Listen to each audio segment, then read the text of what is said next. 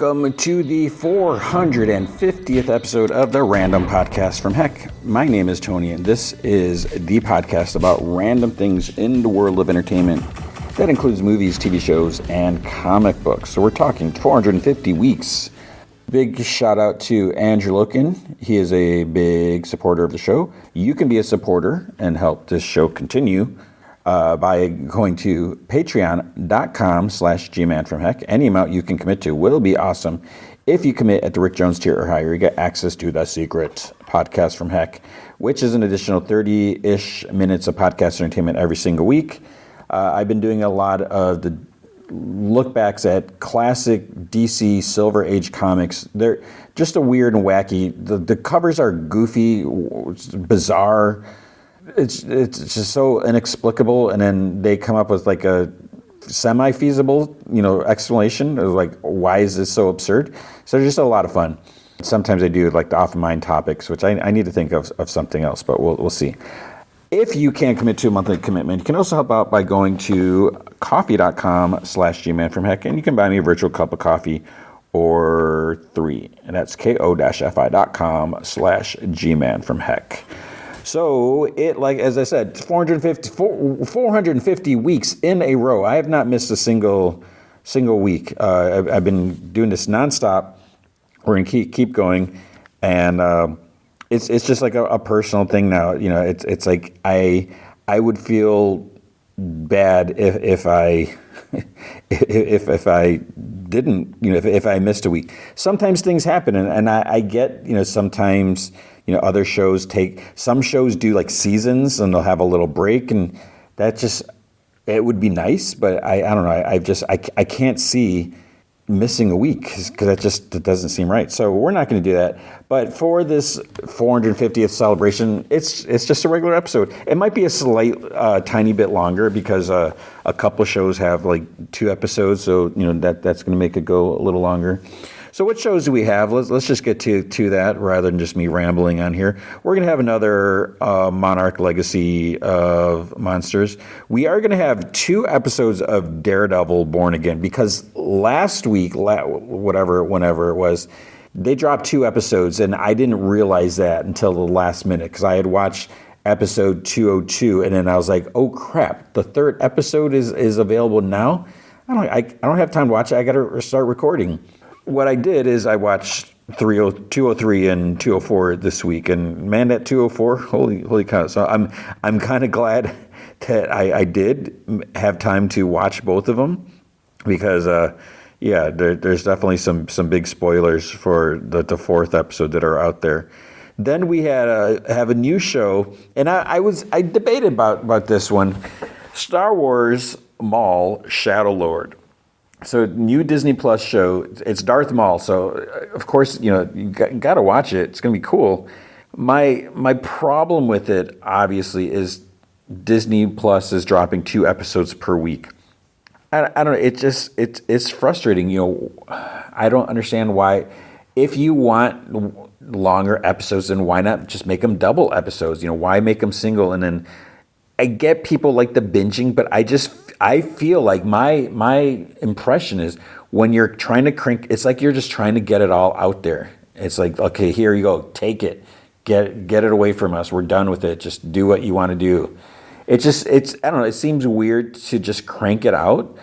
I like most things. It seems like you want to be able to savor it and enjoy it, and not just plow through, because a lot of times, you don't really think about things. You don't get time to process if it's just, all the credits start rolling, and then 10 seconds later the next episode is already starting before you even have time to think about what happened. So yeah, there's that. Now, what about the movie feature? So obviously, if you've clicked on this episode, you know what it is. I'm wondering right now as I record. I have no idea what the podcast image is going to be. I spend probably too much time, or more time than I should, thinking about that. But I enjoy making those dumb, silly images, and it's like, how can I incorporate? It's not a vanity thing either. It's just a silly, absurd, whatever, goofy thing to try to put myself in these, and it goes back to like the Comic Vine days. It's always been like a challenge to try to do that. And man, when I look back at some of those old edits, those are rough edits. They are really bad, embarrassing. But yeah, I feel like I don't have Photoshop or anything. I don't have all the super fancy skills, whatever bells and whistles. So I just do what I can. But there comes a time, like with this week's movie, where there's not a lot of options, like not a lot of impactful or what iconic moments from the movie that have been released that I could replace one of the characters with myself. What is this movie we're talking about? So I mentioned last week where I really wanted to watch Exit 8. Exit 8 is only playing in a city, and it's like I don't want to drive all the way up the city just to see a movie. I'm old. I'm lazy. Whatever. I do really want to see it. I can't wait till it's available. I feel bad that I'm not going to see it, but that's just how it is. I mean, right now, like before I was recording, I was just sitting here. I feel like I started. Here's a bad thing. I'm looking at the collecting news for this week's episode before I record, and then I sat there and I just had my eyes closed. I feel like I don't think I fell asleep because then I looked at my screen, my laptop, and the screensaver hadn't turned on. I don't think I fell asleep. I didn't pay attention to time or anything like that. I don't think I dozed off, but man, it's yeah. What do we have? So last week, what am I talking about? Last week I mentioned, it's probably not going to be Exit 8. Then I was like, well, maybe I'll go see that They Will Kill You movie. I ended up not seeing that because I think I mentioned there was the mystery movie, the $5 mystery movie. So there's a theater that they do it on occasion where it's an upcoming movie, $5. They just tell you the rating and the genre. And what they had was a horror movie. I'm like, I like horror movies. I really like horror movies. I'll pay $5 to go see it. And it was because I was on spring break. I usually do some tutoring Monday nights. So if it was a regular week, I probably wouldn't have been able to go. But I'm glad I was able to.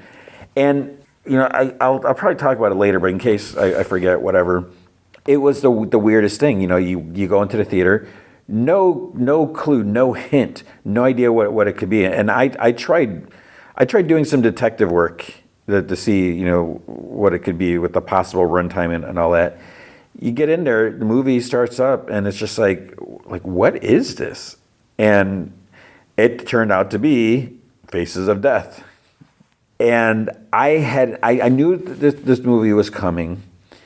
I didn't think this was going to be the movie because the runtime didn't match the runtime that was listed on the theater's website. So they tricked me there, which, bravo to them, whether it was intentional or not. But I didn't know anything about this, and I thought, because this is it's released through Shudder.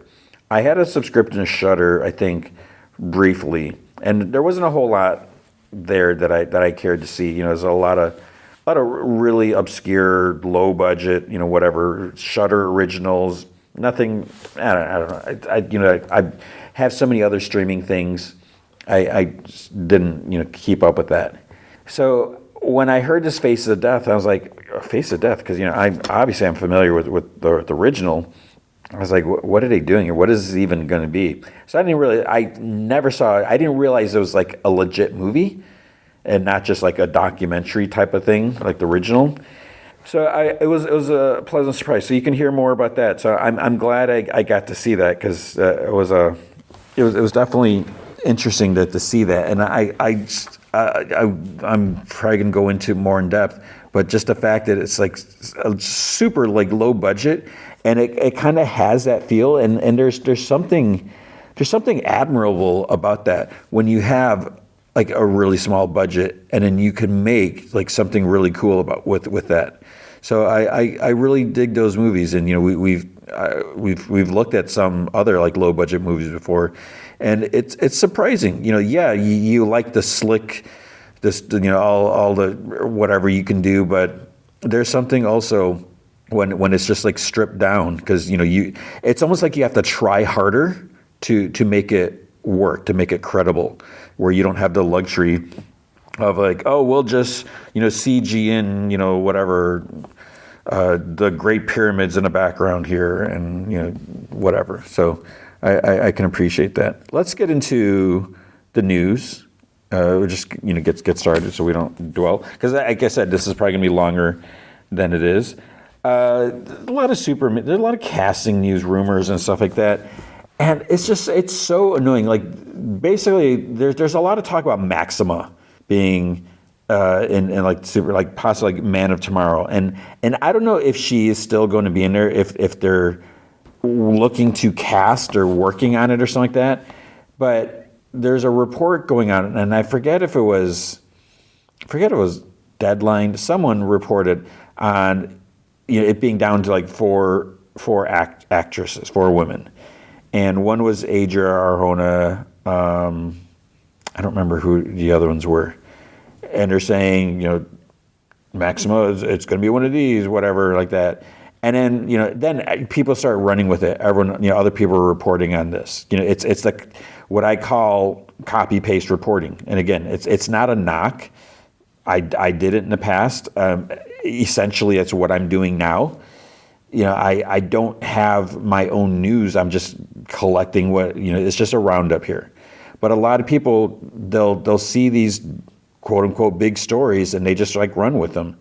And you have to do it. It's the same reason why I mentioned the rumors, because if there's a chance it's true, you don't want to be like the one person who didn't talk about it. And people are like, well, you never mentioned this. Everyone else did. So why are we going to you for our news? But James Gunn is like, no, this is shoddy reporting. This is false and everything. So that's the bad thing. It's like how I can see like this. My speculations with smaller outlets or whatever. A lot of times I feel like, and this can't be the situation. I feel like sometimes people just take a wild guess. Whether there's any sort of hint. I don't know if they're just making stuff up, but people are like, oh, there hasn't been Maxima life. Let's mention that. She's a big character, because who else could there be? It's like let's throw this rumor out there, and then if once it's confirmed not to be true, we'll be like, well, our source let us down, our quote unquote source or something like that. But I just find it hard to believe that people would just make stuff up, and even if it's speculation, it's like, is there any sort of someone actually suggesting this, like someone in the know, possibly in the know, saying, hey, not confirmed or anything, this might be, and whether it's someone trying to be helpful, someone trying to pull your leg, I don't know, but it's like we get all these rumors, and it's just it's exhausting. When I look at this, like every week when I'm like, okay, what should I talk about? And I just it's so tiring, where a lot of times it's like, well, it's going to be this, or it's going to be this, it's going to be this, and it's just like it's just this like never-ending flow of rumor, and it's weird that this is a bigger thing now, and there are I think there's a small handful of scoopers that are out there. Like I can't even. There's I don't want to like not credit anyone, but there's a InSnyder dude. I think there's like My Time to Shine or something. This is now what's embarrassing, that I'm even trying. I'm trying to give recognition, and I don't even know who to recognize. But there's a small handful of scoopers who have been, I guess, accurate with some stuff. So it looks like maybe they do have some insiders, some connections and stuff like that. I still question why people are. What do they get? Are they getting paid, or is it just a thrill? Because it's like you're putting your job at risk by if it comes down to you. And what if James Gunn's like, okay, we're gonna make up this story about Plastic Man, and I'm gonna tell and I'm going to use Plastic Man. I'm going to use Martian Manhunter. I'm going to use Mr. Mxyzptlk, and I'm going to tell like one person or two people, who I suspect, and I'll be like, and they're like, oh, they're in the room. Here we go. Yeah, so we're thinking Christian Bale as Mr. Mxyzptlk. Yeah, no one's going to see that coming, but he's really excited. He's gonna do some screen tests and that. It's like, oh, hey, Joe. Well, how you doing? Could you get me? Can you get some? We need some more creamer for the coffee. Could you help get some? Can you tell Susie to order the? Yeah, thanks. Okay. And then the guy walks out, and then he gets on the phone. Hey, guess what? Christian Bale's going to be. I don't know. Moving on. Oh, so did I even say what? Yeah. So Maxima. People are going on about Maxima. I don't know if James Gunn if there's any accuracy that Maxima is actually going to be in it, but people are kind of running with it. Maxima. I don't really care one way or the other for her. I respect her as a character, whatever. But if she's in it, if she's not in it, it doesn't make a difference for me. I guess there's a potential of using her, and it's good to have a powerful female instead of just having powerful male, because that's we've seen that so many times. And with Maxima, you have someone extremely formidable that could, keep anyone, on their toes and all that. So, but yeah, people are going on about that. I don't know. What about the Punisher? One Last Kill. There's another trailer. I debated watching. I watched it, and it looks good. I really, I'm not the biggest Punisher fan. I do. I feel like when the show was on, I watched it, and John Bernthal, he does a great job. I have like newfound respect for him, and I'm trying to think back what my original thoughts were, because I don't think I was super crazy about it. Maybe it's just because the idea of the Punisher just flat out killing people, that's not necessary, even if they're scumbags, but. Occasionally, a couple times on my Instagram feed, you always get these suggested videos or whatever, and there's been, some random account. I don't know how they get away with it, but it's like, people are creating content, and it's so absurd when they post, like, someone will post like a clip, like a scene from the Netflix Punisher show, and it's like, here's a cool fight scene or whatever. And then they'll put their username, their account name in the video. It's like, dude, this isn't your content. You're watermarking it as if you created it. It's like, oh, you ripped it somehow. You made a little border saying, oh, the Punisher was badass in the scene or something like that, and then you're claiming it as yours. That's just silly. I don't know. It seems weird when people. And a lot of times, what a tangent. What gets me is, I chuckle sometimes at the fail videos or people getting hurt, or heaven forbid, kids getting hurt. You see like all these footage, people slipping on ice or people falling off ladders or whatever. It's just people being knuckleheads, and it's like, okay, yeah, this is funny or whatever. But then what's annoying is then you say, oh, here's another one that's suggested. Cool. It's some other account. Watch it. And then they start using the same foot. So it's like someone just out there. They're like, oh, here's a video of people getting hurt. I'm going to steal this scene. Oh, here's another one. I'm going to steal. Are they just like everyone's reusing the same like footage? And sometimes they'll flip it. Like, oh, the ladders are the stairs are on the left, but then like, oh no, we're gonna flip it, so now the stairs are on the right, so it looks different. So we won't get dinged for copyright or whatever. I don't know. It's just weird. What am I getting at? Oh, so the Punisher, that was it. So I've seen like a couple scenes of Punisher, and I was like, man, he's pretty badass, because this is a dude. He's like a tank. He's got no powers, and he just goes at it, and he takes the hits and stuff like that. Just keeps on going. So I'm curious about this special. I'm glad that we're seeing this. Where we're at in Daredevil, 4 episodes in, I kind of miss him not being there because last season was there were some cool moments.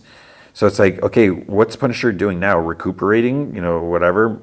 So we have that to look forward to. So May 12th, and some people are saying this should be a movie or whatever. It's only going to be like an hour long. It's possible they could have extended it or whatever.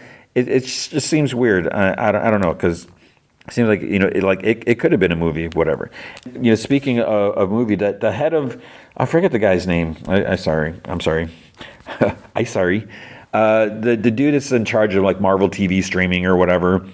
He says that he would like to do like more theatrical or like just actually do like theatrical releases, like specials, like take maybe like the final episode or final 2 episodes of Daredevil, and make a special event and have it on the screen. It's kind of like Netflix does this all the time. If I feel like, and just have like a theatrical showing of their episode, and that way if people want, they can go see it.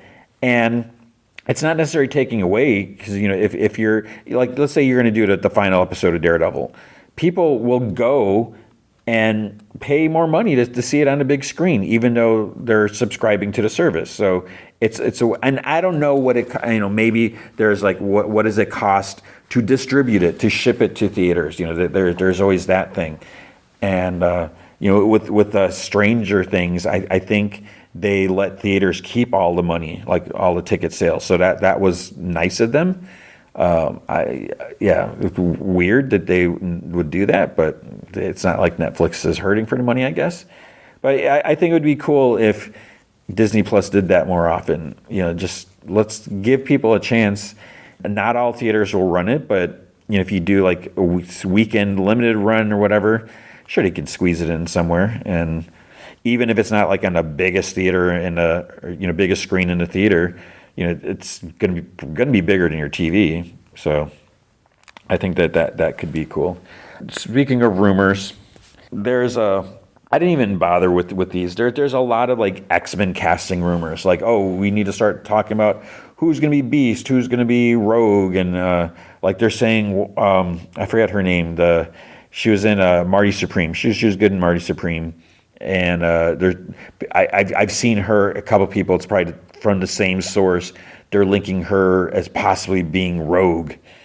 And it's just, I don't know if there's any truth, because again, how does this stuff get out there? Are people talking? I don't know. And, going along with that, I think I don't know if I don't even know if this is official, but I saw or something like Sebastian Stan, it's off topic, next topic, whatever. Sebastian Stan is going to be Two-Face in the Batman Part 2, which is like what we've been talking about for a while now, because his stylist accidentally leaked that photo or whatever. I don't know. Is it official now, or is someone saying it's official? Someone running with the story like 2 months later and saying I don't even know.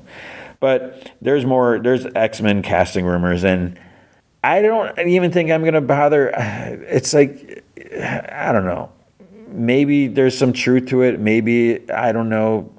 It's just, like I said before, it's just exhausting looking at all this like rumor, report. It's like, just give me the news. It's like, I don't need to know who, let's talk about it later. You always hear after the fact, or Matt Damon's like, yeah, I almost played, Spider-Man. I was in the running for Peter Parker, but I did Born Identity instead, or something. I don't know. So just, tell us later, but we don't need to hear about it now. There's another rumor again, because that's all it is. The next Marvel movie after Avengers Secret Wars, it's not going to be in an X-Men movie. They're saying, and this is why I'm not even sure if I buy this, maybe, but for someone to report on this, there must be something. But they're saying that Deadpool 4 is going to be the next Marvel movie. So we're going to have like Deadpool 4, Black Panther 3, and I forget what the other thing is. I don't know what to think about this Deadpool 4, because Ryan Reynolds has said that, unless there's like a major traumatizing storyline, that he kind of doesn't want to do another Deadpool movie, because it has to be about Deadpool like redeeming himself or doing something. And he's like, I'm down to appear in like other movies, have a cameo or whatever. But he doesn't want to do a full-on production because he wants to spend time with his kids. He doesn't want to miss out on things, which is very admirable. Because your kids grow up too fast, and I feel like I missed out on some stuff with my daughter, because it's constantly going to different conventions and traveling a lot. So I totally get that to commit to a Deadpool role. I mean, that's a big chunk of time. He's not going to be there when they come home from school on some days and stuff. So we'll see. Will there be another Deadpool movie right away, or I don't know. But the fact that people are reporting that, maybe they know something that I don't. I don't know.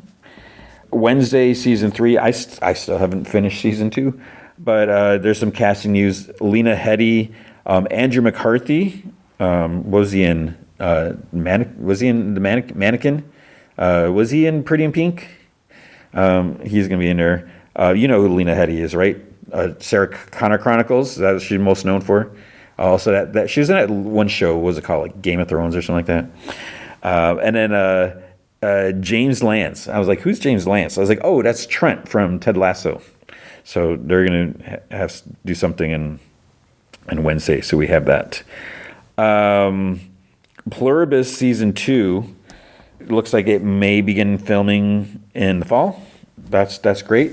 I wish it was sooner, but they had stated that they're not going to rush it. It's going to happen when it's going to happen, and I think that there might have been mention that people are kind of busy. They're spread out doing different things, so it's a matter of getting everyone together and so forth. So we have that to look forward to. Oh, I don't know if I should mention this now. I'll mention this now or later. But in Daredevil, Born Again, season 4, I didn't even. I feel like I needed to go back and watch this because I totally didn't see it. But there's like a GIF on Twitter and X. People are like, was that the Watcher in Daredevil season 2 episode 4? And I don't know. I was looking at this GIF. It's like basically there's like a busted window and someone running down the sidewalk, and it was just like short GIFs just on this loop. I'm like, I'm looking. Okay, wait. There's a couple people down the street. I was like, that doesn't look like the Watcher there. I was like, what are you talking about? Where is the Watcher?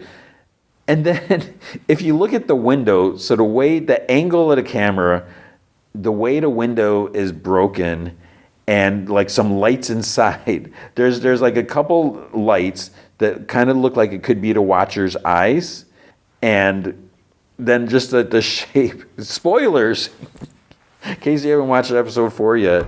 Then spoiler, just the shape of the glass and everything is like, it looks like almost like a big round head, and there's the ear. It's like a cartoony version of the Watcher, but it's like, okay, why would the Watcher be here at this scene? Some stuff happens at the end of episode 4, but I don't think it's like huge.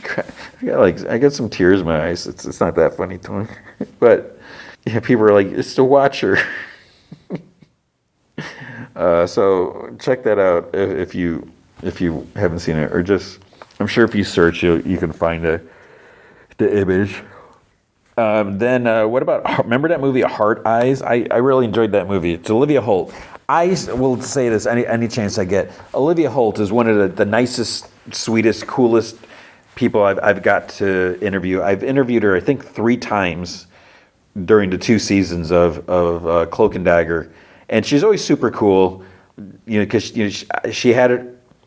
I always forget if it was a Disney show or it might have been a Nickelodeon show. I always default to Disney, but I think it might have been a Nickelodeon show. My daughter knew who she was, so she's been in the industry.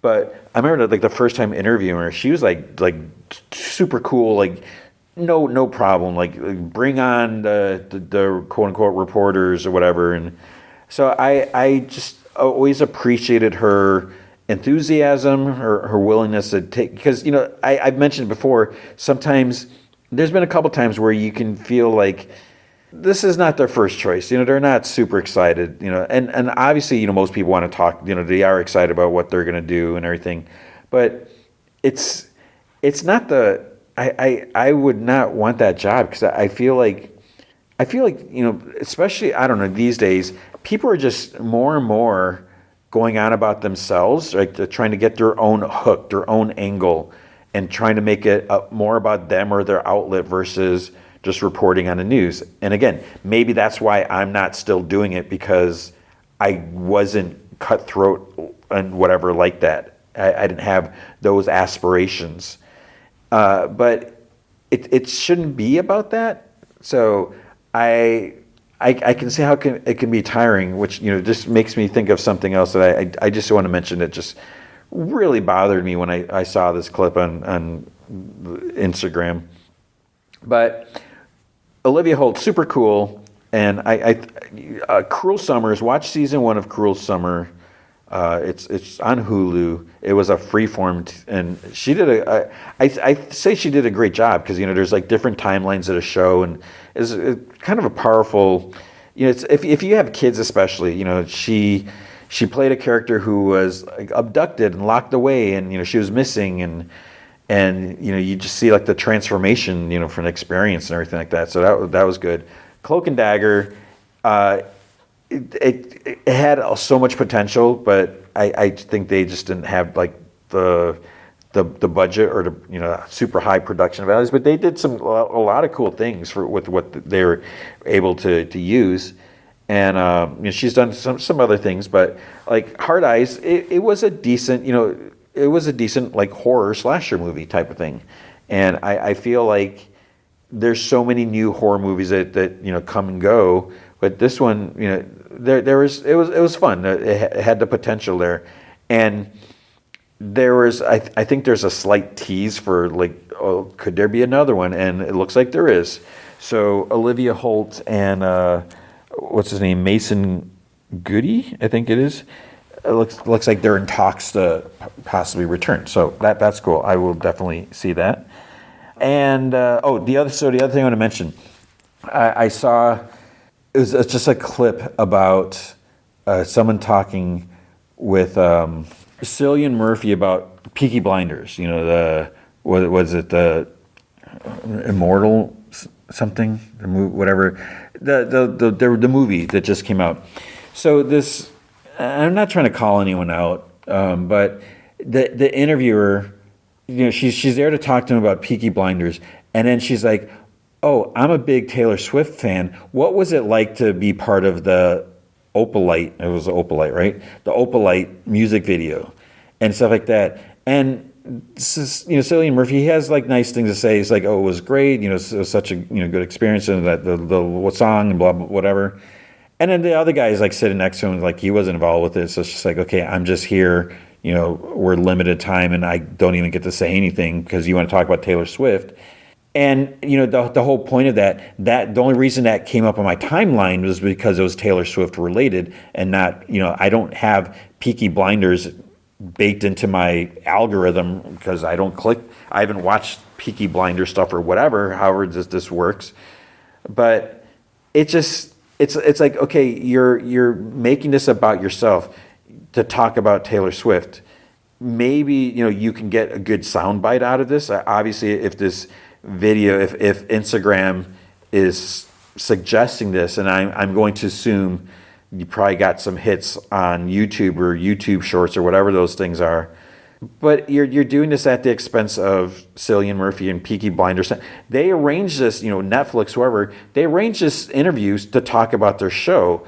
Cillian Murphy's taking the time to talk about this movie or whatever because that's what he's there promoting. He's not there to promote a music artist's music video where he is not getting anything out of that, besides like a pat on the back for whatever, taking part in it.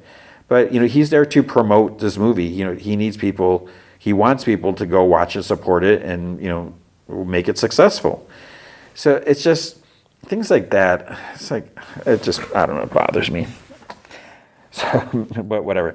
And the last bit, old man Tony, the last bit, comic news. There's some other stuff. I always feel like I should talk more about comic news, but I always forget. I don't make note of things.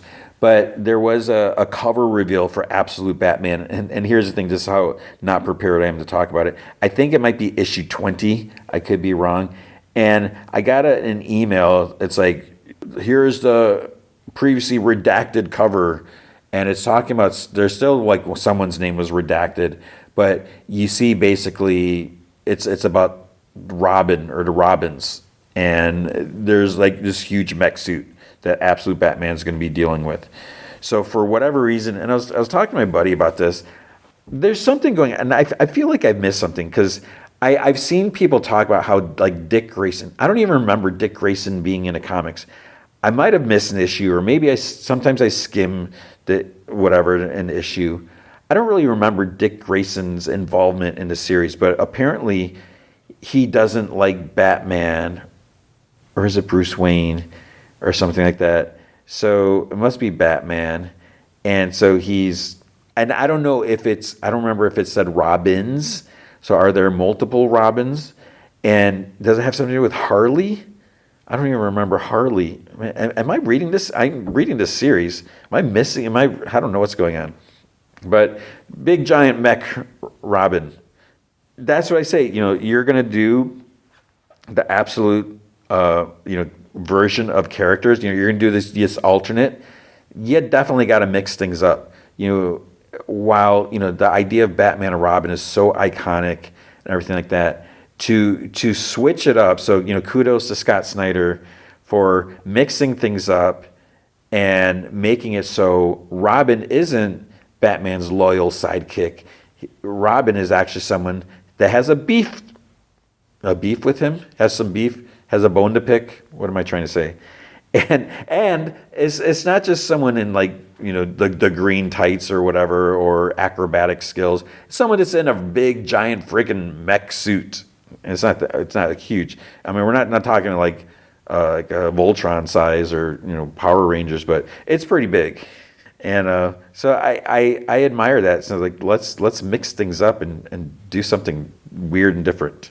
And that's what I guess we're going to get. So you have that to look forward to. And you have more to look forward to, but that is going to be the news for the week. With comic books, I always forget, I think I didn't mention it last month, but Archie X Army of Darkness, is that what it's called? Army of Darkness X Archie. I love this book. I actually just ordered, the third issue came out. I read it digitally.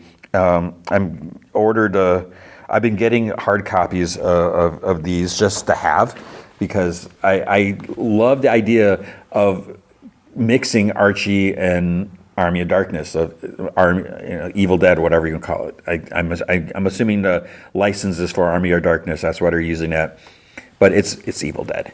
We got Ash and Archie, and it's absurd, but they're making it work, and I really appreciate everything that's going into it, and the art.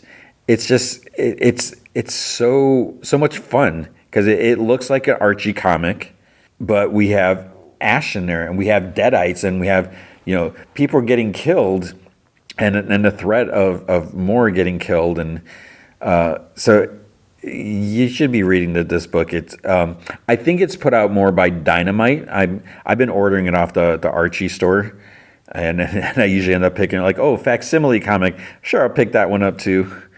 And it kind of bothers me that I'm ordering these separately. So I'm paying shipping. I'm probably paying, I don't know if it's like $5 shipping or something. So I'm paying shipping every month on this, and I think the first issue sold out in the store, so it's not so it's probably good that I am doing that and not just waiting, because there's no telling. But it's just a lot of fun. Basically, the premise is Reggie sort of inherited this vacation house in the woods or whatever. So he's having a party. There's just the secret basement. There's all these books, and they accidentally read from the Necronomicon.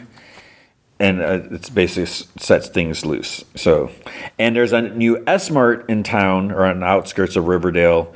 So Archie gets a job there, and then that's how he meets Ash, and that's how it all gets tied together. So it's a lot of fun. So I do recommend this. You should be rereading this. There was a what's it called? I think it's Tales from the Road, Speed Racer, Snake Oiler, and more, or something like that.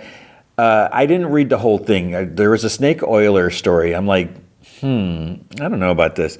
It was actually interesting. They kind of made him a likable character because focusing on him. So I was like, okay, that's cool. Then there's the second story. I forget I think the character was it T Banks, and I'm like, I don't know who that is. So I feel like that I don't know if that's someone who's created for the comics. If it's someone in a show, I'm embarrassed that I don't remember. But there's a story about that, and then there's a Spritle and Chim Chim story, backup story, and I didn't read that one either. So, but you have that to look forward to. So again so thankful that these books are being made. I think then at Image there was I didn't get around to reading this. There is Dork number 3 is out, half dwarf, half orc. So this is by Brett Bean. It's just this is a fun book. There's a lot of violence, and especially if you like this like medieval stuff, that there's a lot to enjoy here. So definitely look that out. The colors are by Jean-Francois Beaulieu, who's done a lot of stuff with Scotty Young. So it's a fun book, and like I said, but I didn't unfortunately read that issue. Also at Image, there was another. I don't have it in front of me. There was another G.I. Joe Silent mission, and I remember saying something. I don't know if it was silent, if there's more than one S, but it was what was it on? It was a Crimson Commando, and it's by Gabriel Hardman. I really like Gabriel Hardman. I mean, he's a really good writer and really good artist. His art's amazing. I can't even describe his style, but he's a nice guy. I'm pretty sure I've talked to him at conventions before. I think he might have done a mystery art challenge. It feels like a lifetime ago, but there's a story. I'm not a big fan of these silent. I talked about it last week where I feel like they're just doing too many of the silent issues, and it kind of loses its charm or whatever. But this is one. There's like this battle going on. There's a Crimson Commando, and there's some destruction. He gets kind of trapped under some rubble. He frees himself. His helmet's a little banged up. But then he sees like Cobra like trying to make a run for it. What does Cobra do? I don't remember. I don't want to spoil things, but he basically takes a Crimson Commando. He switches outfits with a Crimson Commando. So then when the Joes come in, they see, oh, there's Cobra Commander's body, like crumpled body, bloody body or whatever. And meanwhile, Cobra's trying to make his escape as a Crimson Commando, and then this other guy helps him along or goes along with him because he's like, dude, this is our leader, this is Cobra, so I'm gonna tag by along by his side and that's basically them trying to escape. Joe's trying to go after them and everything like that. It was I liked it, and it had, like I said, the art and everything was good, so that was fun. Then there is a G.I. Joe Real American Hero, and I forget the issue number. I know I have not read the last certain number of issues, so I'm not fully clear on what's going on. Reading this one, I'm like, okay. I wasn't really in the mood for it. I'm going to be perfectly honest. I love the G.I. Joe characters. I love the book. I'm so appreciative that Larry Hama is still working on these and everything. But when I read this, I'm like, okay, I don't really know what's happening, and it just felt like here's an action book, which is cool. It's fine. We don't have to have a super big, long, massive story arc because we had that battle for Springfield, whatever it was, and there's a lot happening there. So when I read this, I'm like, okay, I don't know if this ties into the previous one, and I don't think it did, because then I went back, I looked at the previous issue, which I know I didn't read that one. I might not have read the one before that. I don't remember. When I started reading this week's issue and then flipping through it, there's just a lot of cool action, but I don't know. Yeah, I think it was just getting to the point where it's like, okay, I need to read through all the comics so I can record the podcast. There's that, but I need to get caught up and read those. At Marvel, because I think that was it, we had Amazing Spider-Man number 7, and now I'm trying to remember, it wasn't this week, it was last week when we had the big incident, big death of someone, let's just say that. And, of course, I'm always so skeptical whenever someone dies. It's like, okay, are they really dead? But it's still, I think, I don't know. I mean, maybe they're dead. It just felt like the way they died, and then just like insults on top of that. It just, but yeah, so we have that. But we got Torment, and now Carnage is teaming up with Torment. So Carnage has left Eddie Brock, so that's not good for Eddie.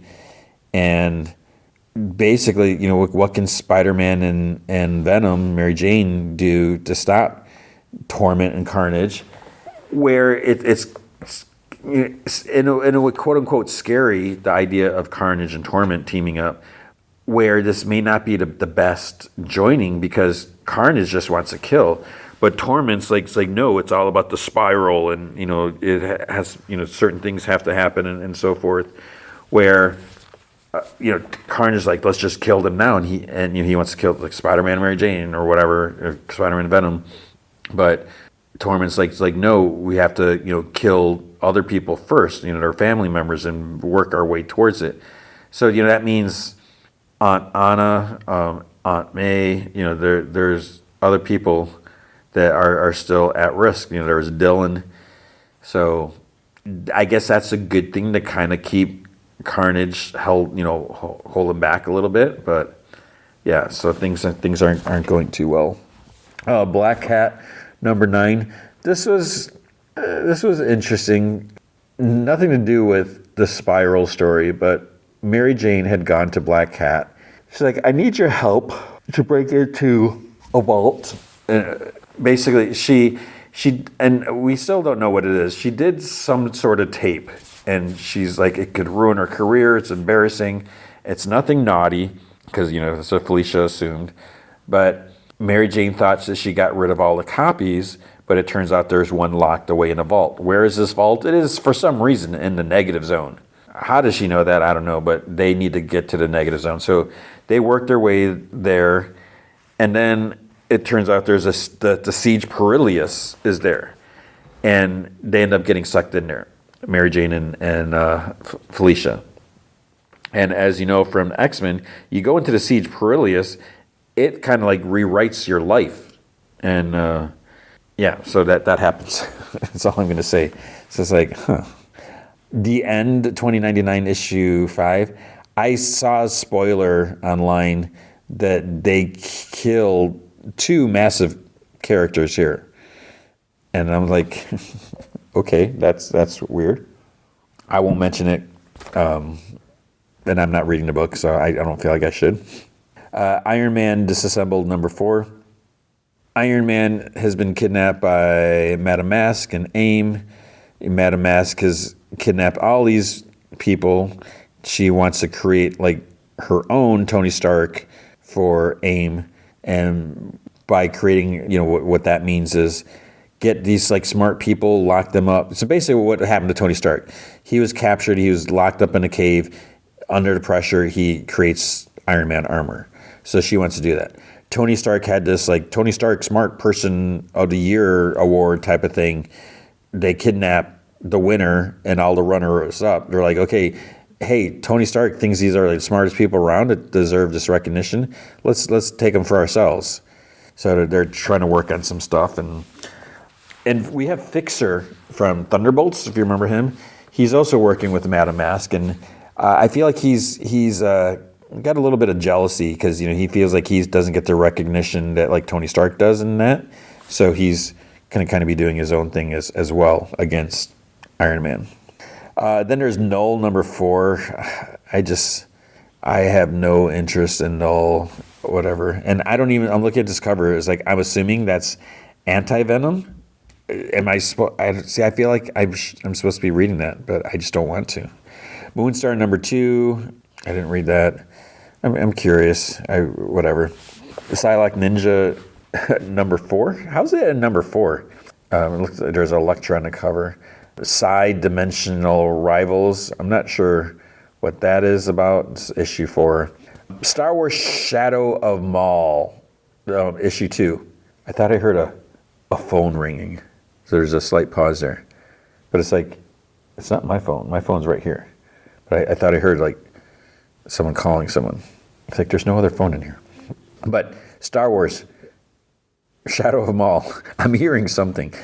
I think I started reading the first issue, and I should probably give this a chance. I didn't read this. Looking at the cover, it looks like we have, what's his name, Demas and Lawson.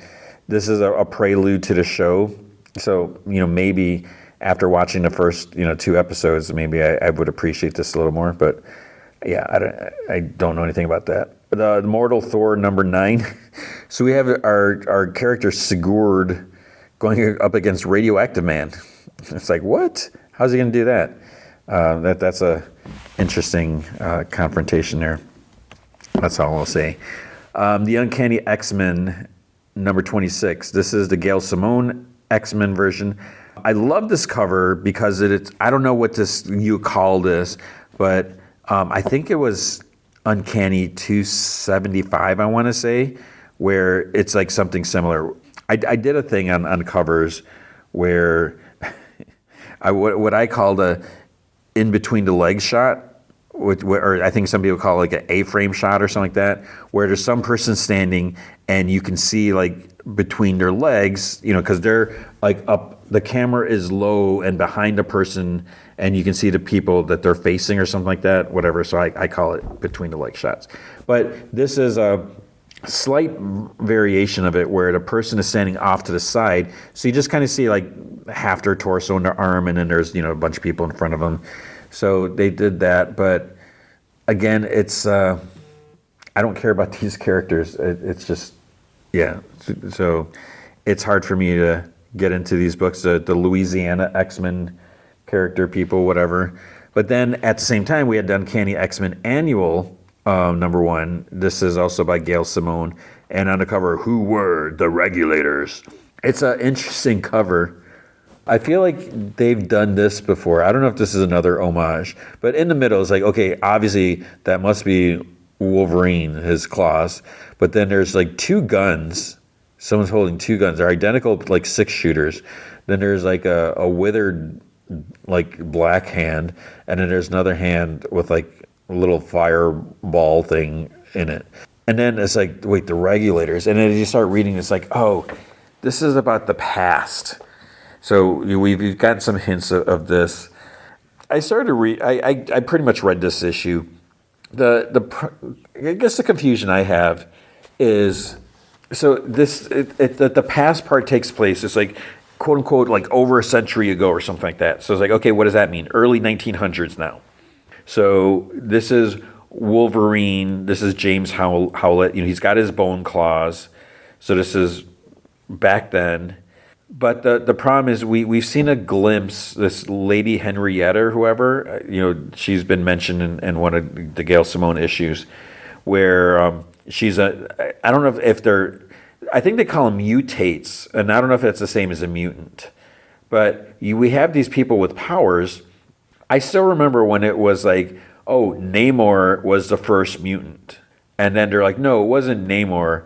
It was, what's his name? Apocalypse and Saba and whatever. But with what Gail Simone and this moment in the past, we're seeing these other people, and they're like, oh, they're mutates, all these. So it's not like a big surprise, because someone else like, oh, look at them, they're mutates. So like, you got the racist or whatever, people who are, fearful and hate them and want to, string them up and hang them or whatever. But it's like, were mutants that common known? Because it felt like when like the Marvel started like in the 60s, that like, X-Men or whatever, that they were a new thing. And if they were around in the early 1900s, then it wouldn't be that odd of a thing. So I don't know. So basically, we have this story in the past. We see, stuff involving Logan.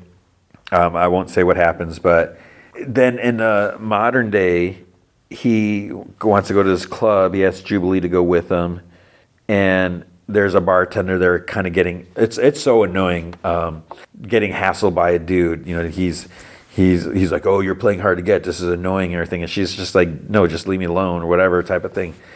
So Wolverine's been kind of keeping an eye on her. I mean, you can kind of figure out what's going on. That she has a connection to a character from the past, and so he just wants to look out for her or something like that. But it's weird, and then the way it's almost like things are resolved in this issue, but then it just kind of ends like within the okay, we have like 4 frames left. We have to wrap everything up here.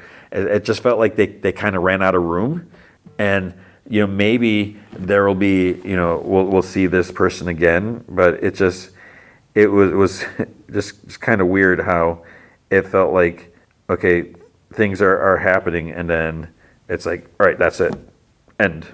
So yeah, there's that. There is also Wolverine number 18. I'm not reading this book. This is continuing with whatever is going on with Silver Sable, and some other stuff. So I don't know. And then there's Web of Venom, and like what the heck is this? As like, what does this have to do with like the current Venom? Because we have like a big hulking Spider-Man, red and blue Spider-Man, but it's obviously a symbiote. Costume is a little different. Costume looks a little more like the Ben Reilly Spider-Man costume, with like the legs like extending out, to the back and everything. So it's like, who is this? And I appreciate the covers, kind of like Web of Spider-Man number 1, sitting on a corner of the building, the gargoyles and all that. But I was like, okay, is this Mary Jane? She decided to make her Venom suit looks more like Spider-Man's suit. I was like, I hope this isn't the backwards demonic Spider-Man from Limbo, which I hope we never see that character again. So there's someone else that's under the symbiote, and it's a difference. It's not Venom, so it's kind of silly they're calling it Web of Venom, because it's not Venom. But we have a new character, quote unquote new character, new whatever you want to call this. And we're like, who is this? So it's like, are we going to see who's underneath? What's going on? So it's an interesting choice. It's like, okay, it was like, what are we going to do with this? And I'm under the impression this is just a one shot, because at the end it's like, to be continued, and then they're like, read, Venom number whatever next, and it has nothing to do with this. Definitely an interesting choice, choices being made here with this, but yeah, we have that to look forward to. And I'm intrigued. I just feel like we have so many symbiotes that, like, if this were to be an ongoing, I would probably read it, maybe, just because of who the person is. We'll just say that. But yeah, it's just really weird. It's like, okay, what's going on here? At DC, there wasn't a lot of books, and there was like hardly anything I read. There's Absolute Green Lantern. I have no idea what's going on here, since I'm not reading that. There was Action Comics number 1097. This I enjoyed this. So Action Comics, we have, it's by Mark Waid. This is Superboy in Smallville. The only thing that I'm kind of questioning is, okay, so we have Superboy here. How much time takes place between here and when he becomes Superman. So he's maybe like 15 or something. He's a teenager. I don't think he's driving age or whatever. And then maybe 15 years later, whatever. But Ma and Pa look so young. And then, later when we see them, they're like so old. So it's like, how much time has passed? And I mean, if we say 15 years, I mean, I guess, a lot can happen in 15 years. And I don't know, maybe living on a farm life is hard. I don't know, a lot of work. But other than that, what I was a little confused because you see Booster Gold, Mary Marvel, and Martian Manhunter. It's like, what? And so there's a little time travel involved. And they're like, whoops, Superman boy? And, they're like, dude, we're from your future, but we can't tell you anything. So it's interesting. Nice House by the Sea came out. Supergirl number 12. I don't remember the last issue I read. Something happened. You see on the cover, it's Cyborg Girl. So she's been turned into a cyborg, which I don't know why she's in that predicament, why she's there. And I'm assuming like the stuff on her is not real. Or maybe it is. I don't know. We have Green Lantern Corps number 15. Fury of Firestorm number 1. This is by Jeff Lemire, Rafael de la Torre. I'm not like the biggest Firestorm fan. If I never read a Firestorm comic again, I will be fine. So I have no like connection. It's not like, oh, cool, he's getting his book. That doesn't mean he doesn't deserve it or anything like that. And I hope there are people that are excited. And Jeff Lemire is a great writer, so that's cool. I debated because it's Jeff Lemire and because this is the first issue. I was like, oh, maybe I should check this out. But there was a time factor, and I saw the preview pages when I was reading. I think it must have been Action Comics. It's like day 1, day 4 or something like that. So I don't know if this is going back to like a Firestorm year 1 type of thing. So I was like, oh, okay, well then maybe, I don't need to read that. I don't know, but we'll see. Emperor Aquaman. I read some spoiler, so like a report about this, about how he's got this new power now. And there's something over these lighthouses that he's creating, and I don't even know what's going on there. But that was it. Then there's Sirens Love Hurts number 3, Bleeding Hearts number 3. I'm not sure what that is. And that is it. So that is going to be comic books for the week. All right, Monarch, Season 2, Episode 6, Requiem.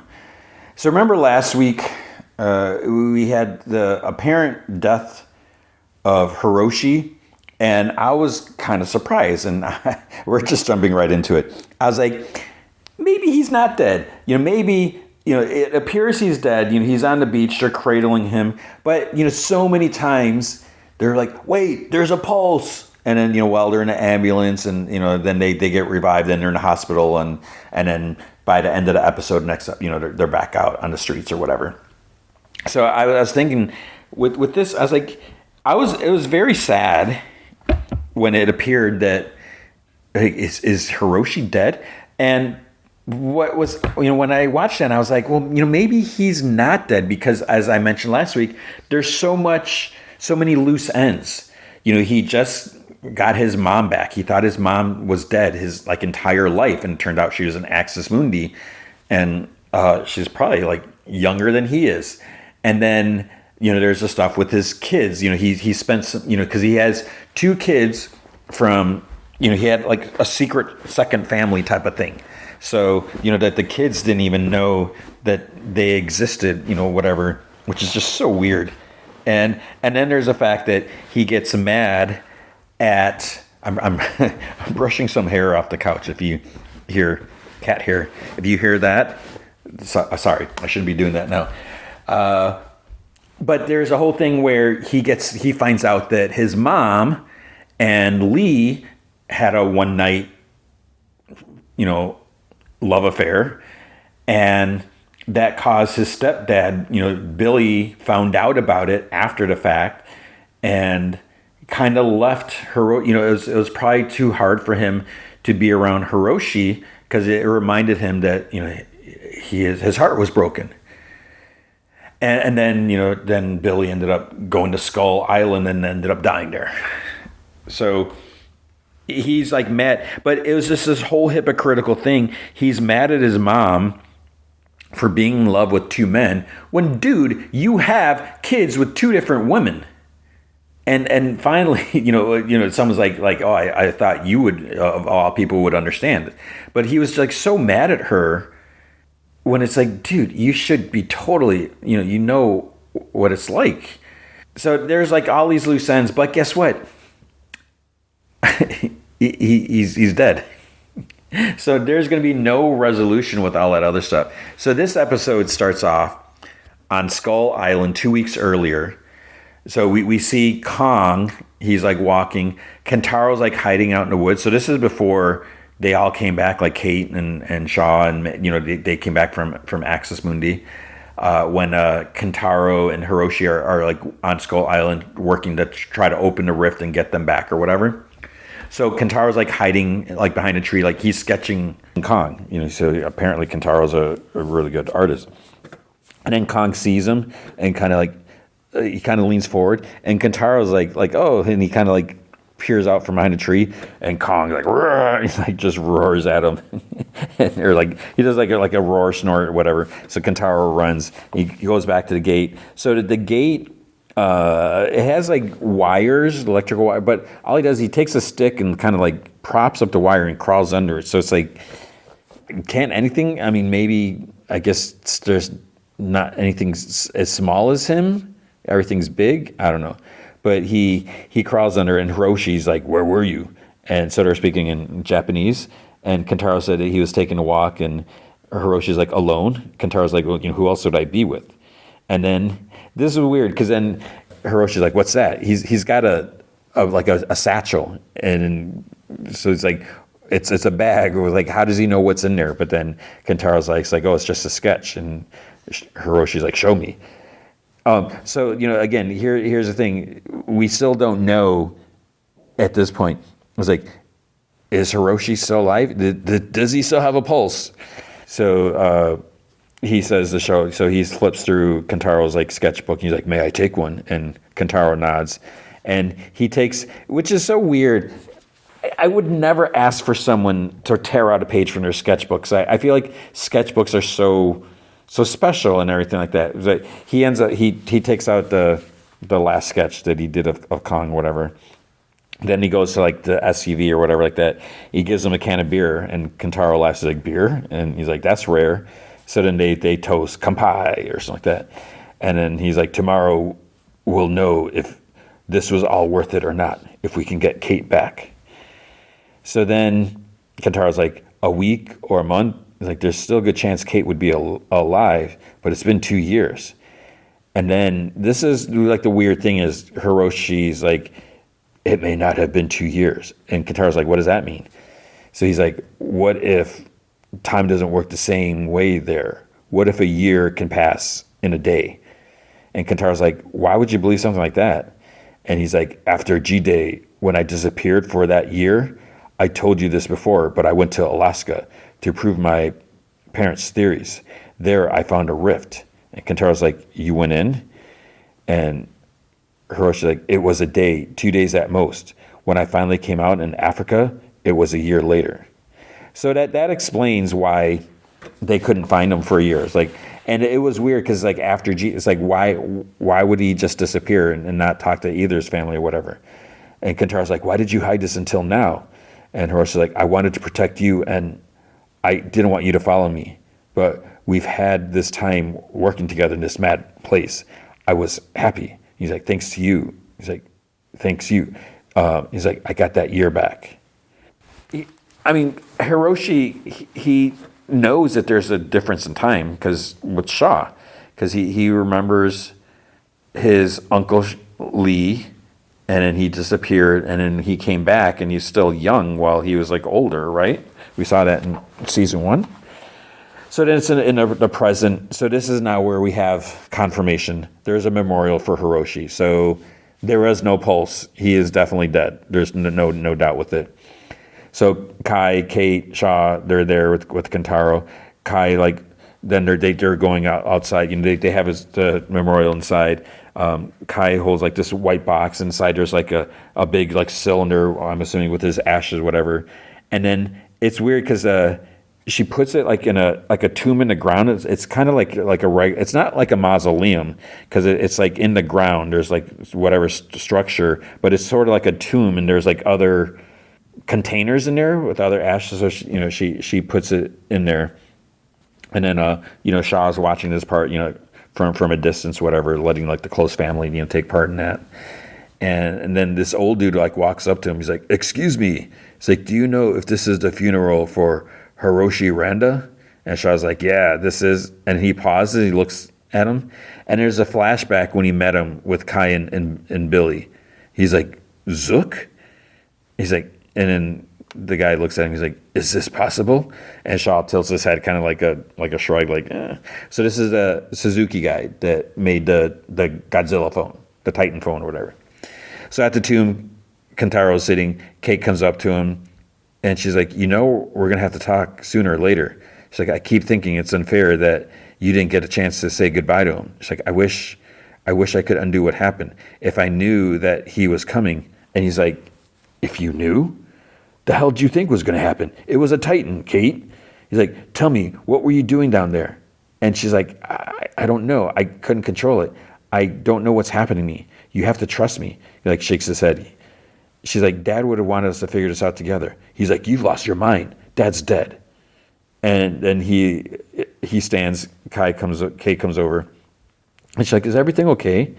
And Kentaro's like, No, everything's not okay here. The world is under a Titan alert, and no one has the faintest idea what to do. Do you? Does Monarch? How long before Godzilla shows up and cleans up Kate's mess?" And she's like, "Kentaro, I know you're in a lot of pain, but no matter who's to blame, fighting won't bring your father back." And he just walks away. So Kentaro's mom calls after him, and Kay sits next to Kate and puts her arm around her. Shaw comes up. He's like, "Kay, an old friend would like to say hello." She stands up, and she's like, "Dr. Suzuki." And he's like in a little bit of shock. She like hugs him. He's like, "Major Shaw tried to explain it to me, but seeing it, you should be as old as I am, and yet look at you." She's like, "I know it's a lot to take in." And he's like, I wish it were for a different reason, but I am so happy to see you both." And then he's like, "You must be Kate. Hiro told me so much about you." And Kay's like, "I didn't realize you two kept in touch." And he's like, "More than that, he'll come, he'd come to Hadaruma often." And the Kate, Shaw's like, "If it wasn't for what this man created in Hadaruma, none of us would be here." She's like, "You should see it sometime, Kate." And then Suzuki's like, "Well, why not come now?" Kay's like, "We wouldn't want to impose, no." He's like, "No, please, I'll be honored." Shaw's like, he's like, "I don't know." He's like, "Until Monarch gets a hit on that Titan, that might bring us all some peace, trade stories about Hiro. I'm not sure waiting around here to show up is helping anybody." And he's like, "Please." And then it's like a little bit later, whatever, like that. Because then we see Shaw, he puts the pocket knife on the tomb. He's like, "Keep it safe, Hiro." He's like, "I'm going to find a way to set things right, I promise." I always find it weird when people do stuff like this, when they put, some artifact or whatever, like out on top of the tomb. I get the digestion or everything like that. My fear would be, how do you know some scumbag's not just going to come and take it? Like, "Oh, look at this, a knife. Cool." It's like, no, someone set it there for a reason. You can't steal from the dead, but whatever. So at Monarch headquarters, Arlington, Virginia, 1958, and I think it's day one. Billy and Kay, they each have like a box with like their personal stuff. This lady comes up to them before they enter a building, and she's like, "Good morning," and she knows them by name, and they don't know who she is. She's like, "Oh, I'm Alice," and she's like, "I'm Mr. Randa's new secretary," and he's like, "Really?" And Kay's like, "Of course." And then Alice tells Kay, like, "Oh, your secretary went out to get some pastries. She'll be back soon." And Kay says to Billy, she's like, "Oh, very thoughtful." Alice is like, "Okay, this way to New Monarch offices." So they stop at Kay's office first, and Billy's like, holy moly.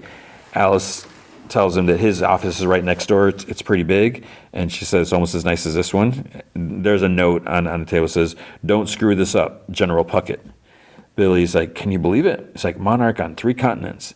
And so he's saying this to Kay. He's like, your photos of all the Titans are what got us all these outposts. I can't wait to get it back out in the field. And she's like, at least unpack before we start planning the next expedition. Plus, we don't know how long until the Titan shows up again.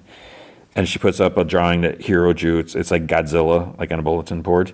And she's like, we decided to call it Herosaurus. She's like, what do you think? Then there's a knock on the door. Shaw's like in full uniform. And Billy's like, oh, look at you. He's impressed. Billy holds up a bottle of champagne that was in the office. He asks Shaw if he wants to help them christen the place. And Shaw's like, if you'll indulge me, I'd like to make a toast.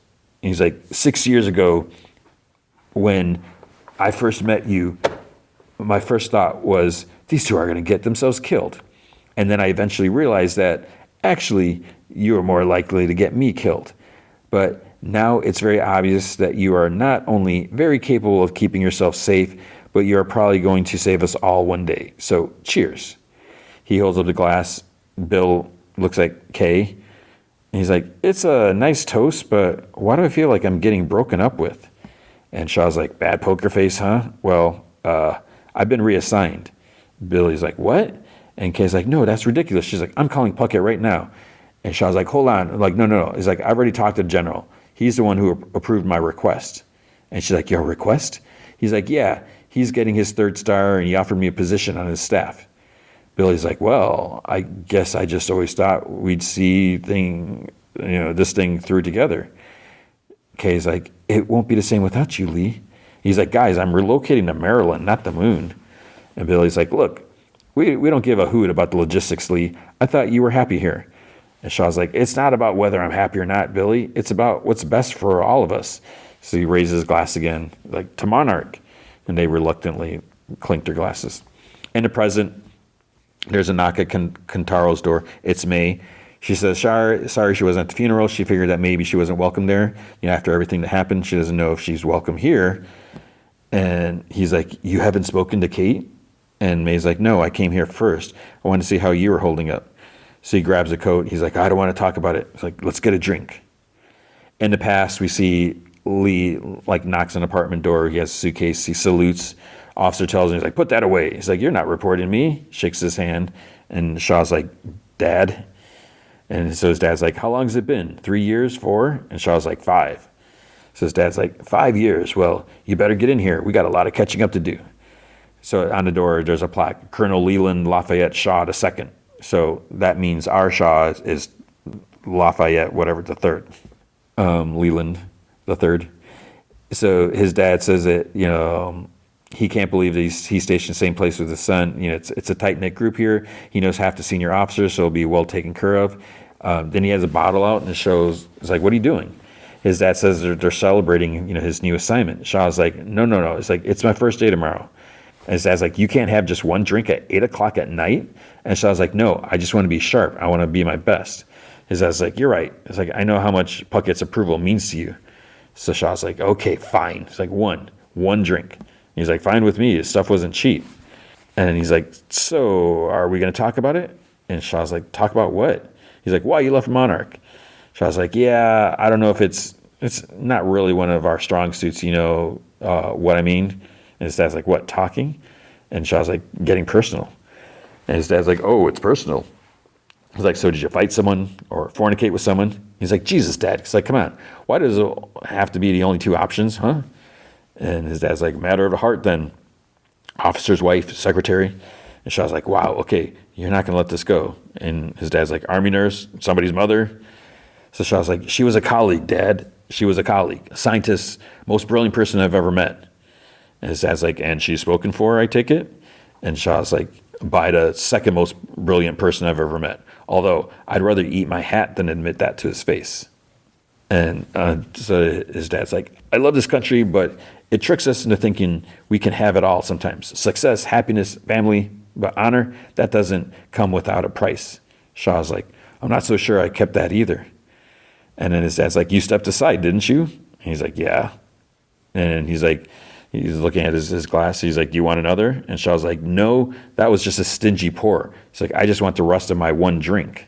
In the present, Kate and Shaw are eating with Suzuki. He says that, he sat at this table more times than he'd like to admit, asking himself, why Project Hourglass ended in disaster. So that's when they did the experiment with the pod and everything. And, she's like, Kay's like, what went wrong? And Suzuki's like, time dilation, of course. Without that piece of knowledge, every equation was off. It's a miracle that rift didn't kill us all. After that, I was blacklisted, my visa revoked, my reputation ruined, my inventions destroyed. And Shaw's like, everything? And Suzuki's like, they said that if I so much as looked at another isotope, Monarch would throw me into asset management. That is until Hiroshi came to me. He wanted to know about my Titan phone. And Kate's like, Titan phone? Kay's like, Suzuki device. See, he says, I told him that it had been seized by Monarch years ago, but Hiroshi set to work building a new one from scratch. Shaw's like, Tahiro. So then Shaw goes to fill their glasses, but the bottle's empty. Suzuki's like, oh, there's another one like on the counter. So Shaw goes, but then he empties it in the sink. He's like, oh, this one's out too. And he's like, why don't you show me where you keep the good stuff? So it's like, dude, he just poured his booze out. In the past, Shaw fell asleep on a couch after drinking instead of reporting on time. He jumps up when he notices the time. He curses, he gets dressed, gets a ride, walks into the building. His dad meets him, like coming down some stairs. And Shaw's like, hey, what are you doing here? It's like, I thought they had you in Hodges Hall. His dad's like, had an early meeting, skipped breakfast. He's like, you hungry? He's like, there's this place a few blocks away. Flapjacks will make you cry.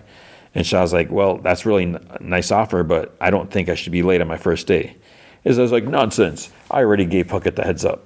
And then Shaw's like, I ate already. So he's like, son, if you don't have one of them flapjacks, I'll have you court-martialed. So then he's like, all right, 1 cup of coffee. So in the present, we see May and Kentaro are walking the city. She asks if he remembers the last time they walked there. And he's like, yeah, it's New Year's. The guy accidentally served him, some really expensive drink. And they're like, spit it out, whatever. So he's like, it's hard to imagine that was his life, going to whiskey bars and hanging out with cool Americans. And she's like, who, me? She's like, aw. And he's like, no, I'm just a guy who watched his dad bleed out in the dirt. And she's like, come on, we don't have to do this. It's like, we can always go home. He's like, no, I'm good. And there's a bunch of neon signs on the stairs. And like, when did he add all of this? So they're looking for this guy, Sota's bar. They enter, the place is full. A couple kids run past him. Kentaro's asked, he's like, is this Sota's place? And they're like, what happened? The lady, the hostess or whoever, bartender, waitress, asked, she's like, do you mean the previous owner? She's like, he sold it about a year ago. But I think you'll really like it here too. So there's like some stuff hanging, may suggest they go somewhere else. I think it's like some sort of Titan something. Then he's like, no, I came for a drink at Sota's. I'm going to get a GD drink. Then he asks the bartender if they have whiskey, and she's like, we have blue raspberry whiskey sours. So he asked for one without the blue raspberry. They're served in these fancy glasses with I don't even know what's sticking out of them. And May kind of laughs, and he's like, well, here's to Dad. Suzuki asks Shaw how long has he been sober now, or something like that. And Hiroshi wouldn't have wanted his loss to destroy years of sobriety. And Shaw's like, relax, Zook. He's like, the only thing I'm interested in destroying is the monster that killed him. And he's like, nah. He's like, you can't destroy Titan. And Shaw's like, no, I can't, but Godzilla can. And I just happen to be at the home of the only man that knows how to get his attention. Suzuki's like, that's why you invited yourself here? He's like, honestly, Zook, I'm just trying to help us survive. Nothing, we try to do seems to be right, but I can't stop trying. We can still save millions of lives, Zook. He's like, you know that. He's like, I just need to take the leap. And Suzuki's like, you just need to see my tomatoes. He's like, after seeing the improvement Hiroshi made to my Titan phone, I was inspired to come up with something new. So they're in this shed back by his garden.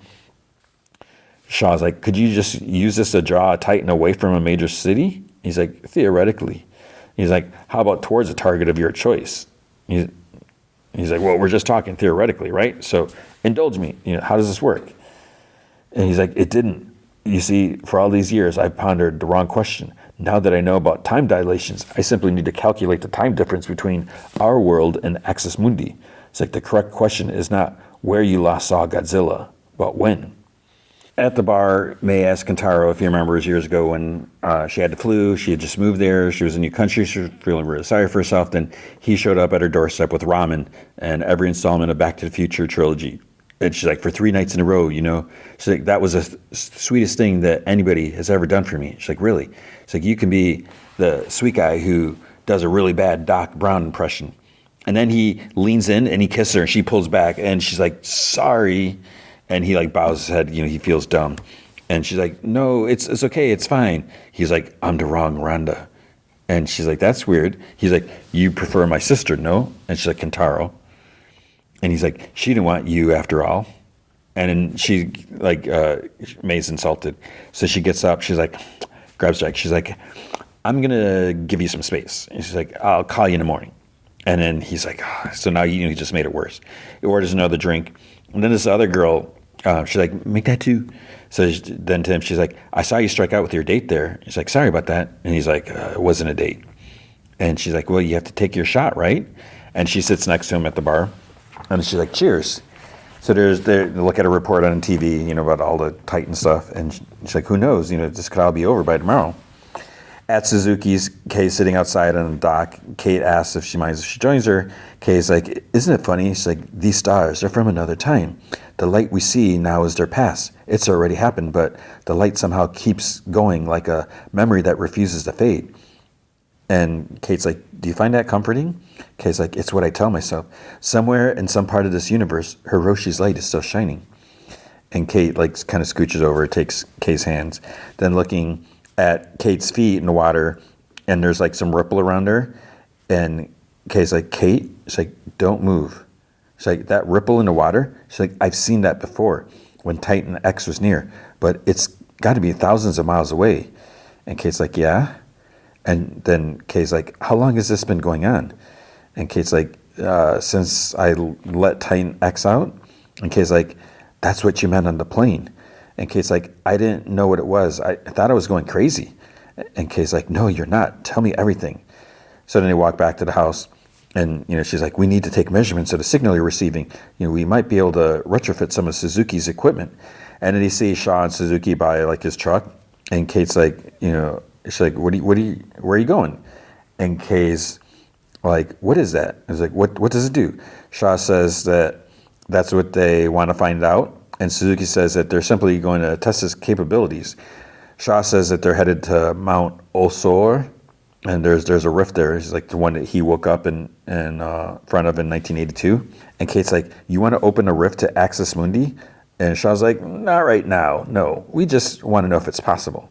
And Kate's like, for what purpose? It's like, why would you risk bringing another Titan into this world? And Shaw's like, Godzilla's not just another Titan. And Kate's like, what are you even talking about? And Kay's like, oh my God, Godzilla and Titan X, you want them to fight.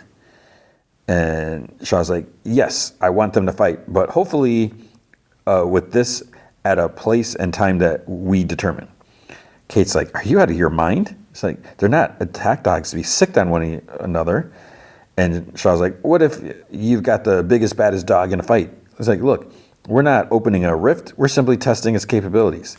Kay's like, you sound like the generals, Lee. He's like, you can't control Godzilla. You know that. You're not the man I used to know. And he's like, I don't know, Kay. Maybe that's a good thing. She tries talking to Suzuki. He's like, sorry. He's like, the cost of doing nothing is too great. Kay said that, these are living creatures. They're far more intelligent, ancient than can be possibly imagined. Shaw's like, and we're human beings. And just like those monsters, all we want to do is survive at the top of the food chain. So, it's us versus them, Kay. And in the end, only one thing matters. Who wins? So they drive off. At the bar, the girl's still sitting next to him. They're playing like a drinking game. Anytime they mention D-Day, they take a drink or something like that. Then she takes his phone, and he's like, what are you doing? And she says that she's putting her number in it. She's like, I just figured since you already struck out once today, you weren't going to ask. So I took the initiative. He said, then they take another drink because the G-Day is mentioned, whatever. He says that showing all the destruction and death on loop just makes people numb to it. And she's like, oh, I don't know. She's like, I don't know if I agree with that. And he's like, we've literally made it into a drinking game. And she's like, true, but maybe you need to be desensitized to it so that when the moment comes, you don't panic. And Kentaro's like, no. He's like, when a Titan shows up, you'll panic. And she's like, well, I guess you would know. And then he like looks at her and she's like, what? He's like, how do you know I've seen a Titan before? And she's like, I guess I assumed I knew I had too much to drink. And he's like, who the hell are you? And she's like, my name is Isabel and I'm Walter Simmons' daughter. And he's like, wait, what? Did they send you to spy on me? And she's like, no, they didn't.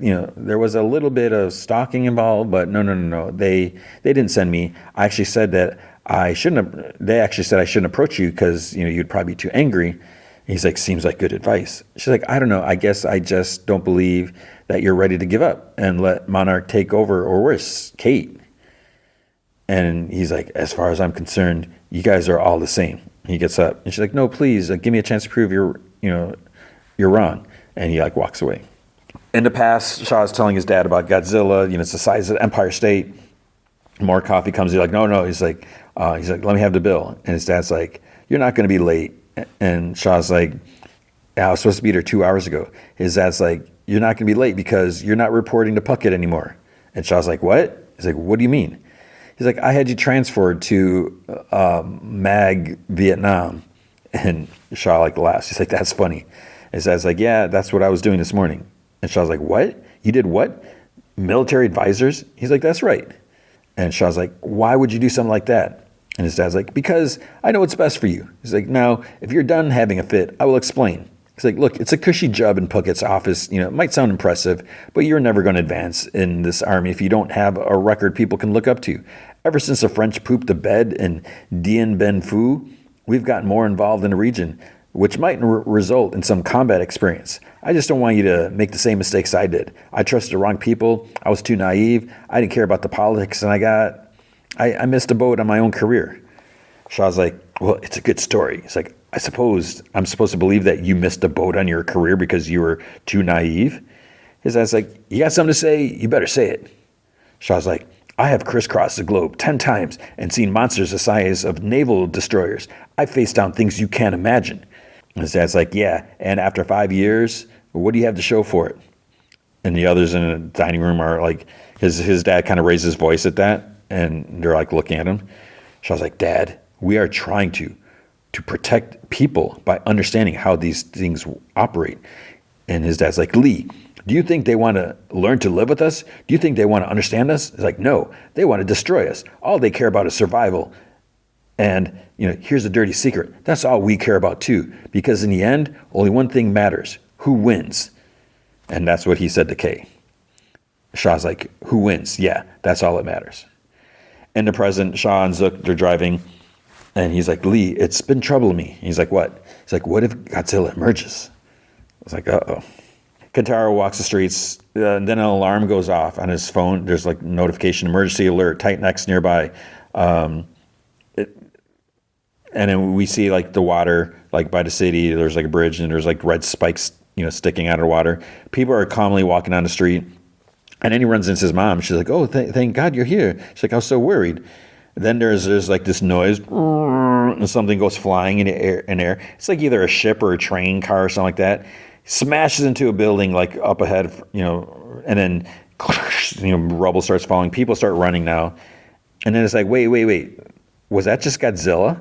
And then so they're like moving, and people are running and panicking, screaming. Then they run into May. So it's like, this is kind of convenient. Like the whole city, people everywhere, and they're able to find each other. Missiles start attacking him, and then they run into Kate. So it's like, wait, what's going on? And she's like, I told you, it doesn't want to harm us. There's more destruction, and then Kentaro like sits up from a dream. So that's how, it wasn't real. Obviously, why would Kate be there?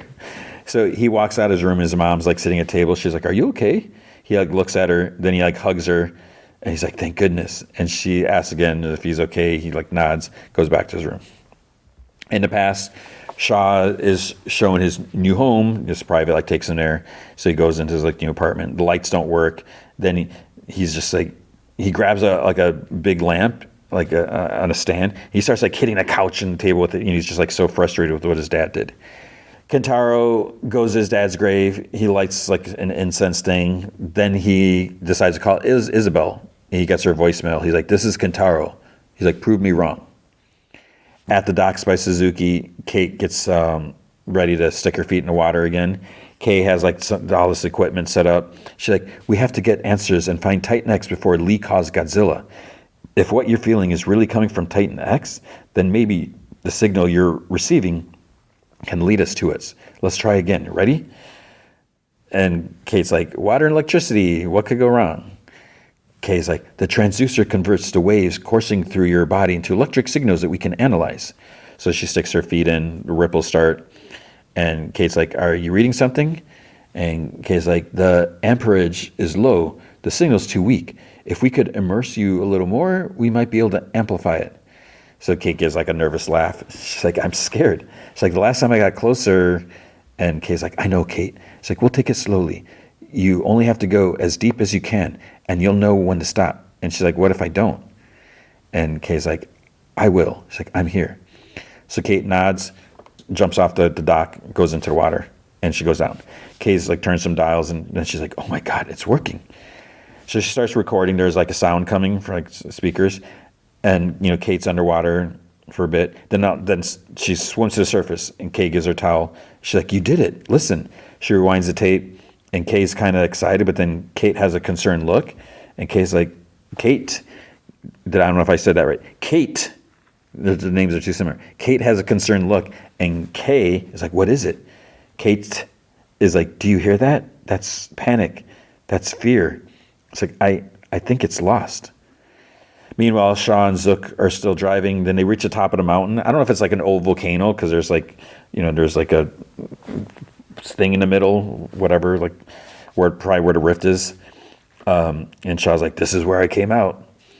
And then Suzuki's like, "Then let's see if, by accounting for time dilation, my calculations can locate Godzilla." So he like says something, and Shaw's like, "What's wrong?"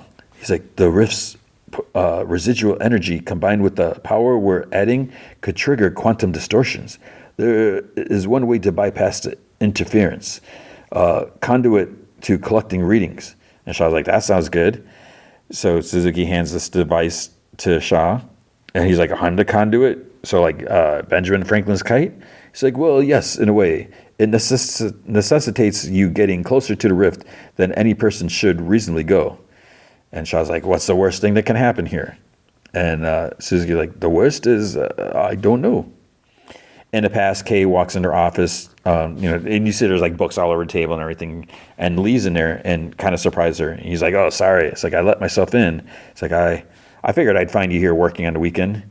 So he like sits on the sofa. She sits in a chair, and she's like, "Lee, I'm sorry I didn't try harder to convince you to stay." He's like, No. She's like, "I wanted to, but your mind seemed made up, and the way things were between us." He's like, I think what I'm really here to say that even if you two are fine on your own, I'm not so sure that I am. He's like, "What you're doing here, Kay, is way too important, and I promise to put my feelings aside for Monarch. That is, if the position is still available." And she's like, "Of course, nobody could ever replace you, Lee." And she's like, "What changed your mind?" He's like, "I got an uncomfortable glimpse into my future without a couple of good eggheads by my side." And she's like, "You wouldn't say good if you saw Billy's proposed route through the Urals." It's like, "There was an incident at a Soviet power plant. It was forced to cordon the area for 100 miles. I think there's something more going on there." And Shaw's like, "Yeah." I was like, "Where is it?" And she's like, Kazakhstan. In the present, Lee gets ready to go closer. Zook turns on the thing, sends out this like pulsing energy. He looks at the readings, just like more crackling starts up like over the edge of the rift, and then boom, this big cloud of smoke and dust from where the rift was. The ground kind of caves in a bit, and then there's like energy and light like below there. So it's like some light energy shoots up. Shaw radios Zook, start talking on a radio, like a walkie-talkie. He asks Zook, he's like, "Is it working?" And he says that it's picking up an anomaly, but he doesn't know if it's a Titan. So Shaw says that he's getting a strong signal on the device thing, and he asks if he's picking up Godzilla. Zook says that it's detected something, but he doesn't think it's Godzilla. Shaw says that he's like, well, you should probably dial it down. It's like it's starting to pull me in because he's starting to get like dragged towards the edge. So Suzuki starts like dialing it down, but it's not stopping the pull. He's like, come on, Zook. He's like, I'm running out of real estate here. It's like, I'm serious. Kill it. Kill that power now. He's like, I already did. And then the energy suddenly stops. The light still remains. He sets down the device that he's holding onto. He reaches out to the light because there's like some light still there. He's like, did you catch that? And he's like, catch what? He's like, my instruments are reading something, but it doesn't make sense. And Shaw's like, who cares? He's like, that was great. He's like, I don't even know what we just did. Do you? He's like, no. He's like, ha ha. And then a signal starts on the radio. Like, control. Do you read me? Over. So Shaw's like, who is this? They're like, who am I speaking to? This is Major Leland Lafayette Shaw III. My crew is dead. My vehicle is damaged. My food has run out. Control, I need an extraction. And it's like, what? So somehow Shah's talking, I'm assuming the younger version of him when he was trapped back there in the beginning, in the past. So we got this time dilation, so now he's talking to himself. And it's like, wait, wouldn't he remember talking to someone? But I mean, maybe obviously he's not going to say, yo, dude, I'm you in the future. So maybe he remembers talking to someone. So that's the episode, yeah. So, so I guess it turns out to be true. Kate does have some sort of connection. Why, how, I don't know, but yeah, I don't know. And because it can't be because at first I was like, well, maybe be something with Kate because she was an Axis Mundi, but no, because that wouldn't make any sense either because she couldn't pass anything along to Hiro because she had Hiro before all this started. So Kate would be of like Hiroshi's blood, and yeah, there's nothing. I don't know. So it's some weird. Is it silly? I don't know, but there's something. But we have seen how she stared at Godzilla. She looked him in the eye and Kong, and so there's something going on there. So that is Monarch season 2, episode 6. I think I don't remember. Is there 2 more episodes or how many episodes? Okay, there's 10 episodes, so we got 4 more left. Episode 7 is out now. We'll talk about that next week. All right, now Daredevil, Born Again. So we got 2 episodes to cover. So I'm enjoying the show. Things are still going. I actually. Oh my gosh, it's so hard to watch this sometimes. I've mentioned this before. All the stuff that Fisk is doing and the task force it's so hard to watch. It's just, Fisk is just such a scumbag. But let's just get to it. So episode 3, The Scales and the Sword. So where the second episode ended, Karen captured an agent and it has him tied up, whatever. So we see there's like armed task force agents walking all over city. There's these like Fisk U, like graffiti and stuff like that. And we see that there's like basketball courts are closed to group play. So there's like all this stuff going on. People are happy and everything, but it's not quite martial law, but it's yeah. So then we go back to the agent that Karen tied up, and she's talking to Matt. She's like, what choice did I have? Sit there and, wait for them to, come in shooting. She's like, look, I did a little recon. He's like, recon? She's like, what's going on with you? She's like, this is how we end it. He's like, by kidnapping task force? She's like, what if it works? She's like, look, the reason that I brought him here is, she's like, I'm telling you, something's different about him. He's like, different? How? So she like holds out her hands, and so Daredevil goes over him. And Karen takes his hood off, and he sees Daredevil. He's like, hey, wait. He's like, you got it all wrong. He's like, I was looking for you. And she's like, yeah, to kill us? He's like, no, whatever you... He's like, the resistance... He's like, I want to help. She's like, BS. It's like, it's a trap.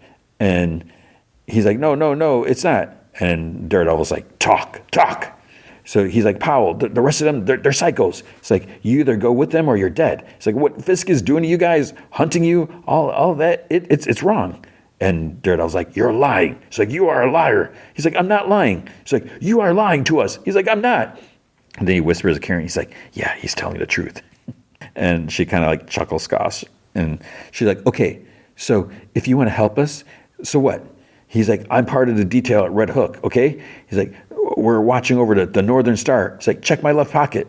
So she goes, like, there's a zipper pocket, like whatever. And she pulls out like a ABTV card. And he's like, that will get you in everywhere. But the code changes at midnight daily. Daredevil's like, you're lying to me. He's like, I'm not lying. He's like, look at me. He's like, what's your name? He's like, Saunders, Alan Saunders. He's like, okay, Alan. He's like, the hood's going back on. He's like, I'm going to hit you hard. It's going to hurt. Karen will take you outside. Tell your squad I kicked the poop out of you. It's like, if you're lying to me, he's like, you fudge. He's like, I'll find you and I'll be unhappy. He's like, I'm not. It's like, you got to stop Fisk. He's like, you're only one with bam. And then the bag goes back on his head. And we get the intro. And then we see, this is kind of funny. Heather's like trying to hammer a nail in a wall. And she hits it once. It makes a long, thin crack instead. It's like, I don't like you, Heather. And then she's like covering her face. She's like whimpering softly. And there's like a couple cuts of her like standing, rubbing her neck or whatever. And then she opens a drawer, like right where she's at. Muse's mask is in there, which is like, why would she have that? Why would Fisk give it to her? It's like weird. And she takes it out and she lays it flat. She inhales sharply. She starts counting. And she puts a nail back and hammers again. Then she's like walking outside her hall. Her hair's like pulled back super tight, the little tight little bun. And she's just like, ugh. She runs into Kirsten. And she's like, Kirsten. And she's like, hey, Heather. And Heather's like, are you okay? And Kirsten's like, no. Hotchberg pulled the trial up by 2 weeks, so I'm pissed off. And Heather's like, oh, I didn't know. And Chris is like, you're seriously making this more awkward than it already is? She's like, I read your psych eval on Jack. I can never say his name. She's like, it's a hatchet job. And Heather's like, these men you're defending are dangerous. Like, don't you see that? Frank Castle's a murderer. Him and Daredevil might have killed Matt, or he was working with them. Like, I don't know. Kirsten's like, Heather, I don't think that's what happened. In my gut, she's like, Matt was a liar about so many things. I don't know this, Heather. She's like, I don't know what to believe when it comes to him. He lied to you too. And Kirsten's like, you're right. And yeah, Matt is complicated, but he's a good man who's probably in serious danger because of Wilson Fisk. And Heather's like, honestly, Kirsten, as your friend, I don't think you're seeing any of this clearly. And Kirsten's like, why would you work for Fisk? And Heather's like, because he's generally trying to make the city a safer place. I was on the other end of the vigilante violence. You weren't. And Kirsten's like, Heather. And Heather's like, you weren't here when Matt disappeared. So unless some maniac in a mask is trying to cut you open, don't judge me. And she starts to turn, and Kirsten's like, hey. She's like, I am really sorry for what happened to you. I am. Fisk isn't the answer. And then Heather looks at Kirsten, and then she looks away. And Kirsten's like, now, if you don't mind, I have to go defend a dangerous man against an entire system hell-bent on putting him away. So at Red Hook, several armed agents, the fence-off area with the gate. There's Hummers inside. One pulls up. Cole lets Kirsten out the back. She has a blindfold goggles on, whatever. She's like, can I take it off? And he's like, nope. Inside, she's like, you're breaking like 10 different laws here. This isn't how reasonable access to legal counsel is supposed to go. And he's like, well, your client's a terrorist. She's like, that requires a staggering burden of proof. He's like, fudging lawyers. He's like, look, you're getting your visit. No need to give me poop about it. Besides, ma'am, I'm just trying to do my job. So glass shatters nearby, wings flutter. She still like has the goggles, the blindfold on, so she can only see like super vague shadows and lights, whatever. They go down like some like big metal stairs, and he tells her it's to stop. He scans the card, he opens this lock, and then she's in the interrogation room. He tells her, she can remove the goggles. She has 15 minutes. Don't try poop. So Jack is sitting there at the table. The table has a vice grip on there, and so Cole leaves. She's like, it's a pleasure to finally meet him. He says that he's surprised they agreed to such legal niceties. And she's like, well, I filed about a dozen separate legal briefs. Most of them, question the validity of this trial. He's like, I think you mean tribunal? She's like, yes, it's a mess. At least Hochberg agreed to this meeting. He doesn't want to set a precedent this early. He's like, so I am the first, aren't I? She's like, yeah, you are, which means I have no idea how this is going to go. Sorry. He's like, well, I imagine it will be a spectacle. Fisk needs this, a public show. And he says something in French about like guillotines in public or whatever. He's like, to think this started out as just a garden variety shakedown. And she's like, shakedown? He's like, Fisk wanted me to invest in his port project. I refused, et voila. If this was really about vigilantes, I think he'd go after more than just his personal enemies. And she's like, if Mayor Fisk can prove you're the swordsman, he'll take what he wants, and the law will let him. And Jack's like, forfeiture of a criminal's essence. It's like, the similarities to the reign of terror never cease. So when do they loot St. Patrick's now? She's like, I think that's scheduled for Tuesday. And he's like, perfect. And she's like, the thing is, I've seen the discovery. The district attorney has no proof you are who Fisk says you are. He's like, do they need that in these days, counselor? And she's like, I don't know. She's like, I really don't know. So the camera kind of like pans to the window, and we see like some guards yelling. Someone's like, somebody help us. And we see like a big dark room with like yellow light bulbs and lined with cages, like lots of like detainees. So they're in the same facility, obviously. Karen pins a photo of the gate to like on a bulletin board, and she stands staring at it. And Matt's like, you're turning into Frank. And she like chuckles. She's like, well, he always said, know your enemy. They're all you have. And Matt's like, yeah, sounds extremely Frank. And she's like, you think he's dead? And Matt's like, no, not a chance. If he was, Fisk would have his corpse hang off the Brooklyn Bridge, take it out to Punisher. He'd sing that from the rooftops. And she's like, so what? He just, she scoffs. She's like, all this, he's just out there just being him. And Matt's like, same as always. She's like, I don't know. He's always been there for me, for us before. So, and she like sighs. He's like, well, what are you, you're saying you want his help? She's like, well, I mean, he is effective. Matt's like, you realize murder is not how we win this, Karen? She's like, Jesus, okay, yes, of course. I'm not suggesting we go out and start murdering random task force, but she's like, cutting the head off the snake? And Matt's like, does killing Fisk bring Foggy back? Would he have wanted that? He's like, trust me, I wonder the same thing every day. And she's like, Vanessa killed Foggy and nothing happened.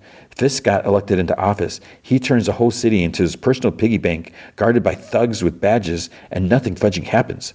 And Matt's like, I know. She's like, it just feels like we're up against so much. He's like, but we still have a system that is not entirely broken. And she's like, yeah. And she sighs heavily. And he's like, are you sure the governor got a copy? She's like, I am. At the mayor's, or this woman, the governor, she's walking down the hall. She's reading a charter for the port of Red Hook. It's like on a tablet. She's followed by her team. And she asks, she's like, where did this come from? And this dude, Gomez, whatever, he says anonymous. And she's like, come on. She's like, nothing's anonymous, especially not a document like that. So then Fisk is wearing a black suit, which is surprising. And she's like, you sick your CIA friend on my attorney general. You refuse financial assistance. You're trying to avoid state oversight. He's like, if I need help, I will ask. She's like, it was a deft move. Developing Red Hook, knowing its status as a free port, would lead to incredible profits with minimal accountability. I understand that Fisk Industries and your wife Vanessa are major shareholders.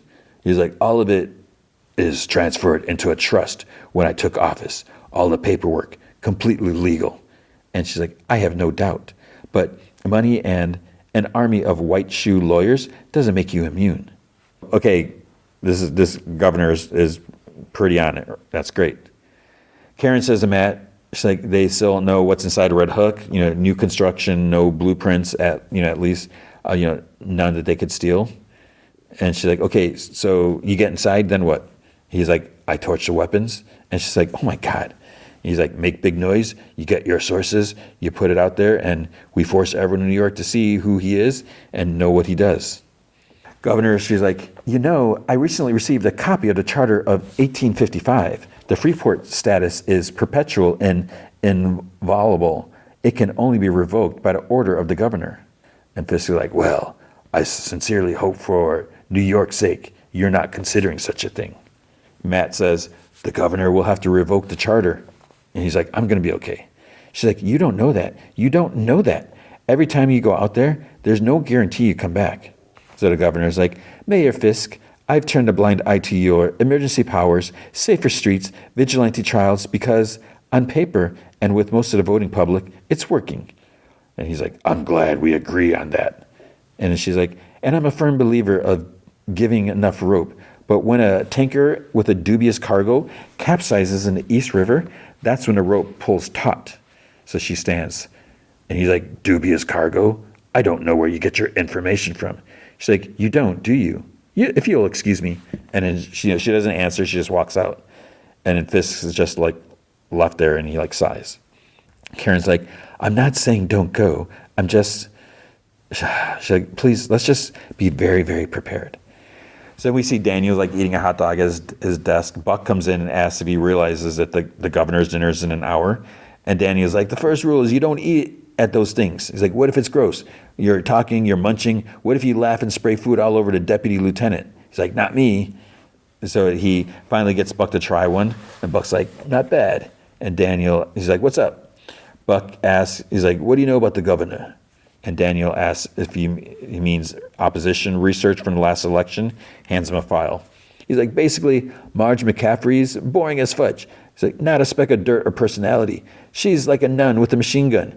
Played it perfect for decades. She won't drop a stitch now. Buck's like, well, everyone's got something to hide. And he's like, that's why I'm getting Lieutenant Governor loose and talking. Buck's like, you think he'll give you, a total stranger, his secrets, do you? He's like, I just got you to eat street meat. It's like, what do you think's in that thing? And Daniel shrugs and Buck scoffs. And he's like, you got any tips? He's like, excuse me? He's like, I'm sure you learned some interrogation skills up at, Hertfordshire. And Buck like chuckles. He's like, I'm sorry, where? And Danny's like, come on, you were a squatty, right? I mean, Special Air Service for Her Majesty, Special Ops. He's like, don't look so shocked. He's like, I get intel too. And then Buck's like, how high are you right now? He's like, no, I'm not high right now. Then he's like, have you considered using these intelligence skills to find out who's feeding the city without fear? So that's the Mayor Kingpin videos. He's like, yeah, I'm on it. I told you, I'm on it. He's like, good, because you wouldn't want the squatty poaching your kill. He's like, no. He's like, whoever is mocking the mayor must be punished, correct? He's like, of course, I promise. I'll figure out who it is. He's like, great. Buck starts to leave, and Danny's like, he really hates that mask, doesn't he? And Buck's like, wouldn't you? And Danny's like, I don't know. I mean, there's something flattering about being roasted like that, right? And he's like, no, it's not flattering. Find out who it is. Turn them to me. All sorted. And he's like, right. Speaking of, there's another video, Mayor Kingpin. He's like, it's me again, your favorite Mayor Kingpin, here to make a better New York. And then there's footage of swordmen fighting some thugs. He's like, look at this guy and his puny sword. He calls himself the swordsman. He's like, don't worry, size doesn't matter. He's like, said no swordsman ever, but now that I've got him, and bars fall on the screen, he's going to have a hard time sorting out his problems. And maniacal laughter is like written on the screen as he laughs. So he's like, Jack Duquesne, this bargain basement Zorro, thinks he's such a great guy, donating millions of dollars to lame places like children's hospitals and women's shelters. Woof. It's like swordsman, another bored socialite pushing his vigilante agenda on the weak and defenseless. Don't they know New Yorkers don't need any protection from these masked losers? Because I can save them. Me and my friendly neighborhood task force are here to protect you or throw you into a windowless box where no one can find you. Because remember, I love you, New York. So it's like showing footage of Jack fight. It's like, are you making things worse? Are you doing the job? It's like, that's not going to help them. In court, judge looks at the words above her seats, like, truth is great and shall prevail. She sits. She looks a little nervous. There's lots of people with cameras, people sitting. She pops some pills. Bailiff tells them all to rise. There's two other judges sitting on either side of her. One stupid dude, he asks her, he's like, what's with the face? He's like, buck up, buttercup. The other guy's like, come on, let's do some good. So Fisk, Daniel, Shield, and others are watching the broadcast from his office. Hodgeberg reads, his demeanor is combative, hostile. When challenged, he experiences eruptions of temper, sometimes consistent with violent episodes of mania, like those found in violent offenders, like the recent serial killer known as Muse. Which is so ridiculous. Kirsten saying, she's like, objection. She's like, baseless speculation, Your Honors. And he's like, well, this is a clinical report of a respected psychiatrist, Your Honors. It's like, do I need to remind the defense that Dr. Glenn has extensive firsthand experience with these kind of violent killers? It's extensive. One incident is extensive firsthand experience. And Kirsten's like, okay. She's like, objection. Assume facts, not in evidence. Nowhere in this report does Dr. Glenn say that my client is a serial killer.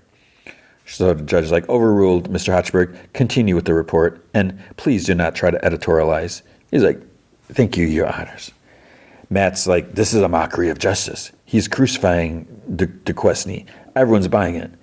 And Karen's like, no, not everyone. People are pissed. That's why, he needs a distraction to swordsman's trial.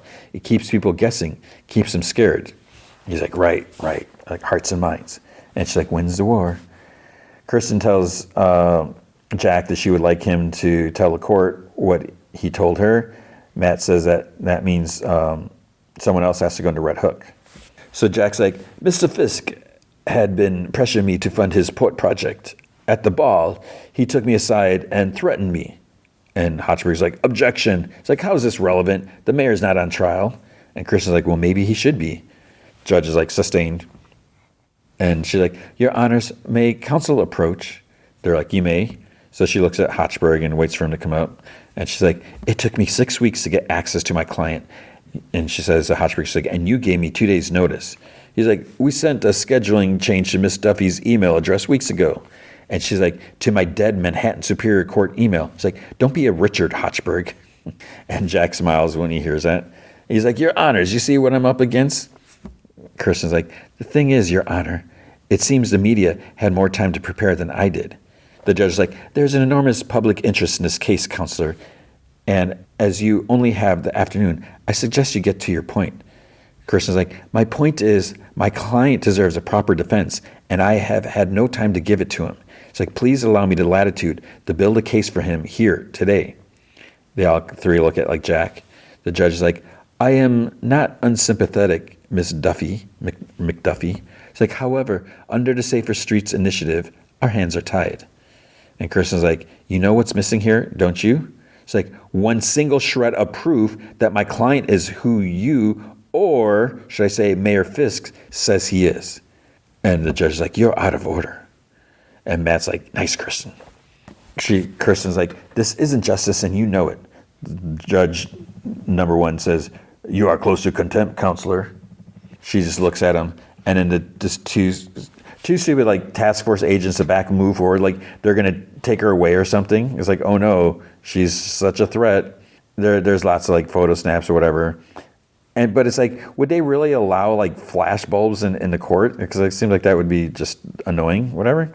So as they walk back, stupid Hodgeberg's like, really wish you'd taken my offer. And the Chief Justice Walter, she bangs her gavel and she's like, both the people and the defense have presented sufficient arguments. And Kirsten's like, objection, and there's like, overruled.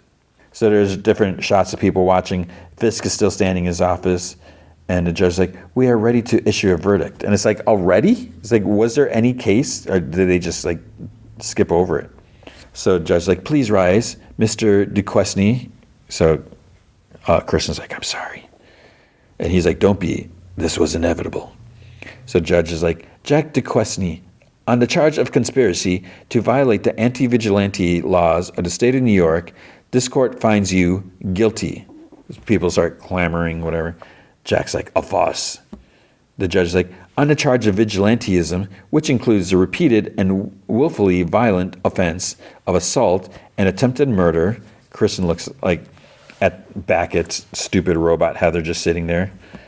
Judge is like, this court finds you guilty.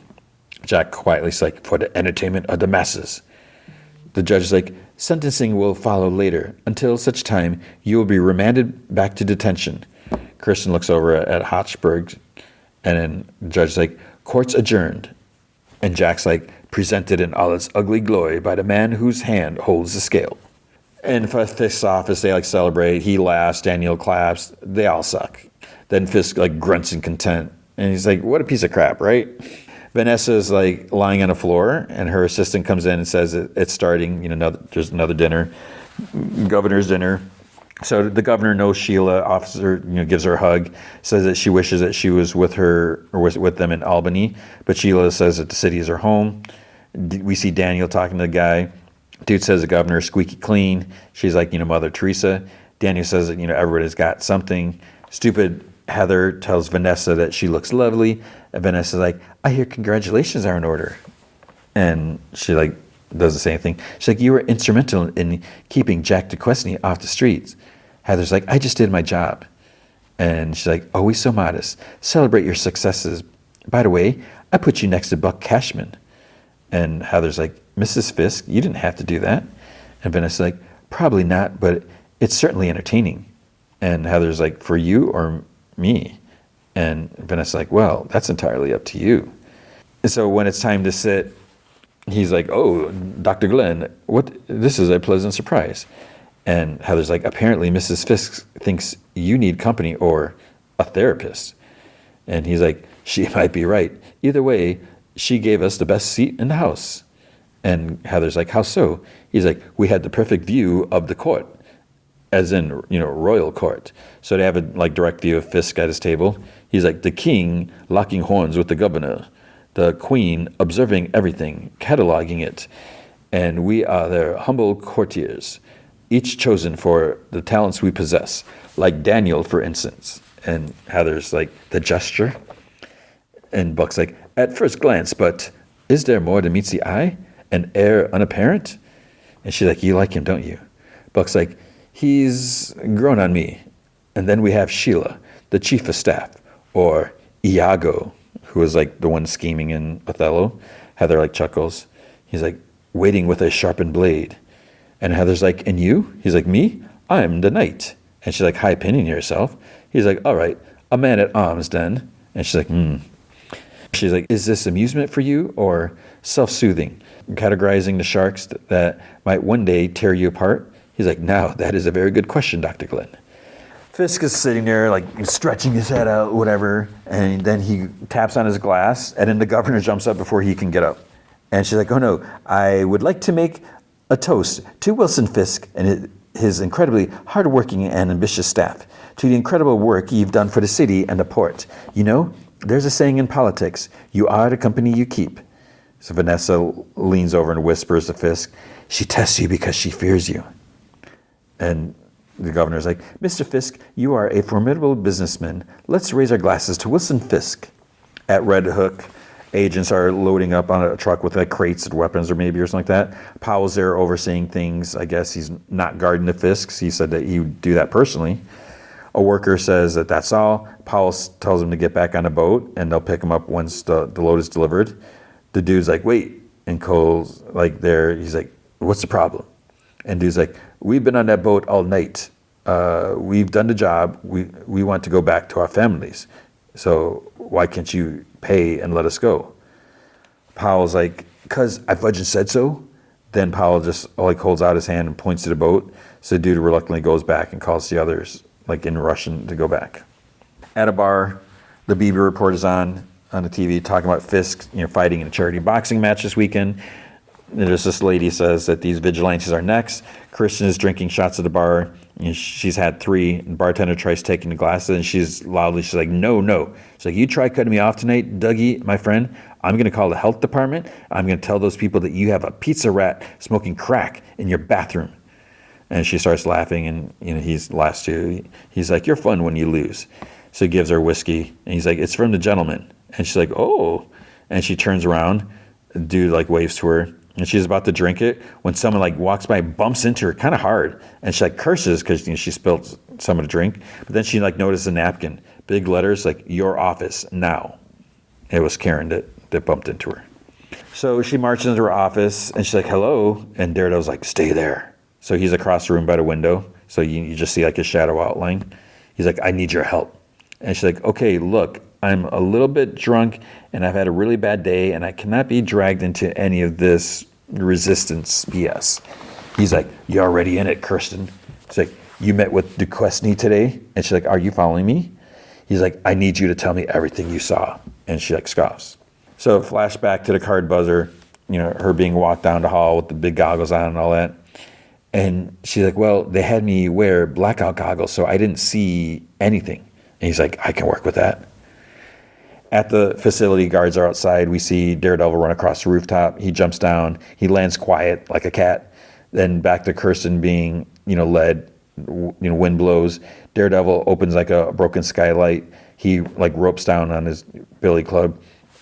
Then we see like Kirsten like led around a corner and she hears like the pigeons like cooing. And then Daredevil listens, he hears them. So Kirsten like walks through puddles of water. Daredevil hears like water dripping from a pipe, so he starts walking. Kirsten, we see her going down the metal stairs. Daredevil goes down the stairs. Then he walks straight towards the door with the buzzer lock, and he like listens. There's an officer's like all locked in. He's like, we're good to go. So Daredevil grabs the security card. He waves it in front. The sensor light, the red light turns green. He enters. Starts like hitting two guards in sight, knocks them out, listens some more. Then we finally get the answer to why he took a guard's watch on the ship in the first episode, and he put it in weapons crate because he hears it ticking nearby. So he knows that the weapons are off the boat and are there. So he listens to on the other side of the wall. There's the detainees clamoring and shouting. He goes through the door, room full of cages, people are yelling, help. He starts running, like opening the cages with the security card. Jack's like in the last cage on one side, so he starts helping, get people out too. Daredevil hears guards like saying that they're on their way, so he tells Jack to gather everyone. He's like, they're coming. He's like, let's go. So he gives Jack like this thin metal bar that he pried off like the corner of a cage. Jack like smiles and kind of twirls it.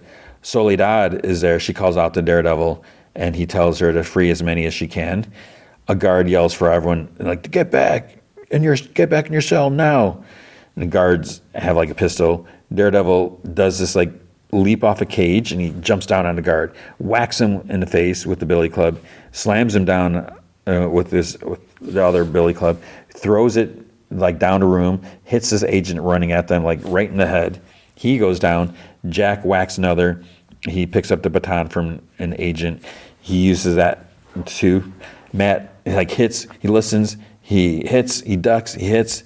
Jack gets like hit in the face, but then he's like facing two of them. So he's like, "Come on!" He takes them out. Daredevil hears like, "Use lethal force. Like go hot."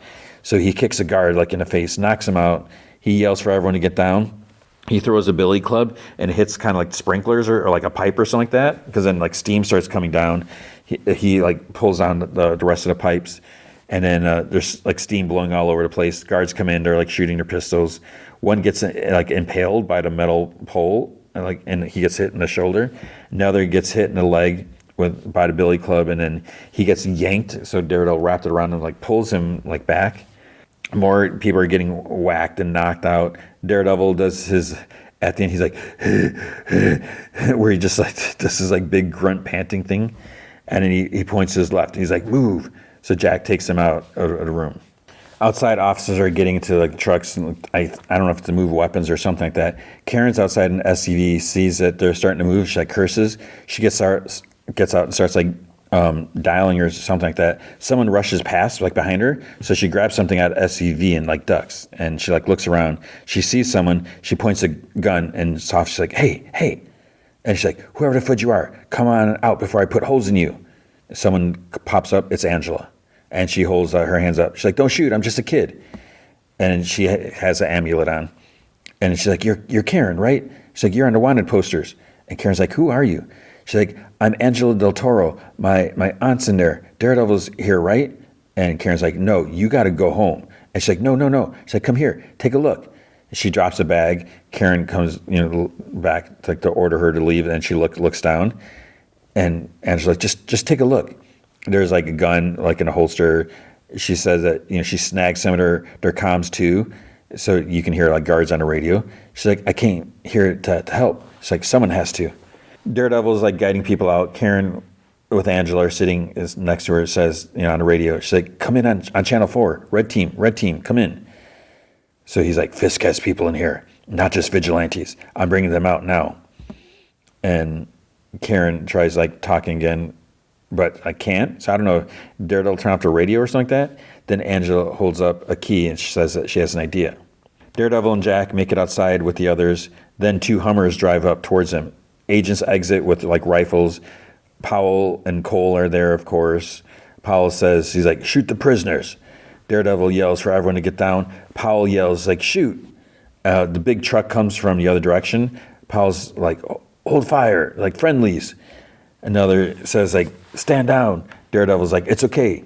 The back opens. Angela yells for them to get in. The agents start shooting again. Karen, shoots back. Soledad takes the time to hug Angela right there instead of getting in. It's like, come on.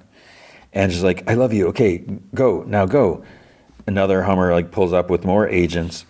So they yell, there's nowhere for them to go. Daredevil's listening, throws a billy club, knocks out a guy and bounces back. Then he uses a grapple to take out 2. Karen shoots an officer from under the truck. Daredevil heard it, so obviously he's not happy with it, but, she didn't kill him or anything, I'm assuming. So he tells them to move. Karen asks Jack if he knows how to drive this thing. He's like, I can try. He gets in, he's like, bloody hell, starts flipping switches and that. Because it's this big, prisoner transport, truck thing. Daredevil's still loading people in the back. He tells them that they'll get them somewhere safe. Soledad says she knows a place. Of course, that's convenient. Daredevil and Karen move to go to their SUV. Jack plows through the Hummers and goes through the fence gate. Agents move their Hummers, but then Powell notices that there's 3 slash marks on a tire, so flat tire. He curses. In the back of the transport, Angela has the knife in her hand, the one from she puts it in a sheath, so the sheath says HA, so it's Hector's knife. In the SUV, Daredevil's like, I couldn't leave those people there. And she's like, I know. Powell's on the phone. He got inside, and he had a lot of help. It's not really a lot of help. And Fisk is cargo. And he's like, safe in Red Hook. The night crew, still on board the Northern Star. And Fisk's like, good. We can use that. You know what to do. And Powell's like, yes, sir. And he has a look on his face. Is he feeling just a tiny bit of remorse finally? Or is he just, still a complete scumbag? Fisk, turns. He looks at Vanessa without saying anything. Then he sits there knowing that, he's taking a blow to his operation, his plans or whatever. The Northern Star starts erupting with explosive. Karen and Daredevil, they hear the explosions as they're driving away. Karen sees a huge ball of flames in the rearview mirror. And then the ship starts sinking. Daredevil can hear the men, and he's like, oh my God, he killed him. He killed them all. So all the workers that they brought in were just killed. That is the end of episode 3. So episode 204, Gloves Off. So this was last week's. We see Dex, Bullseye, he made breakfast, and Billy, it's a weird start. Billy Joel's New York State of Mind's playing. We see his bed, super neat. He does some push-ups, loosens, kind of stretches his wrists and arms, rotates them and stuff like that. He walks out. Older neighbor is like, oh, Tony, how are you? And he politely says good morning. So he knows her name, Mrs. Saunders, or I forget what it was. He gives an egg to her cat, and she's like, oh, what a nice boy. And he tells her to have a nice day. He goes outside. He's whistling. He goes to a diner, but it's wait, didn't he just eat? Waitress at the counter, she's like, are you ready? And he's like, what are you famous for? And she's like, milkshakes are good. He's like, excellent. I'll have 1 banana milkshake. And she's like, you want whip? And he's like, doesn't everybody? Wink. So he looks up and down the counter. Of course, there's silverware and stuff like that. He sees a big tank with lobsters. He takes out his phone. He calls the task force hotline. So they're like, task force, what's your emergency? He's like, I think I just saw Frank Castle enter Bel Air Diner on 43rd and 10th. The person's like, the Punisher? It's like, are you sure? He's like, oh yeah, it's him. Task force en route. Then Dex is like, poop, he has a gun. Try to find a safe place. He ends the call. And he gets his shake with whip added, cherry. He thanks her. He drinks it. By the time it's empty, you hear sirens approaching. He puts on some gloves, takes a toothpick out of a thing. Agents enter with guns. They're out yelling. And this is the thing. It's like, they do not care. Just like, everyone get down, get down. They're like, it's just like people. They didn't even bother looking around. It's just come in, guns out, blazing. They're just like looking and start yelling. So at least a dozen people are seen entering. So they're like, put your hands up, get down. But it's like, wait, put your hands up or get down? Is both? They search all over the place. Then one is like, what's in the back? And Bullseye, he's still at the counter. When the officer's like, yo, milkshake. It's like, put your GD hands up. And he's like, turn around now. So he has a straw in his mouth. Obviously, the toothpick's inside, right? So he puts his hands up slowly, and they're like, let's go. And then the dude like recognizes him, and then whew, he blows. Dude goes down. And then the Billy Joel music cranks up as it begins. Dex pulls on a mask, and he starts taking them out. He takes 3 out at once by like flicking silverware, and then he takes some more, bounces off the floor. He throws it down, bounces off, takes out 2 more on the other side. One other starts shooting at him. He dives behind a counter. Lobster Tank unfortunately gets shot. The waitress is back there on the floor cowering. He's like, that was a great milkshake. We see like some dudes like kind of convulsing on the floor in pain. There's like utensils sticking out of him. One reaches for a rifle, gets a meat thermometer like thrown in his hand. Bullseye like takes off his jacket. He has like a gun holster like on him.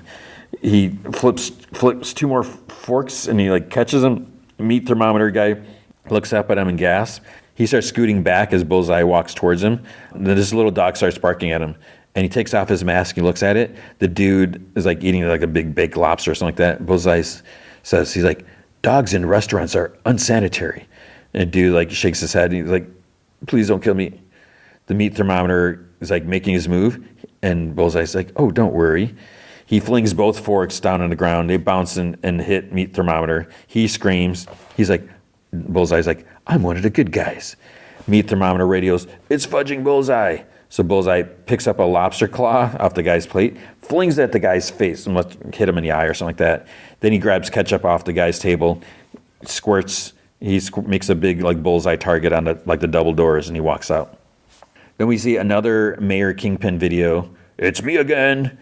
He's like, a cringe explosion in the East River on the big screen. Don't worry about it. And he's like, floating dead bodies? Don't worry about it. All smoke and mirrors, distracting you from the main event, my charity boxing match. He's like, that's raising money for a New York born-again revitalization project that is really a shell corporation for laundering money for my grotesquely rich friends. I've been training hard at the gym for you, New York, and the money we will raise will go to arresting you without due process, seizing your property for my personal gain, locking up your loved ones, and so much more. He's like, back to the gym I go because I love you, New York. And a shot of the city, agents walking around the streets. So again, I mean, it'd be so freaky to see like all these armed dudes just like standing around, walking around. Soledad records a video. Karen's like films. She's like, my name is Soledad Ayala. I am a nurse from Washington Heights. I was arrested by the task force, the same people who killed my husband. It's like, I am the missing, but I will not back down. I will stay and fight. So Jack's like, says that it's time for him to go. Daredevil says he wish he would reconsider. And Jack's like, I have been in a cage for 6 months. I need to shower. I need to burn these clothes. It's like, I'm too old for this poop. And Daredevil's like, it's a shame because we could use more people like you. He's like me? He's like, you don't realize it, do you? You're not a hero. You're a symbol now. Hope for an entire city. He's like, it's true. He's like, I gave Karen an account number. Use whatever you need, whenever you need it. He's like, good luck, my friend. Destroy them both. So Daredevil chuckles. And then he like looks down. There's like a task force uniform like folded up sitting there. Angela comes up to Karen and asks, what she got. And she says, Karen's like, it's an SD card that she's supposed to get to her source, but with the task force everywhere, she's too exposed. Angela's like, that's okay. She's like, let me do it. And Karen chuckles. She's like, absolutely not. Angela whispers, she's like, come on. She's like, I need to do this for my aunt, please. And Karen's like, no way, it's too dangerous. And Angela's like, so what? I stole their truck. They're probably already looking for me. Karen looks over at Daredevil. He kind of does like a Robert De Niro like face shrug, like, Karen like sighs. So she gives her the SD card and she said to be careful. But it's like, wait, she doesn't tell her where to go or anything like that. And then Angela walks over to Daredevil and he like looks at her medallion. He's like, do you understand the responsibility that comes with this? And she's like, yeah, I do. He's like, are you ready? And she chuckles. She's like, were you? Then he hears like a rumbling, heart thumping, like everyone breathing, like whispering. He's like, everybody stay still. Karen pulls out a pistol. Angela gets a firm grip on a knife. Both follow him. Thumping continues. Door starts to open. Daredevil grabs the dude and like shoves him against the wall. And the guy gasps. He's like, my name is Christophe Sava. He's like, I'm here to help. I was the first mate on the Northern Star. Then we see Vanessa. She loads her little pistol and puts it in her purse. Fisk says that that's one way to deal with the governor. And she says it's for the journey, not the meeting. So she's going to meet the governor. So she's like, Marge and her have a rapport. Fisk says that he appreciates her talking to her. Vanessa says that she knows what he's doing, arranging this, a trip to Albany just before the fight. You know, she doesn't like it, that he's sending her away and shutting her out. He says that it's not that, but this is a public place. You know, too much could go wrong. She shakes her head. She says that they're a match set, that, you know, she should be there tonight. He's like, I'll call you when it's over. So she gets up, puts on her coat, looks at him, then at the door, she's like, good luck. Christophe talks. He says to a bunch of people, like including the restaurant owner, that they were captured only for helping him, so he would like to return the kindness. Karen asks, you know, what can he tell him about the Northern Star? And he's like, everything. He's like, the illegal weapons, the fake documents. And Daredevil's like, can you connect any of it to Fisk? He's like, we were protected. All the paperwork was signed off by Vasilias to Eklimatos. And then the restaurant lady's like, the kingpin. Daredevil and Karen go in the other room. She says that they'll need an attorney to take a statement. And he sighs at Kirsten. And she's like, yeah. Well, it's too dangerous to bring Christophe to her, so she'll have to come to us. He's like, won't be too hard. All the task force will be at the fight tonight. He's like, yeah, at Fogwell's. And there's a flashback to him as a kid. He's like, some of my last memories of my father are in that gym. So she sighs. She's like, now it's crawling with task force. He's like, yeah, he wants me there. And she's like, or? He's like, not just me. And she's like, the whole fight, he's setting a trap for Bullseye. And Matt's like, oh, fudge. And he grunts. He's like, I'm going to find Bullseye. And she's like, mm-hmm. He's like, you just connect Kirsten and Christophe. He's like, be careful. And she's like, you too. And he's like, I love you. And she's like, I love you too. A reporter outside Fogwell's gym, Bullseye's like watching. She mentions security will be tight because of recent vigilante violence. He decides to flick the coin that he's playing with at the TV. It's like, okay, you just destroyed your TV, dude. Kirsten's on the phone at her office, says that, you know, she was under the impression that, you know, this account was paid in full. And then task force, they barge in and they're yelling for everyone, down on the fudging floor now. So this is the annoying thing is, there's no reason for this. They just come in barking orders. Kirsten's like, hey, she's like, you a-holes better have a warrant. I'm going to bury you under so many lawsuits that your grandchildren will still be paying your legal bills. Powell's like, safer streets. I don't need a warrant or probable cause, which again is just horrible. Cole's like, we won't even need to knock. And she's like, you again? So they've made a mess. They're dumping papers on the floor. Powell's like, where's your client? And she's like, which one? He's like, terrorist fugitive Jack Duquesne, also known as a swordsman. And she's like, allegedly. And Powell's like, a court of law found him guilty. She's like, that was no court. He's like, whatever. He's like, I'm not going to fudging ask you again. And she's like, do you see him here anywhere? Maybe he's hiding under a pile of files or that wall made of glass. And then this other dork comes in. He's like, nothing, sir. So he's like, you hear from him, turn him in. And she's like, attorney-client privilege still applies. And Powell's like, I don't give a fudge about your attorney-client, whatever, the fudge. He was part of a terrorist attack that killed 25 men on board that ship. And she's like, BS. Cole's like, talk like that will get you hurt someday. And she's like, talk like that is how I do my fudging job. Powell like whispers to her. He's like, you tell Matt Murdock we said hello, okay? He's like, see you around, counselor. And he knocks over some more stuff like on his way out just to be a jerk. Meanwhile, Fisk isn't happy. He's at the task force prison, and he's like, first bullseye, and now this, and now how many escaped? Buck's like 19 in total. He's like, I've had enough. And there's leaks in Red Hook, leaks in City Hall. You need to find them, Buck. Plug them, everyone. And Buck's like, how much you want to know? He's like, enough to know what's. And then Mr. Charles like, you want to know what I want to know? Why? And he's like munching on something. Why is wombat poop cube-shaped? I mean, it's the strangest thing I've ever seen. Apparently, they have to stack it like little walls that mark their territory. And he laughs. Isn't that weird? Little Lego walls of wombat poop to get the ladies? And he's like, Charles, you are not on my agenda. He's like, I have other awesome existential question. Why is my non-cube pooping butt sitting on a pile of KH-416s and rocket launchers and other assorted weapons when all of this is not supposed to be in a warehouse in Brooklyn? It's supposed to be on its way to Guinea-Bissau to win the hearts and minds. Because Daredevil knows it's in New York. He's like, people need these arms. Shots must be fired. If you put these on another boat, we'll have the Northern Star all over again, or worse. I don't need my city turning on me, not now. It's like, your city? Like, that's rich. Do not mock me. It's a big world out there, sailor, with big wars and much, much bigger stakes than one elected official. Official who gave you access to an American free port. And on behalf of the agency, we appreciate your service, a service I might remind you which is yet to be rendered. I will honor our agreement. Well, that's great. I mean, the question kind of becomes, can you? Right? I mean, you've been rocking and rolling with all your big cat friends, and then Uncle Sam shows up, and your facility, the golden fudging goose, is cooked because this place is compromised, and your governor is threatening to revoke its charter? You are overreacting.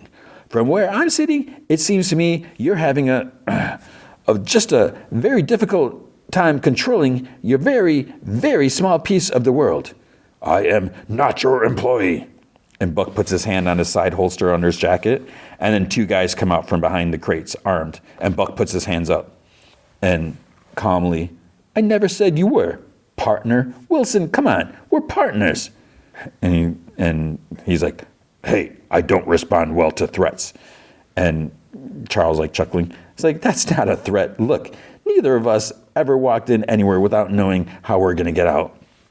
He, like, chuckles and looks at Buck. He's like, it's adorable, but you can put your hands down. And Fisk is like, you're right. Buck puts his hands down and then reaches for a gun, pow, pow, shoots the two guys in the head. And there's a laser target on his gun. Why do you need a laser target, Buck? Aren't you supposed to be a good shot? So he's got a pistol with a laser target. And you see that the target's like on Charles, like middle of his chest. But it's like, okay, you just killed two CIA operative dudes or mercenaries or whatever. So Fisk is like, your shipment will be delivered when the time is right. I would ask that you practice patience. He gets up. Next time you want to see me, call. He starts walking out. It's courteous. So they walk out. Buck keeps the gun pointing at him. Then he winks before he leaves. And Charles, like, curses. So I don't see how he can get away with this. But we'll see. Kirsten says this was retaliation. And then, then their accounts are mysteriously frozen. So it's not a coincidence. So Karen's there in like a wig. She says that, she wouldn't be here if it wasn't important. And Kirsten says that, the last time she helped her, she ended up being an accessory to a terrorist attack. And she's like, well, Fisk sunk that ship, not Daredevil. And then Kirsten's like, where's Matt, Karen? So Karen, she's like, sighs. She's like, can't answer that, but he's safe. And she's like, okay, you think you know people. And Karen starts like helping to pick up stuff. And she's like, you do, And she's like, all right, what do you need? And how much is it going to screw with my life? So Karen like chuckles. At the governor's office, the governor's surprised that Vanessa called. Vanessa says that, they speak more similar language than her husband. The governor says that the mayor, she understands. Vanessa, that's a mystery to her. He's like the bull that crashes through everything, blah, blah, blah, whatever. Then she says, she's like, we can be candid with each other, right? And Vanessa's like, of course. It's like, that's why I'm here. So the governor's like, I don't like the way your husband wields his power. I don't trust it, and it makes me nervous. Vanessa's like, I don't see safer streets, a thriving economy, and neighborhood revitalization as problems. And the governor's like, New York born again? A big grandiose, don't you think? They both chuckle. She's like, Vanessa's like, my husband has big plans for the city he loves. It'd be a shame if New York's progress was halted because of unfortunate decisions. The governor's like, I said the mayor gives me pause. You don't.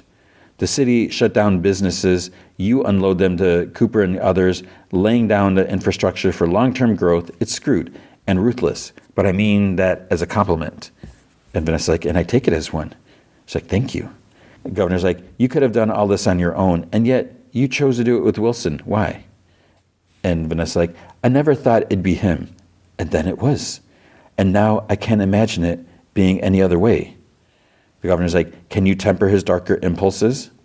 And Vanessa's like, you want guarantees that I can't give you, but I can give you this. My husband loves New York, and I love my husband, and I know how to bring out the very best in him. And the governor's like, honestly, I couldn't sleep at night backing Mayor Fisk, but I can back Mayor and Mrs. Fisk. And she's like, thank you. Angela goes to a food truck. She knows a kid working. He tries poking fun at her or whatever. And then she gives him some money in the SD card. And she says that she needs him not to screw this up. And he's like, I got you.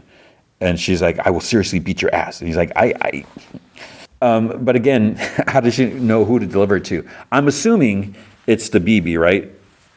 But yeah, because it's like Karen never told her anything. It must have been off camera. At the diner, a task force dude enters. He looks at the ketchup on the door. He's like, all right, let's wrap this up. And the police officer's like, CSI is not done. It's Matt in the uniform, he's wearing a helmet and sunglasses. He's like, Vigilante Crimes Task Force Jurisdiction. And the police, he's like, what, are you pulling rank? And Matt stands. He's like, let's go. Want me to call my friends? And one of the officers like, I hate these task force jerks. Then they leave. Matt kind of gets a sense of everything. He's like, Jesus. He sits at the counter where Bullseye was. He sniffs at something. He rubs the counter, sniffs it, hops over. Then he finds a coin. It says, Our Lady of Grace. He smirks and chuckles. So he goes to church, thinks back to being there as a kid after he lost his sight. He sits in a pew, says a prayer. The young guy that Bullseye confessed to or whatever walks up. He's like, I haven't heard that one in a long time. And Matt's like, I knew a boy. He was blind. St. Lucia got him through some tough times.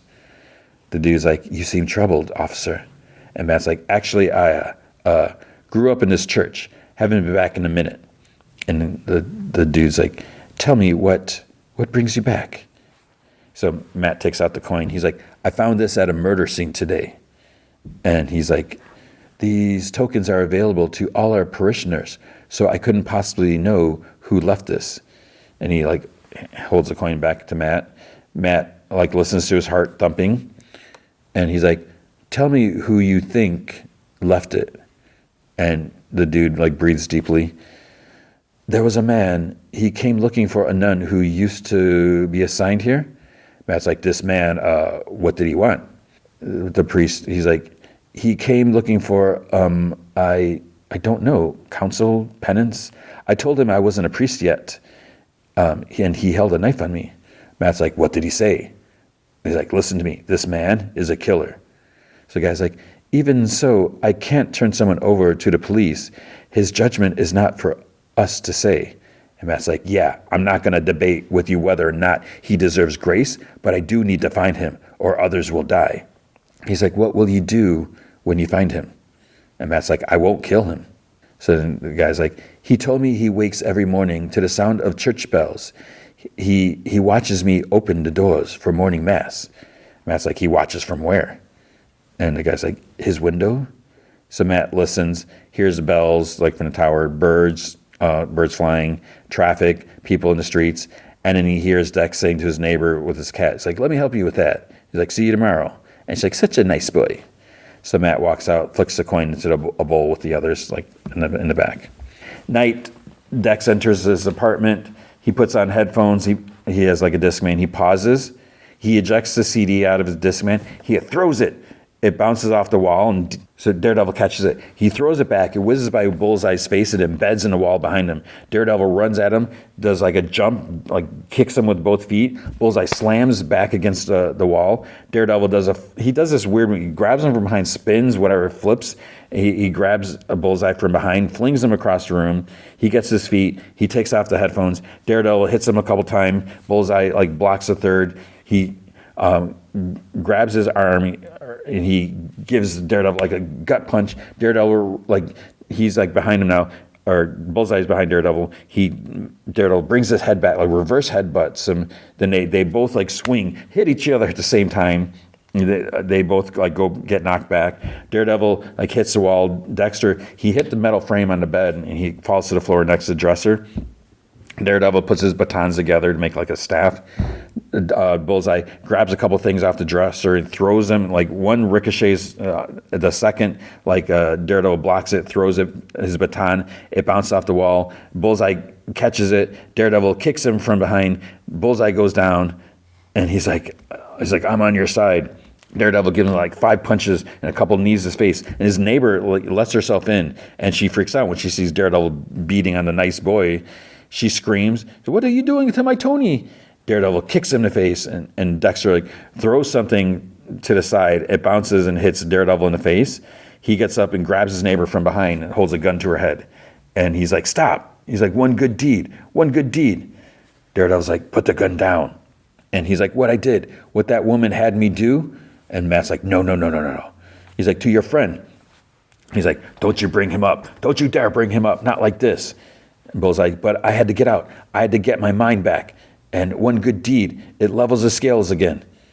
And Daredevil's like, and he's like chuckling. He's like, "All right, okay. What is this one good deed? What is it you want to do?" And Bullseye's like, "What you wouldn't do, what you won't do." And Daredevil sighs. He's like, "Fisk, I can't let you make a martyr out of him."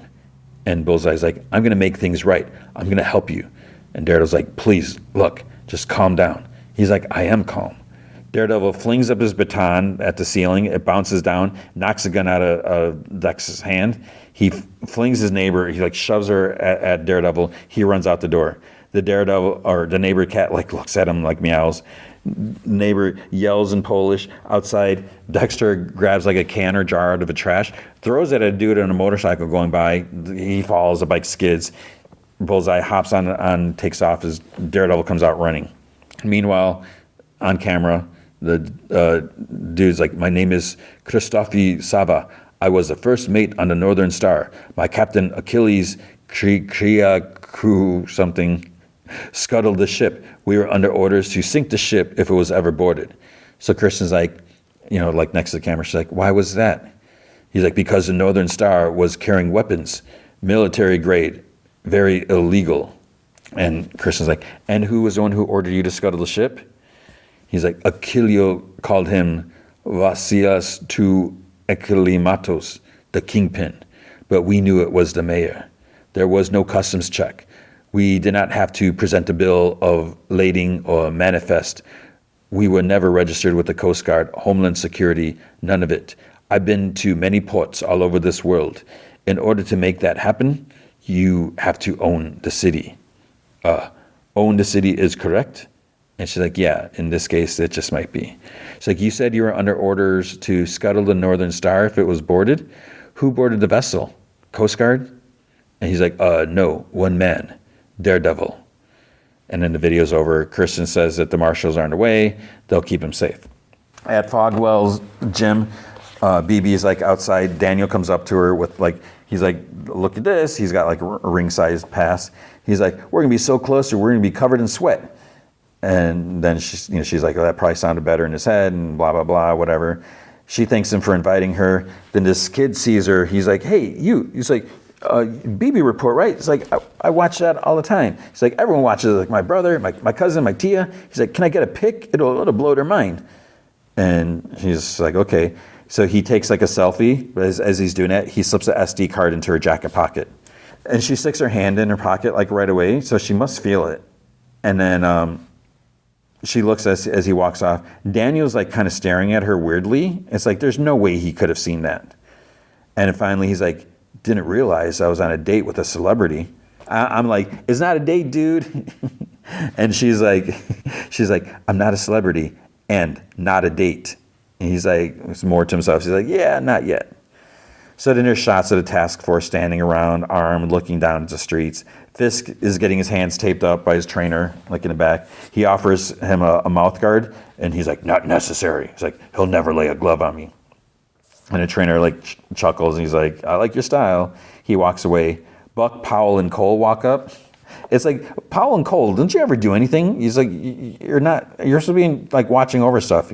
Fisk asks if there's anything. Buck says no. They have men on the rooftop, subway, every entrance and exit. Powell says that inside's covered up too. They have task force in plain clothes and uniforms, lugging serious firepower, so nothing's getting in. So there's like zero concern about that, all that firepower in the regular civilians, right? They don't care. And because, I mean, I'm sure not many of these people are actually trained. You know, where are they getting all these people from? Fisk is like, we'll need an entrance cleared, preferably the front doors. And Buck's like, sir, I don't think tying yourself to the stake is a very... And then Buck's phone vibrates. And he's like, good idea. He looks at his phone. And Fisk's like, looks like you have somewhere to be. And Buck's like, I'm not going anywhere, especially if you want to dangle yourself out as bait. He's like, Buck, go. We can't have any loose ends. So Buck sighs and leaves. Powell's like, don't worry, sir. Me and North, we got it. Shots of the crowd. There's even like Fisk merchandise and stuff like that. Daniel comes up to BB and Sheila. He's like, all right, I got prezzies. And BB's like, ooh. He's like, he says to Sheila, he's like, I thought you were a foam finger kind of lady. And so he hands it to Sheila. She takes it. She's like, I'm not. He hands BB like some pendants. And he's like, look at this.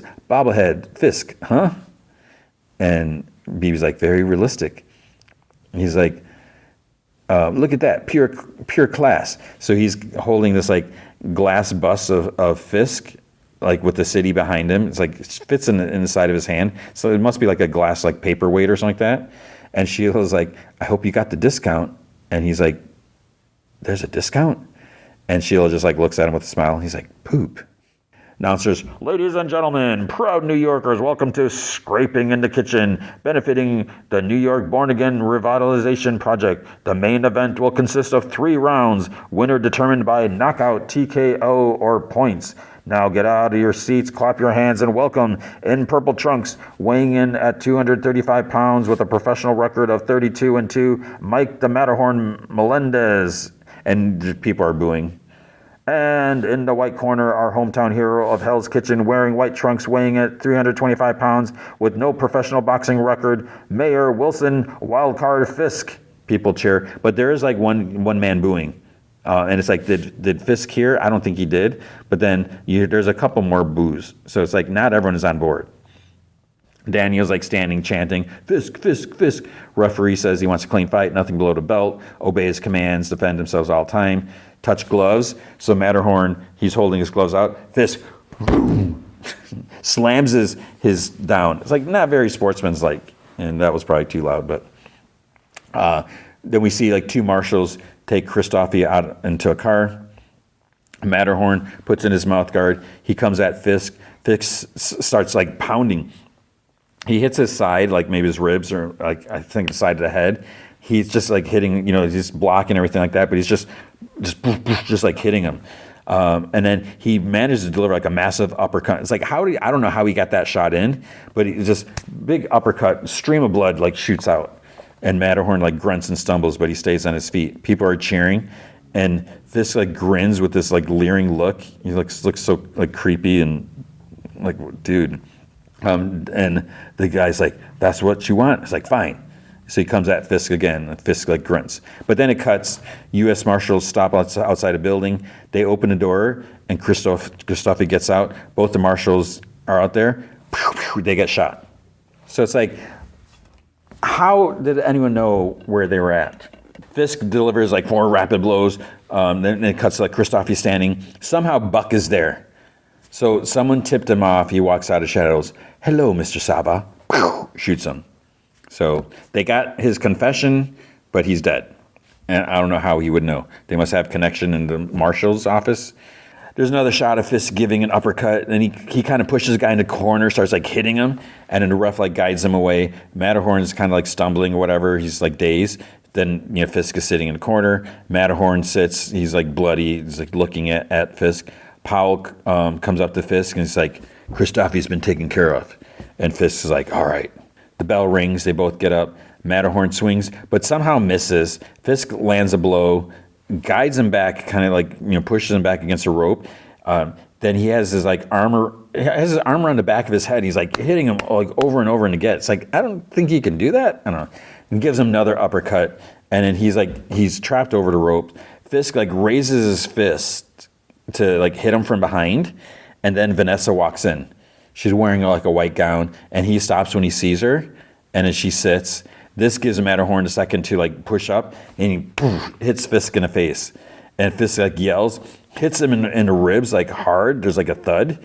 And then Matterhorn, for some reason, he's like not even guarding his side. Okay. And then Fisk hits him another shot across his face. So he's not guarding anything. And there's like even blood on the camera. Matterhorn like hits the mat.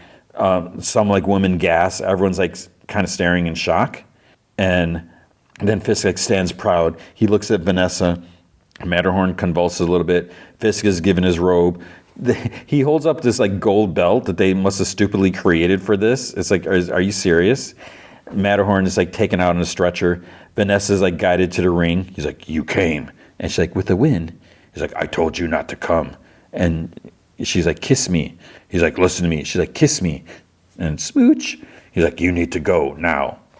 So then an officer is taken out, a knife to his face in front of like several people, like in the crowd. A woman screams, several people are screaming. Bullseye flings like 2 blades, takes out 2 more officers. Fisk yells, get her out of here.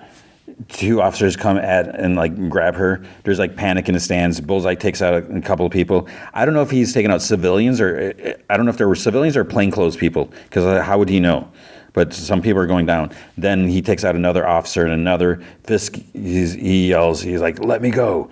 And he's like, get her out of here now. He's like, shoot him down. Bullseye is just like walking calmly. He kicks up the glass bus thing. It was like there's one on the floor. I don't know if it was Daniel's. And Fisk's like, get her out of here. She struggles to get free. She pulls the gun out of her purse. Fisk's like, get her out. Bullseye flings the glass, but Vanessa shoots at the same time, hits him in the side. But it's like, wow, you never took shooting lessons or anything like that, and you managed to hit him from across the ring and into the stand, into the dark stand, and she hits him. It would like hits him with ease.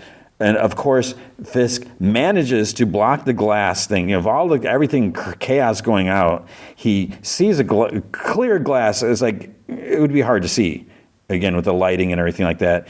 So he manages to block the glass with the big gold belt because he has super awesome reflexes. He's like, and the thing like shatters against the belt. He tries like shrugging off the officers. Bullseye's wobbly, but then he throws like 2 knives, takes them out. Fisk grabs like one of their guns, walks over to the edge of the ring, and he's holding the rope down. He's aiming the gun at Bullseye, and he's like kind of down because he's been shot. Daredevil walks in, knocks the gun out of his hands with a billy club. Then he bounces it and hits Bullseye in the face. He grabs Bullseye, he swings them, with the billy club, truncheon, whatever you want to call it. They go flying through a glass window. And this is the window that I mentioned that the Watchers are supposedly there. Agent starts like shooting. They land on a sidewalk. Inside, you hear Fisk like, go get them now. So they both run. Bullseye's gone. Like, where the heck did Bullseye go? He like took off. So then Matt like gets up, runs. Officers like swarm out, their rifles are out, they're pointing all over, they're like looking, for them. And then Fisk looks over at Vanessa. She's like standing there, and she like turns her head. There's a piece of broken glass like stuck in the side of her temple. and there's like blood going down like onto her white dress. Apparently, I didn't notice that another piece hit her neck. I just saw the one in her temple. Maybe I just focused on that, but I guess she got one in the neck too, because I was like, it's just in a temple. It's not that deep. Might have some vision problems, but her eye looks fine. But I guess there's one in her neck too. So there's blood like on her like her shoulder and on the top of her chest. So Fisk like stands there, like holds out like his hand. She falls to her knees, and then like onto her back. The gun was still in her hand. Fisk goes to her side, gritting his teeth. He's like, "Get an ambulance, somebody please!" And then you see her laying there on the floor. Blood's like pooling around her head, and that's where it ends. So, is she dead? Is she going to die from that? Fisk is going to lose it, and I mean, she dies in the comics, right? Pretty sure. And obviously, this is going to make him go even more bonkers. And the governor, there's a whole point of her saying that I like you. I think you can keep him calm and blah blah blah, stuff like that. So if she's gone, that kind of negates everything like that, and he's just going to lose it, which is going to lead to his downfall. So and if so, I hate to say, but karma, and if she had Foggy killed, whatever, she gets what she gets. So that was a crazy episode. But yeah, that was Daredevil. That was 2 episodes of Daredevil. All right, now Star Wars Maul Shadow Lord. We got 2 episodes. So like I keep saying, I was debating whether to cover this or not, and I kind of want to do it because I feel like other shows are ending, but maybe they're not going to be ending anytime soon. We'll see. But the other thing is there's 2 episodes, and I don't feel right just doing one at a time. I could just do one at a time. Then it just becomes so after the fact, and I don't know. I wonder, is like, does it matter? So we're gonna try to do this a little faster, not hopefully as in depth. I know I say that all the time. It's so hard for me to just like skim over things because the reason is, if you ever wonder, it's like, why do I go in so in depth? And part of it it's for my sake and yours, but it's like I guess I worry that one little thing might be like a huge, like important detail later. Like maybe now it doesn't seem like that big of a deal, and then like later it's huge. I don't know. So, and what I find when I started watching this, I started it, what was it, Tuesday? I watched like the first 10 minutes or something like that. I was like, this is a little slow. It's like, I don't know about this. But then I was seeing like really good review ratings, not really good, but it seemed like people were liking this. I was like, huh. So I was like, all right, go back. And then I watched the rest of that episode and the next one. I was like, okay, yeah, I appreciate this. And I saw a little bit with, was it Sam Witwer? I forget his name. The voice of Darth Maul. I saw this little clip, and he has a good point. You think about where Maul's at. He's in an interesting position because he was Darth Sidious. He was the Emperor's like apprentice. And, it was going to be the 2 of them. They were going to rule the galaxy and all this stuff like that. You're going to get revenge against the Jedi for whatever they did to Maul when he was a kid. I don't remember. It doesn't matter. But then, basically, the Emperor just kind of like, okay, you got chopped in half. Whatever, you're done. I'm going to move on. Because, he also had, what's his name? Dooku, even though he wasn't really an apprentice. So he's like, he didn't need Maul. So Maul is kind of ticked off. The Emperor Sidious goes on, becomes the Emperor, forms the Empire, ruling the galaxy, doing all this stuff, and didn't care about Darth Maul. So he's got to have some resentment towards the Emperor and towards the Empire. So that kind of puts him in an interesting position. He's not a fan of the Jedi. There is no more Jedi. But he's not like he's going to join the Rebel Alliance or anything like that. And so he's had his crime syndicates and stuff like that. So it's kind of an interesting place where it's like, where is he? And it is weird to hear him talk because we didn't hear him talk so much before. But and he almost seems like kind of elegant in a way. So let's just get to it. It starts off some planets. I don't know if I assumed it was Coruscant because like everything is Coruscant, right? This big city on top of city, whatever, multi-levels. We see it looks like Mandalorian scaling down this building. One of them, a woman, her name's Rook Cast. I meant to look her up. I don't want to do it now because maybe we'll find out later. But I wonder, is Rook Cast, maybe I should look it up, is she related to Jodo Cast, who was a dude who pretended to be Boba Fett?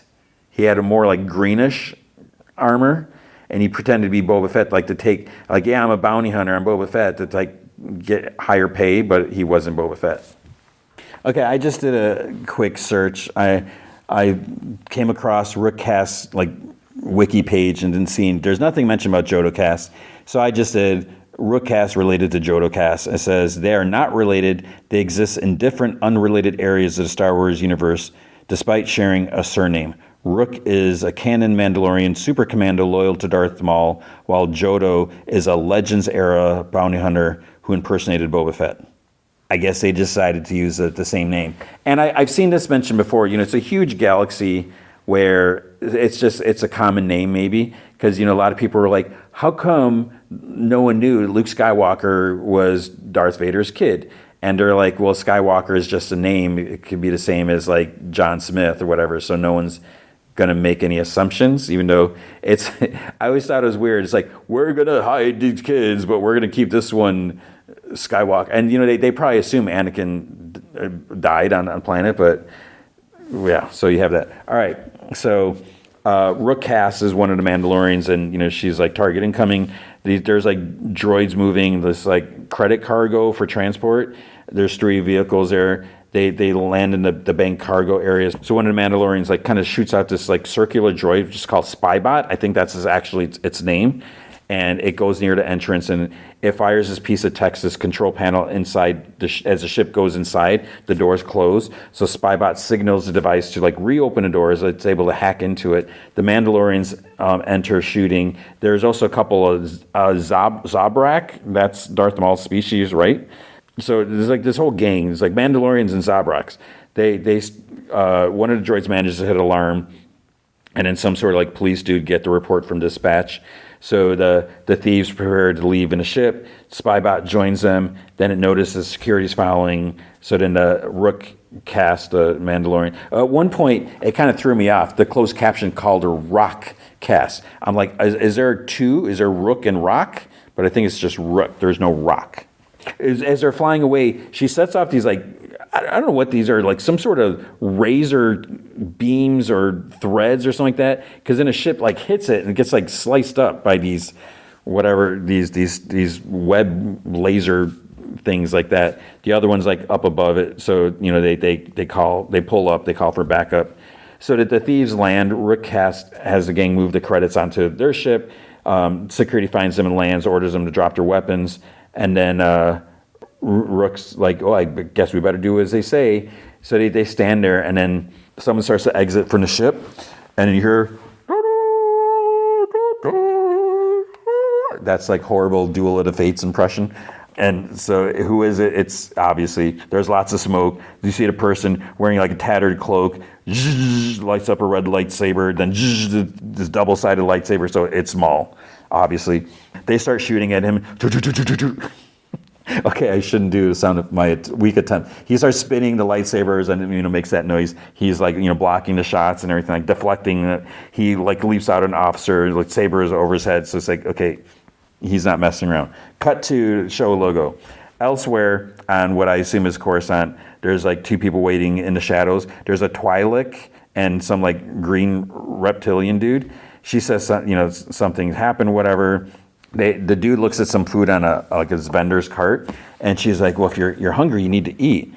And he starts walking away, and she's like, they won't miss it. And he's told her, he's like, I told you we do not steal. And she's like, well, I'm tired of begging. And he says that, they can always rely on the kindness of strangers. So he asks a passerby, he's like, could you be so kind? And then the person's like, Ichuta, which is like the Star Wars cursing, like, fudge you, whatever. So then she goes over to cart, and she walks back towards the dude, and the security droid, like, or like bumps into her. Like 4 pieces of fruit like falls out of her cloak, whatever. The vendor yells. The alien tries apologizing for a mistake. The droid's like, they're charged with theft and will be placed under arrest. And the alien's like, we can't afford a disturbance. Like, they'll release you soon. She's like reluctantly lets them take her. And then we see like, oh, she's actually kind of young. The next day, this dude arrives at the bank. His name's Captain Lawson. It looks like it's light out now. He looks at the damage, asks for information. This droid says that the cams and sensors were destroyed. So there's the other droid. There are 2 boots. He says that it's tragic. The droids are simply doing what they've been programmed for. And then he says that the bank supervisor droid is missing because they carried him off. I thought, are they using him as a shield or what? So Lawson says he doesn't get it. He's like, Nico Demas owns this bank. So like, who would be crazy enough to, rob from him? The droid says, well, he has lots of rivals, other crime syndicates. So he would suspect his main rival, Luti Vario. But Lawson says that Vario knows it'd be an open declaration of war. So, and they also left a lot of credits behind. But then they took the supervisor droid, so that doesn't make any sense. Then he looks out at the cable things out there, and he says that he doesn't think this was any of the local syndicates because it's not their style. It's like too clean. And he's like, Demas won't take this lightly. Cuts to Demas. He's like throwing things in anger. He's like this big, like 3-eyed alien. He's yelling. So one dude says it must be Vario. Demas, so he's like, set up a meet because he wants to, question him face to face on neutral territory. Because he's like, if he was behind it, then they'll deal with him. So Spybot, meanwhile, is zoomed in on Demas, and he says that he's mad. He zips off. At their headquarters, whatever, Rick goes up to Maul, and he says that she asks if he had another vision or something like that, and he says that the one he seeks is here, and she's like, an apprentice, and he says that he sees them clearer the closer he gets. So she like updates him on the syndicates. Unfortunately, they appear to be honoring their truths. Maul says that Demas is showing unusual restraint, so perhaps he needs more motivation. So she's like, why are they focused on low-level targets like these gangsters? And he says that the Empire has risen and they have all been made to suffer. So even the once mighty Jedi have fallen, but there are many who prospered from this misfortune. He's like the Pikes, Crimson Dawn, Vario. So soon they will all pay, and beginning with Demas. And, because he thought that he could take what was, Maul says that he thought that Demas could take what was his, but he was mistaken. So she's like, should she ready a team? They can eliminate it with ease, but Maul says not yet because he wants to keep his presence in the shadows for now. So he asks for the bank droid. The other dude like turns it on. It's like, asks who is he, where they brought him. Demas, will hear about this. Maul says that he's counting on that. He's like, you are to assist me in my grand plan. Now you will deliver a message to Demas. And he turns on his lightsaber. The green alien dude sitting outside. The Twi'lek is inside the like security place about to get processed. So a droid says that they require her name and identification. But she's like, what difference does it make? The droid's like, you must comply. Then the human officer Lawson, he's like, what's her story? And droid says that it's not cooperating. So he's like, she's just a kid. And then he's like, okay, bring it to my desk. So he reads on a data pad. He sighs. He's like, attempted robbery, failure to cooperate, no idea. He's like, what's your name, kid? And the droid's like, she will not comply. And she looks at a family picture on his desk. She's like, is that your son? And there's like a ball or something on her desk on this thing. So he takes it away from her because she picked it up. And he's like, produce some identification or spend a night in cell. He's like, come on, kid, give me something. He's like, I already got enough going on right now. A droid calls him over, and so he's like, okay, get her processed. 2 Boots says something was recovered from the memory banks of the police droid. There's a video shot of Maul with his double lightsaber, like leaping from his ship. So he makes like a life-size hole of it, and he's like, laser sword. He's like, haven't seen one of those since the Clone Wars. He like looks closely at Maul's face under his cloak. He's like, run a recognition scan. It comes up as Imperial, and T-Boot's like, file is classified by the ISB. We are instructed to report any sightings of the suspect immediately. Lawson's like, hold off on that. T-Boots is like, the instructions are very clear. And he's like, T-Boots, keep this quiet for now. We don't need the Empire butting in and making things complicated. At the meet, Vario arrives to meet with Demas. They sit. Vario says it's been a while since they've had a meet. Vario's like in this big like metal suit or something like that. So they have a drink. They're served a meal. Vario says he heard about the bank. He's like, any idea who pulled that one off? Demas says, like, I was hoping you could tell me. And Vario says, he's like, well, you got a lot of enemies. It could have been anyone. Demas says that none would have the nerve to do this. And Vario's like, well, there is one. And Demas says that he's long gone. Besides, why would he come after him? Vario says that, that he betrayed him. Demas says that, he'd be after Vario too. And Vario's like, well, maybe, and Demas says maybe that's what he wants Vario to think, wants him to think. So Vario asks, like, why would he start a war with him? There's more discussion, more arguing. Then this other, like, big platter is served. When the serving droid opens up the metal at the top, the bank droid's head's inside. And Vario and Demas are both surprised. And then Demas stands, he's like, it was you.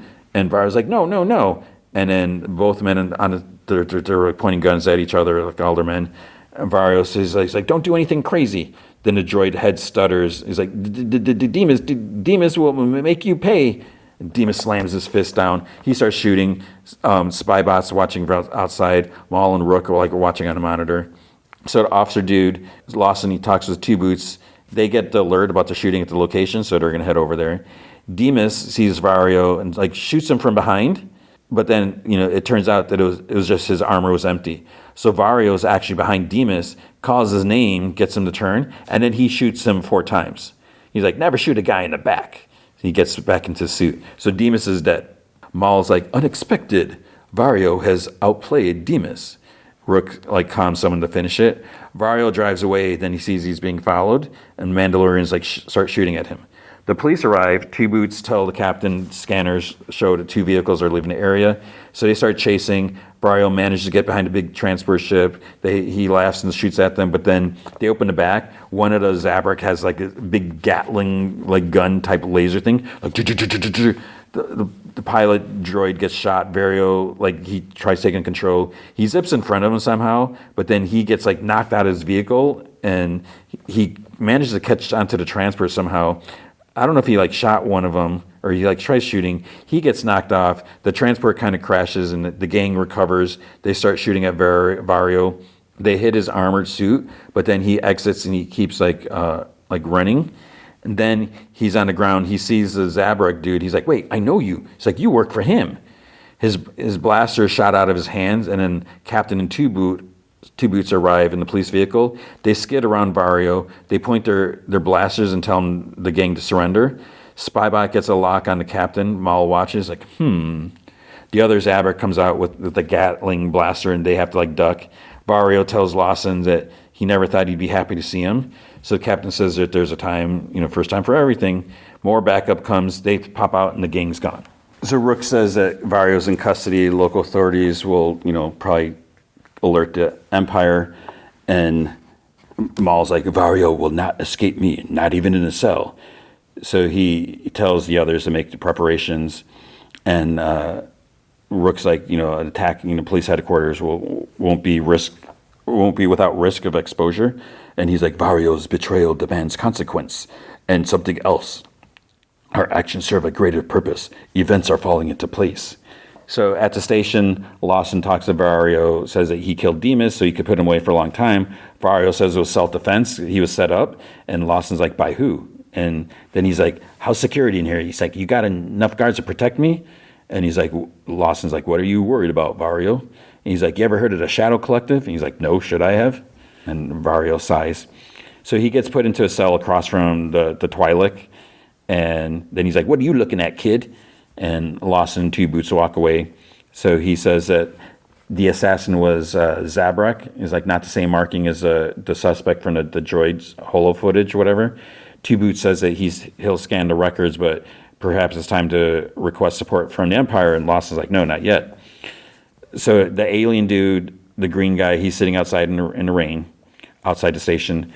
Several levels below, Maul and the Zabraks are go through some tunnels. Zabraks and the Pride Mandalorians. Spybots hacking the system. They start getting malfunction reports on the main level. The power goes out, so they go down. Security droids are getting taken out. The Zabrak with a Gatling gun starts shooting. Two Boots it's like basically Two Boots versus Spybot to see who can like hack the doors, like keep it shut or open it. Lawson sees Maul and he chops the droid in half. He shoots, but then Maul like pulls Lawson's gun away from him, knocks him out instead of killing him, which is a good thing because he's like a main character, right? The Twi'lek, we find out her name is Devon, Devon. And Vario, they're watching from their cells. Devon sees Maul go into Vario's cell, and she's like listening as Vario tries to talk his way out of it, and says that he did what he had to. Maul says that he broke his oath to him, or was it greed and fear that made him withdraw his ships and weapons when he needed them most. So he turns on his lightsaber, and Vario says, he's like, I can repay you. He's like, ships, weapons, the credits. He's like, secret safe houses the Empire would never find. Maul's like carving on a wall next to his head. And he's like, I can take all of those from you already. And he's like, what about the Pikes, huh? He's like, if you're after me, you got to be after them. He's like, I know how to get the Krim. And he's like, starts whimpering. Maul turns off the lightsaber. He's like, take him alive for now. So Vario like sighs in relief. Then in the hall, Maul like stands. He like turns, looks at Devon's cell, and she kind of like back aways. He walks closer to the door, to the glass on the door. The door opens, and she's like, Maul. So it's like, wait, does she know who he is? Does she know him personally? Or is it just by like reputation because everyone knows who he is or whatever? So that's the end of the first episode. All right, so jumping into the second episode, Sinister Schemes. So Maul and his gang, they make their escape. They're climbing up the ladder. They're getting shot at. One's Zabrak's like kind of like forcing Devon up. She's like struggling against him. Maul like is blocking laser fire from above with his lightsaber. Lawson like radios, watch out for the prisoner. Gatling gun dude, he's like, Maul would like lean to the side on the ladder. Gatling gun guy like shoots at him or whatever. Then Devon kicks the guy dragging her. She manages like pull away. She jumps off the ladder. She bounces off a Spybot and she goes into this like side tunnel. And she starts like running down there. Spybot follows and then zaps her with like a stun bolt. Maul and the other, they fall back. They go down that level to that tunnel. They go out a hatch, and they have a vehicle out there, which is like very convenient because they went past. I don't know if they went past this level, whatever. So they go out there, and then one of the dudes like shoots at the mechanisms for the door, so it can't be opened right away. Lawson, Two Boots, and the other, they get to the hatch. They can't like open it because it's the controls messed up. Two Boots starts like trying to like hack it open or whatever. So they have Maul's ship in this little vehicle to get away, and so I guess they're going to split up. Devon is put into Maul's ship. Lawson and droids, they make it out. They see them leaving. He says that they need transport. So Two Boots leaps down to like there's another ship down. It's like a garbage ship. So he tells the droid that's official police business, shoves him aside. It comes up to their level. A bunch of like security droids get in the back. So the getaway ships, they go onto this like roadway type thing. They're flying through other vehicles. This like police like cruise around going on the other side, the opposite direction, sees them, comes over, starts chasing them, following them. They shoot like this big bazooka thing at it. It turns into like a big fireball. And it's a good thing that like everything is piloted by like security droids. So there's like no aliens or humans because all these people would be dying. The green alien dude, he's on this walkway, sees them coming. Like, who knows how far they are from the police station, but he's over there somehow. He jumps down into the road, and his staff makes like a little hole in the ground. And then he sees, he holds out his hand as they're coming. He makes a little like speeder car like flip over, and he like ducks out of the way from like the Maul's ship. And they have to make like a hard stop not to hit the other one. So the little speeder car is like upside down. Zabrak like kind of crawls out of like it's like on fire. He crawls out. Maul comes out of his ship with his cloak on. The menacing music starts up. Alien dude like thuds his staff down. Devon, she was knocked out from the stun bolt. She kind of like wakes up from like all the shaking and everything like that. She tries to escape, but then like Rook shoots a cable at her, like pulls her back. More police arrive. Maul like makes a walkway above. Like there's a bunch of people like gathered to like watch, like see what's going on, all the commotion. So Maul makes it snaps in half. So a bunch of people are like dangling and hanging. So Lawson has orders like droids to move up and help on the walkway. The alien dude looks at Maul and Devon. Then he follows the other to help. He raises his hand to use, so he has the force, obviously. He's using the force to try to push the walkway up so people can, like, climb, so they're not hanging, they can get out of there. He's like struggling, people move. Then Lawson asks, if he's all right, and then whoosh, he like kind of lowers it, lets it dangle some more. Lawson looks up to see if everyone's safe up there, but then he looks, and then the alien guy's gone, so he took off. Later at the station, they look and see who's missing. So Two Boots wonders like what would they want with the girl. Lawson says, that's a good question. Then the chief calls to him. So she's there. She doesn't look happy. And she's like, attack on government and civilian targets, abduction of 2 prisoners, including a known crime boss. It's like, what are we dealing with?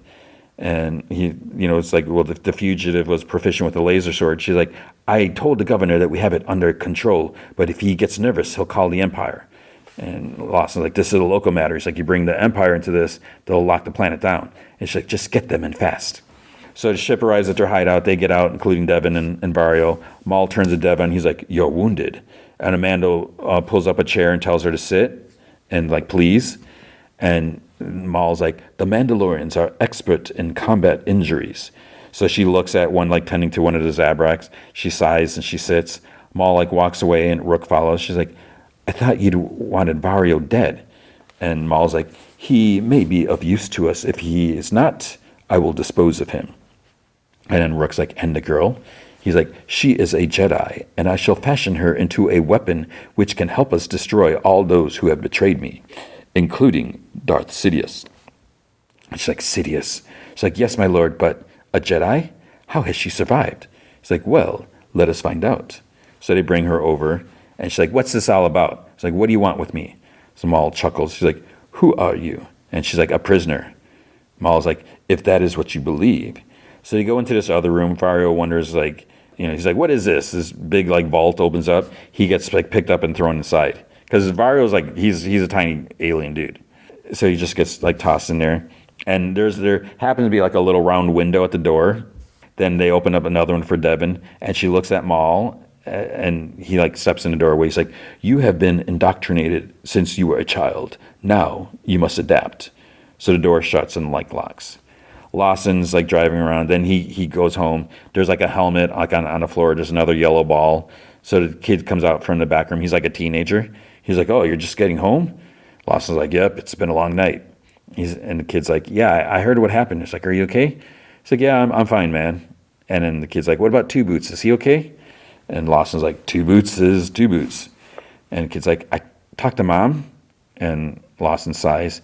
Kid's like, she wants me to come visit, said she. He's like, Riley, just wait until I can go with you. So Riley kind of turns his back, picks up a like lacrosse type stick, and Lawson's like, I'm sorry, I'm taking some time off soon. Then his comm chimes. Two Boots is calling saying that he has an update. So he sighs. He's like, okay, I'm on my way. And to Riley, he's like, we'll talk later, okay? And he's like, yeah.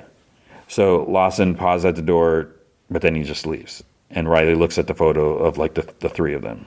At the station, Two Boots says that they're questioning known members of Vario's syndicate, but they've not been very cooperative. They can't find any information on the so-called Shadow Collective, so maybe Vario wasn't being entirely truthful. Lawson's like, he was scared. He's like, I don't think he was lying. Two Boots said that, that would be a first, but Lawson says to keep digging. Two Boots says that, he wants to call an Empire. He says that again. Lawson's like, not yet. He's like, I got another play. At Maul, Vario's door is open. He says it's about time. He hops out. He gets shoved down some stairs. And Maul's like, your syndicate helps the Pikes smuggle their spice into the system. You will provide me with the time and location of these shipments. And he's like, oh, yeah, no, sure, easy enough. Once I disrupt their network, Krim will suspect you and want to meet. And he's like, whoa, okay. He's like, then you will get me close so I can kill him. And Varyo's like, well, so, look, I agreed to help, yes, but, it's Krim, right? Dangerous, powerful, not as powerful as you. And a crate of credits is, now levitating, above. Some bars are, falling close to Varyo. He's like, I'm getting a little nervous. I just want to remind you, I'll do whatever it takes to, help you get revenge on him. Crate slams down. It looks like I'd smashed him, but it was, next to him. He's like, okay, I guess we got a deal then, I hope. Maul walks away.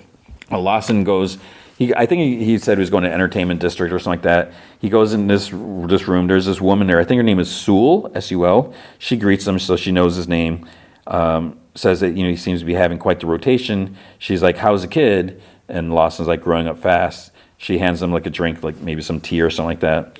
And she's like, to Catalor. He's like, Catalor. I don't know what that is. And then she's like, what do you need? He's like, Shadow Collective. And she sighs. And she's like, that is going to cost you. He's like, whatever it takes. So she's like, Shadow Collective, based on Mandalore. She's like, if I remember, a boss named Maul merged Pike's Crimson Dawn, Black Sun.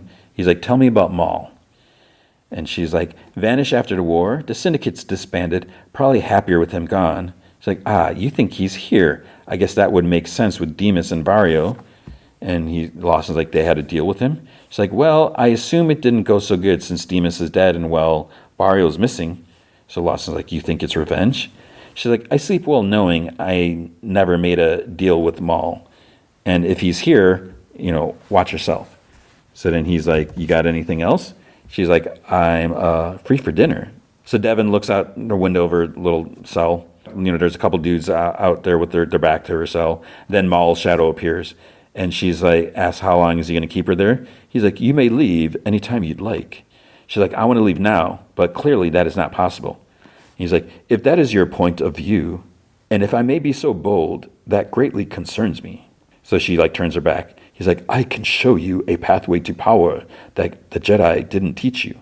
She's like, I can handle myself. He's like, oh, I have no doubt that you can, but times have changed. What does it mean for you to be a Jedi? Guardian of peace and justice in a time of lawlessness? She's like, I still believe in those principles. He's like, if only there were more like you, perhaps things wouldn't be the way they are today. She's like, I heard the stories. I know what you are. So stop pretending like you care. He's like, you're operating under the premise that I am somehow the villain here, but it is not as simple as good and evil. How can I prove to you that we are on the same time? She's like, let me out of here. He's like, by all means, Jedi, leave. And then Rook comes up. She's like, pardon me, my lord. Vario's intel checks out. The Pike's shipment is on schedule. So Maul walks out of the room. Pike ships, you see these two dudes flying. Their controls are stuck. Spybot is hacking away on the controls. This dude walks in the cockpit, asks how come they haven't jumped to light speed. So maybe the navigator says that there's an issue with the hyperdrive. And so the guy that came in is a captain. The pilot says that they lost control of the guidance system. They're being redirected. So looks like they're headed towards the moon. Captain yells for them, get them out of there. One dude says he's picking up another ship on their sensors. The captain says send a distress signal. The pilot says their comms are jammed. So their ship lands. Rook and crew approach the ship. Captain pulls out his blaster and he's like, with me.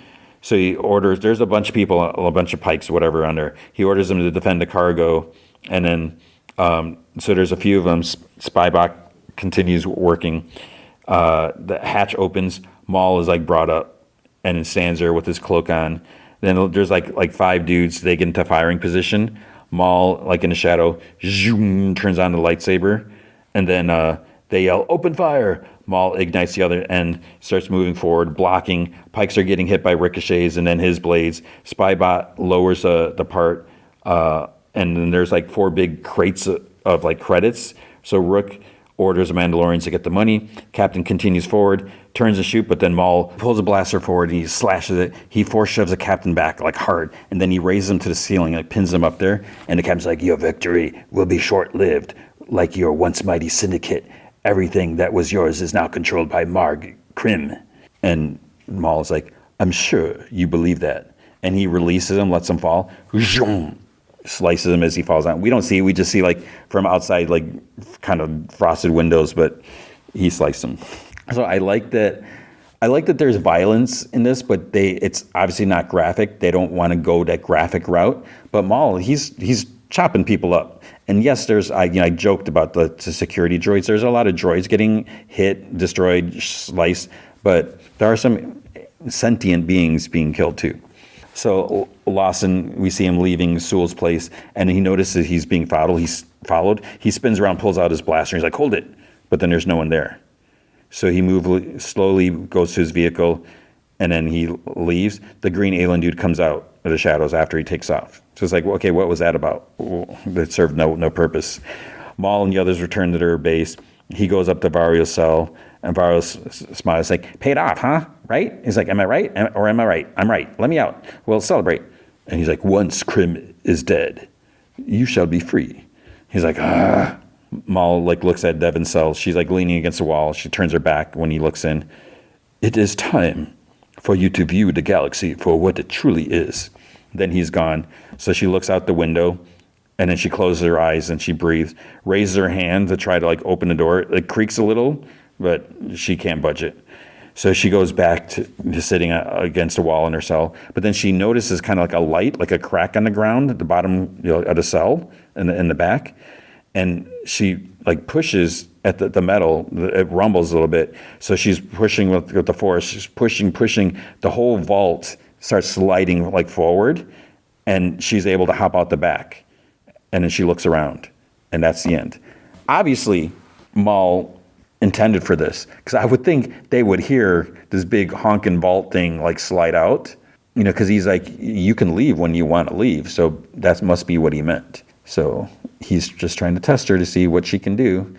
That is the end of the episode. So it's interesting. I don't know if there's if this is a new character, if there's been anything, but we're just going to see where this goes. So for 2 episodes, I dig it. I enjoy it. So we'll see what I mean. And I think I mentioned it last week. It's already been renewed for season 2. So that's great. They got a lot of faith in this show. So they must have a lot they're ready to tell us.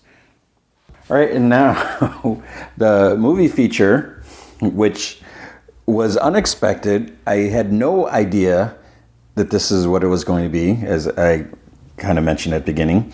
It's Faces of Death. I had no idea. So I mentioned last week that I was like, well, maybe there's nothing really coming out. I guess I'll see They Will Kill You, because I am kind of curious. But as I also mentioned, there's a theater that I guess apparently does mystery movies every once in a while. So it's $5. You get an upcoming theater. And I think other theaters do it too, because a guy I follow on Instagram, but wherever he's at, an AMC also had a mystery movie, and he saw the same thing because he posted about it. So the movie was Faces of Death. I had no, and this was it was an interesting experience. I haven't done a mystery movie before, and so you go in there. All I knew was that it was a horror movie, something upcoming, and I sat there and tried to figure out. They did get me with the runtime, because it wasn't an hour and 50 minutes. I think I could be wrong. Let's see. I think this has an hour and 38 minutes. Yeah, it's 98 minutes. So they got me there because they said it was an hour and 50 minutes. So I was trying to do detective work, saying, okay, what movies are coming out? What horror movies are coming out like this month? Because I can't imagine they're going to show me something that's coming out like in May or something like that, because there's no NDA or anything like that. And I know sometimes they do these like early screenings for like other things, because I used to do it, in the city when I was at Comic Vine, where you would just get these. There'd be like radio giveaways where you go see a certain movie and so forth and whatever. I was like, I was trying to figure out. I was like, I couldn't figure out what it was. I didn't look. I must have looked at Faces of Death, but when I saw the runtime, I was like, okay, that's too short. That it can't be that. It can't be The Mummy. The Mummy is much longer. And it's like I don't think they would show The Mummy like a week and a half before. So I couldn't figure out what it would be. So I'm like, whatever. I sit there, I'm going, it starts, and I see Shudder Presents. I'm like, okay, Shudder, this is going to be like a lower budget movie, right? And then they don't even give you they don't do the logo of the movie until like the end, like when the credits start. So at no point do they tell you, hey, and no one came out. No one's like, hey, welcome to, coming to the theater. This is whatever. It's just like the lights go down, movie starts, and that was it.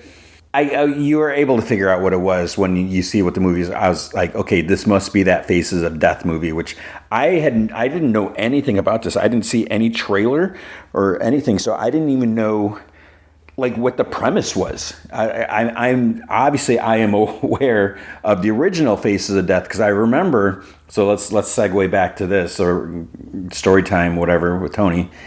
I remember when we got our VCR for the first time and going to, it was kind of cool, because there was This is in the Midwest. There was this electronics store, and I think that's where we got our VCR. Because I remember when my dad, he is, and he always was like into electronic stuff.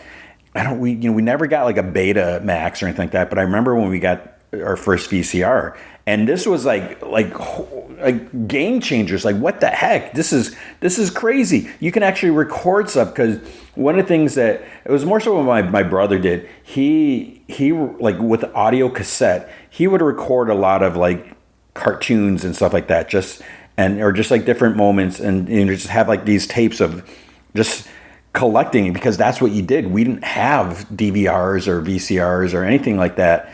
So, I'm trying to remember what he did. I mean, and he didn't do it like with everything, because otherwise we'd have mounds of tapes. But I just remember like sometimes he would record certain like audio things, and you can play it back, like Son of Svengoolie, or maybe even like, I don't think he did like Tom and Jerry or anything like that. Actually, I don't know what he did, because I don't remember ever hearing. There's like so much cool stuff, but then this was a game changer, because you could actually record the shows and watch whenever. It blew us away. It was just like, it changed everything. Anyways, with this video store, what was cool about it is they actually rented movies as well. So they sold all electronic stuff, like TVs and radios, stereo, all this stuff. And they had this selection where you could rent videos, and they had VHS, and I want to say they also had some Betamax like copies as well. So when you went and looked, you had to make sure you got the right copy and so forth. And we would go there like weekends, whatever. And my dad, he would let me and my brother, rent a couple movies. I don't even know. I'm curious. I was like, what did we have to pay back then to rent a movie? How much was it? But he always let us pick a movie, and I remember this is like, we rented like Scanners, and I'm trying to think whatever. My parents were always very cool letting us rent the horror movies. That's how the first time I saw Faces of Death. Just like watching these classic horror movies, because and the weird thing is, like, we didn't have HBO in the beginning. Our friend down the street had it. My dad just didn't want to. I guess he didn't believe in paying for cable when you had regular TV, and then you can rent stuff. We ended up getting cable later, but it was funny. Like, a lot of these classic horror movies, we rented and everything like that. One of the things we rented, and I didn't know anything about it, but my brother must have heard about it. We rented the original Faces of Death one time. It was like, what the heck are we watching? And it was weird, because I don't think like my mom and dad sat and like, oh, let's see what you rented, kids. It's like, I remember watching this, and little did we know that not everything in that movie was real. We assumed it was all real.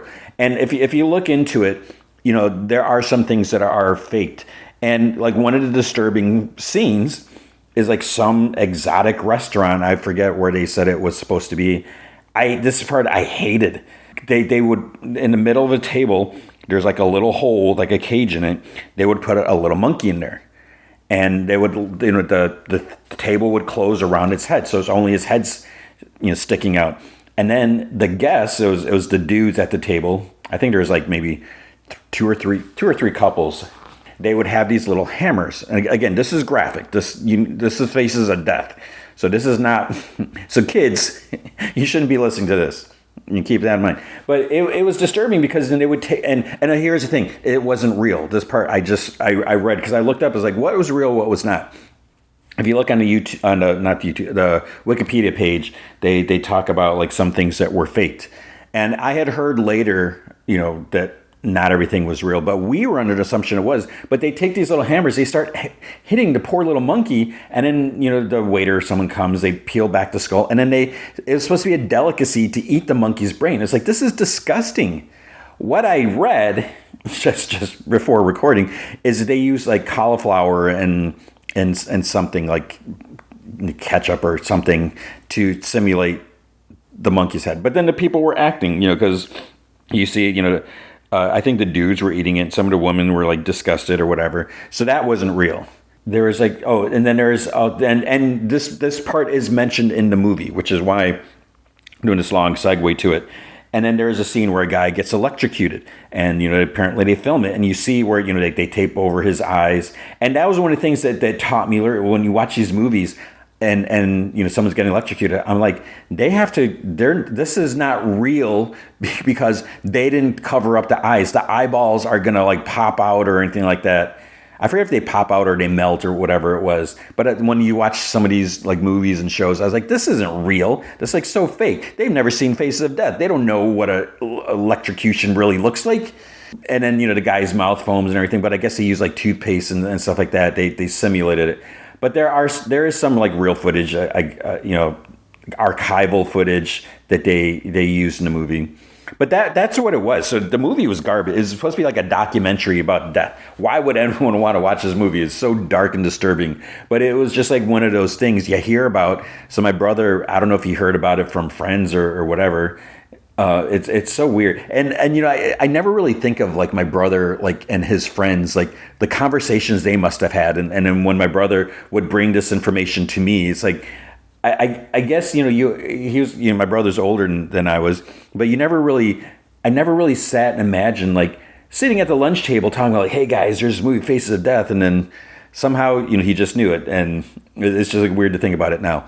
So we have this this movie, and it's an inch state. I would say overall, because I don't know if I've said this. I like on this episode, it was a good movie. It was a decent movie. It's not the greatest thing ever.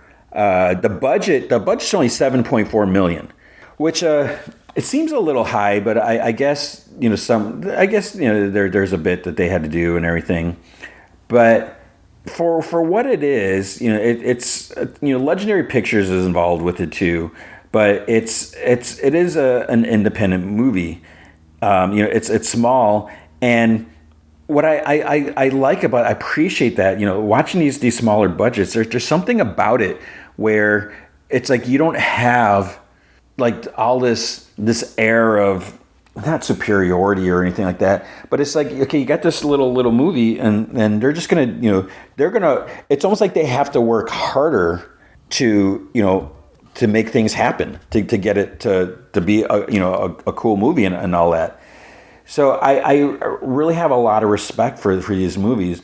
When you look at like some of the movies I like Undertone, that was a smaller budget, and with that Shady Oaks movie, that was extremely small budget. So I really like those movies. I think that they did an amazing job without having, and I love obviously the big blockbuster movies, but when you have a movie that's like 150 million budget or 200, when you go all that, and it's like, is it really necessary to do all that? Now, obviously, if you have the special effects, you have CGI, that stuff costs money and everything, but it just goes to show you don't need all that. And there is something about practical effects, where a lot of times, you can actually do it. You have to be careful.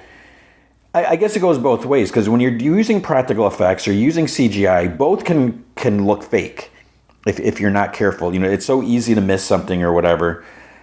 And I'm blown away with what they can do with technology these days, but there's something about the practical effects that looks really cool. That being said, you also have to be careful, because a lot of times using practical effects that look super fake and cheap. You can tell, okay, that is clearly a dummy or whatever. So, what is this movie about? What I mentioned that they use some of the footage in the movie. They acknowledge Faces of Death. So it's a little meta. The name of the movie is Faces of Death, and they reference the original Faces of Death in it. That's fine. When they're first talking about it, I was like, is this going to be a cheesy thing? But no, it wasn't. So what it is there's this woman who is played by Barbie Fira. She's apparently in Euphoria, but I've only watched I've only watched one episode, the first episode, and I just never went back and watched it. So she's, let's see, what's this say here? She's, I think her name was, I looked her up. I think she's Kat Hernandez in there. So I don't know. And there might be some other people. Let's see. There's Doc Ray Montgomery.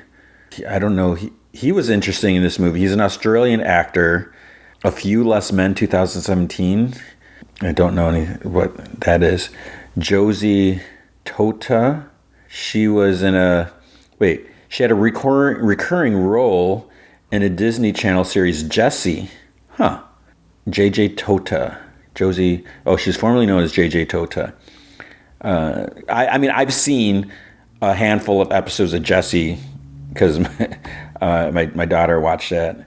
And Charlie XCX is in there. I thought that was her. I don't listen to her music. I did see her live during the Reputation tour. She was one of the openers for Taylor Swift, and she was in some other movie. But there's some since I don't follow her music, I don't watch her music videos or anything like that. I don't know. She has the song Brat, something Brat, right? Something Brat, Summer Brat. I don't know what it is. But I know she was in some other movie recently, like an A24 movie. And there was someone, like a coworker of the main character. And for some reason, I was like, wait, is that her? I don't know if that's her. I think that's her. I was like, is she in another movie too? I thought she's a singer. She's acting out. Good for her. But it was her. So that, like I said, so good for her. That's good. What is this movie about? Let's just go there. So it starts off where this movie, what's her name? I think her character's name was Margot, and she basically moderates videos.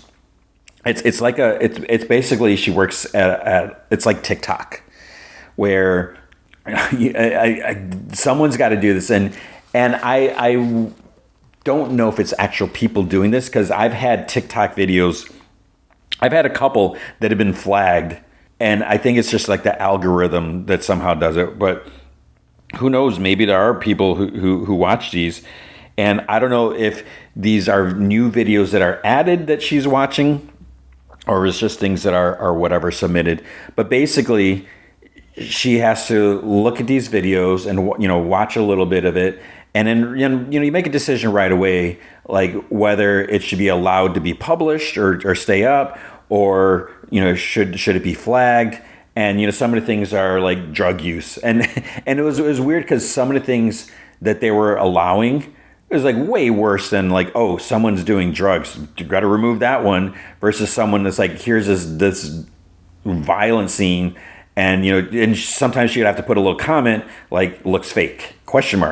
And then just let it go. And I don't know if it gets flagged to someone else, secondary person or whatever.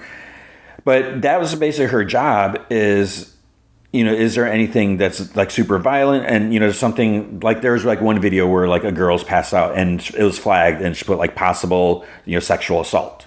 So that shouldn't be allowed to be put up there. I mean, it's like you should look into it more. And whoever posted that should be like reported and like found and questioned.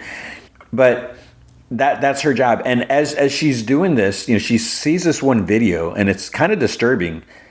And she's not sure. And I think she hesitated, and she questions, is this fake? And then later there's another one, and I think the uploader might have been using different accounts each time, which is a smart, because I know it was like the second one or something like that. She looks at the user, and it's like user 867 like 54321 whatever, it's some string of numbers, and that was the only video that they uploaded. So I think like a different like account was each time, because otherwise, if you're like, wait, all these videos are posted by the same person, But there were some similarities. There was like these mannequins with like an X, like red electrical tape, whatever, over the eyes, and different things happening. And one was like someone getting electrocuted, and there's I forget what the other ones there were. But she started questioning this, and and her boss is like, yeah, whatever, that's fine, don't worry about it, because part of the thing is, they whatever videos, they assume that they're fake. But there's her boss said something about like certain things were trending, and I think it was like fake whatever violence was trending or something like that. And their bottom line is they want people to watch videos, and they need people to be engaged in the content, keep watching, keep viewing, stay on the app or whatever. It's a horrible thing. And but that's the nature of, you want this to be profitable or whatever, and so forth. Now, to go more in depth with this, there's something about this woman. She got this job. She was only able to get this job because this guy did her a favor, this her boss, and she knew the guy or something like that. But she was actually involved in a certain video. Something happened, and you don't know what it is right away. You don't hear about it, but then eventually, we do see the footage where something tragic happened in a video, and it apparently was leaked out or something like that. Because I was like, why would anyone post this? So it was a traumatic experience for her, and it really affected her. And she gained some notoriety because she was in this video. This was like the kind of only job she could get. She needed something. She needed to get away type of thing. She just sits at a cubicle or whatever, and she just watches videos, click, click, click, type whatever. Because there's like one time her roommate, he's like, he wanted to go to a friend is having a party. And she's like, I don't know, whatever. He's like, come on. He's like, I miss my best friend. And so they end up, she finally agrees. They go out, they go to like a little like convenience store or whatever before, as they're like waiting in line, there's like a couple girls behind them or something like that. And she goes to friends, she's like, are they looking at me? And he's like, no, whatever. He's like, they're probably looking at your outfit or, something like that. And then one of the girls like, are you in that, I don't want to say what it is because I don't want to hint at it. They're like, are you in that blank video? And then she's like, I knew it. And she just like goes back home because, people recognize her from this video, and it was a traumatic experience. So, because something happened. So she really starts diving into these videos that she saw that she's questioning. Now, the videos in question are from a serial killer. Obviously, I don't know what exactly is out there, but basically, there's a serial killer who is kind of recreating or reenacting stuff from Faces of Death. One of the disturbing things that I'll spoil here is, we see the dude like at his job or whatever. I wasn't 100% clear how this happened. I think he worked at like a wireless phone, whatever provider type of thing, just like a Verizon or Sprint or whatever, place. And he sees these like this. There's this TikTok type person who, one of those women who just posts like dance videos or does different stuff. Somehow he attaches or leeches or whatever latches onto her. He does something, and he was able to pick up some things from the video, and he looked her up in the system, or maybe he looked at what did he do it? He did something where he looked up something, and it turned out that she was in the system for having like her cell provider happened to be the same that he worked for, I think.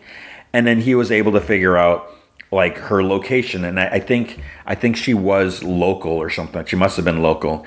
So then he's able to track down where she's at. And there's like a moment where her and a friend are going to do like a dance video. They got their little tripod thing set up, and they're at a public pool.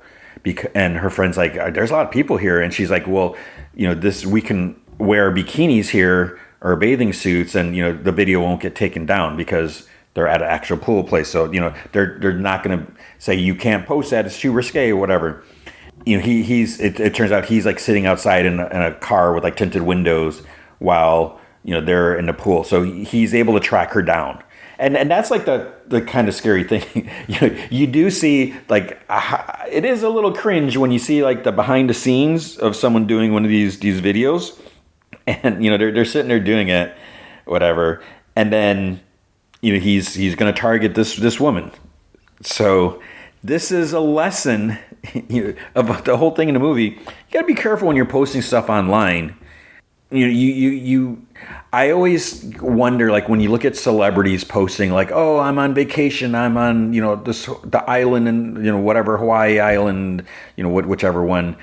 But it's like when they do that, it's like, are they posting this like days later, the next day or hours later? Because with celebrities, some people, they latch on whatever too much to celebrities, and they kind of they kind of lose it, or whatever sense of reality. I don't know what I'm trying to say here, but I'm a strong believer that celebrities deserve their privacy as well. And I don't feel just because they put them, and I'm so off topic now, but just because their fame is built on our support, it doesn't mean that they owe us anything, that they owe us, when they're on their downtime, when they're on their personal time. It's like, no, you see someone at a grocery store, they don't owe you. They are not working.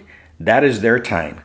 Well, like one of the entertainment sites that I follow on Instagram, they often post like they're basically paparazzi photos, and it's like, do we really need to see this? I don't need to see this couple walking at outside a restaurant, whatever. It's like that's below what you normally their normal content. I was like, we don't need that. I feel like if someone is at an event, if they're at a premiere or whatever, then yeah, they sit there. It's so weird if you've ever seen it, where people at the line, all the people taking pictures and yelling out their names, because they want them to look at their camera so they can get that straight on shot versus them looking, whatever, 15 degrees to the right or something that's not a perfect shot. I would hate to have that job. It just seems so ugh. But I have seen how the photographers are in a lot of the press rooms at conventions where they're just like, and it's just snap, snap, snap. But anyways, what am I even getting at? So you have to be careful when you're posting stuff online. I would always say don't live stream stuff if you're somewhere particular. And even I'm not saying, this goes for everyone. I'm not just talking about people with any sort of like celebrity status or anything like that. But you never know. I mean, you could have 5 followers and one could be not right in the head. And maybe they're not even one of your followers. Maybe they're lurking. So again, this is another advice why you should have, your page private, even though, my stuff obviously is not private.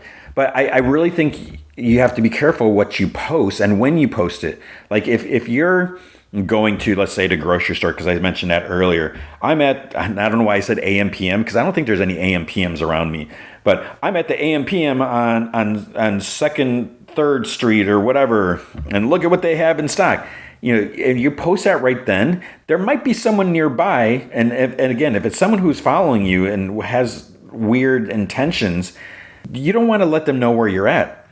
Post it when you get home, or post it later where you're like, oh, this is what I saw. And I don't know. I just think a lot of people should be careful what they post and when they post.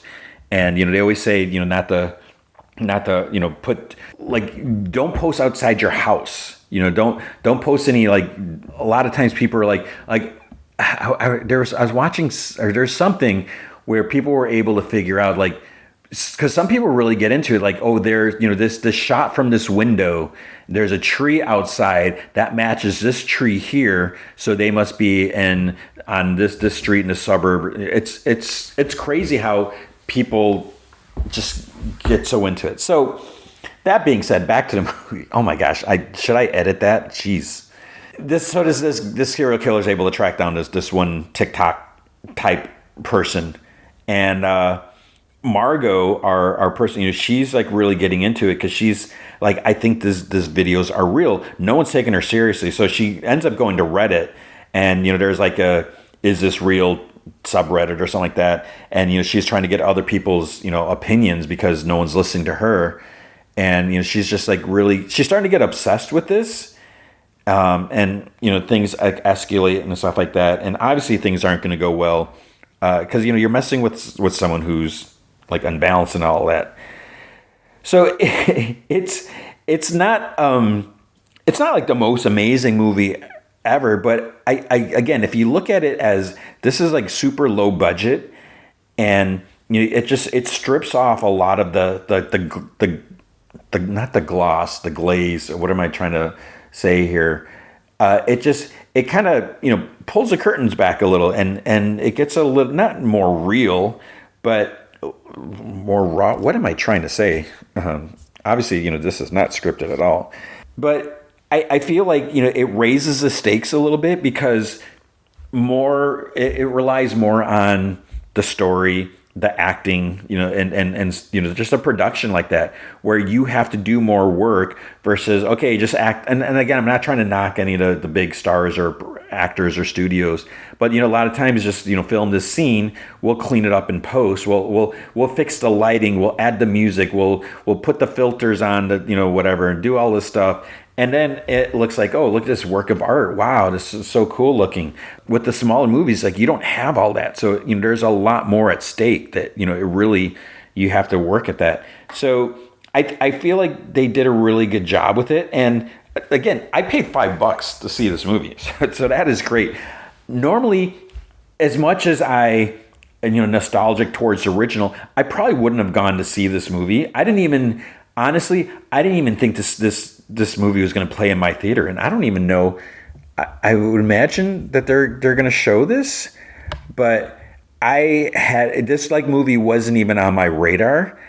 I saw it obviously when I was trying to figure out like what movie was showing. I had like no idea. I didn't even think that like it was going to be shown at my theater. Maybe I don't think I saw like the Shudder thing. I just figures like, oh, this is just going to be like straight to video, whatever. So it looks like I'm looking at the weekend movie times. So yeah, the theater in question is showing the movie. Wow, let's see. Let's look on the weekend time. Yeah, they only. They only have like 2 showings a day, and like in the evening, like you can't go to a matinee for this movie, and it makes sense. They have a lot of screens at this theater, but they're like, yeah, we're only going to show a couple movies at night for the adult crowd because, yeah, there's that. So that's interesting, but I had no idea. So I'm really glad I went to see this. I was skeptical. I was like, I don't know about this. The only reason I went is because I was on spring break. Because normally I'm busy on Monday nights, and so I'm glad I saw it, and which is why this is the movie feature. So it is definitely worth watching. It's like I said, it's not fine art. It's not going to win any awards. It's not like an overly memorable movie, but it has a lot of production value for basically considering how little production they were able to put into it. If we look on Rotten Tomatoes, so these are early thoughts. Like I don't even have the popcorn meter here, but it's at a 67% from the critics. So that's pretty good considering that. Let's see. San Jose Mercury News gave it a 3.5 out of 4. So director's co-screenwriter David Goldhaber turns it into a cat and mouse chase that does have its fair share of effective moments. It also has, it's cut off. Inverse says, although it's not completely free from franchise rot, Faces of Death is still an impressively nasty piece of work. AV Club gives it a C+. It's a straightforward slasher with a tech-savvy twist. Yeah. Ironically, not outlandish enough to stand out from the formerly forbidden footage filling our feeds every single day. Real Talk with Chuck and Pam. They gave it 0 out of 4. Okay, here's what they say. This is a vile piece of work that cloaks itself in quote-unquote social relevance before revealing itself to be an obscene exploitation movie, the kind of which it is supposedly criticizing. Wow, Chuck and Pam, you guys do not like that movie. I'm curious what Chuck and Pam do like. I'm not enough to check it out. Midwest Film Journal gives it a 4 out of 5. Keith and the Movies gives it a 2.5 out of 5. And that's all. I'm not going to read all the reviews. So it's a decent movie, like I said. And for $5, it's a great movie. Should you see it in a theater? It's not something you need to see in a theater, but unless you have nothing else to see, I say it is worth seeing, especially if you have any recollection of the original Faces of Death. I do think they take something, and instead of being like cheesy meta or whatever, they're able to take something and do a decent job with it. It's a little disturbing, not not necessarily like in a gore fashion, but just like in like the nature of what happens, I think, for me. And that might be a bit much on my end to even say that. It's a R-rated slasher movie, so there's some violence and blood and stuff like that. But, there's definitely been gorier stuff. But the disturbing part is just the reality of like how things could work. And, like what I was saying before about just be careful where what you post online and where you post it and stuff like that. And that's the disturbing part, is that this, like, not that this is going to happen, but you never know. The world is messed up. So just be careful out there. But it's a good job. And, a lot of times it's like, okay, how is this going to end? It doesn't quite end necessarily fully how you might think. I was like, oh, is this going to happen? Is this going to happen? Is this going to be a nice, neat ending? Not exactly. So, again, bravo for that, for not taking the easy way out. But it was definitely interesting, and it left me like, as I walked out, it left me like thinking, it kind of stuck with me for a little bit, versus like, oh, the movie's over. Okay, what am I going to do now? So it's worth watching. It's not essential watching, but I'm happy I was able to see it, because I might have missed it, and then I don't know if I would have ever watched it if I didn't see it in the theater, because so I was impressed with the production value, with what they did. So there you go. See Faces of Death. Don't see Faces of Death. That is up to you. But it was definitely an interesting movie that held my attention for the entire time. And hopefully this podcast has held your attention for the entire time. But that is going to be it for this week. Big thanks to Andrew Loken. He is an awesome supporter of the show. You can be a supporter by going to patreon.com/gmanfromheck.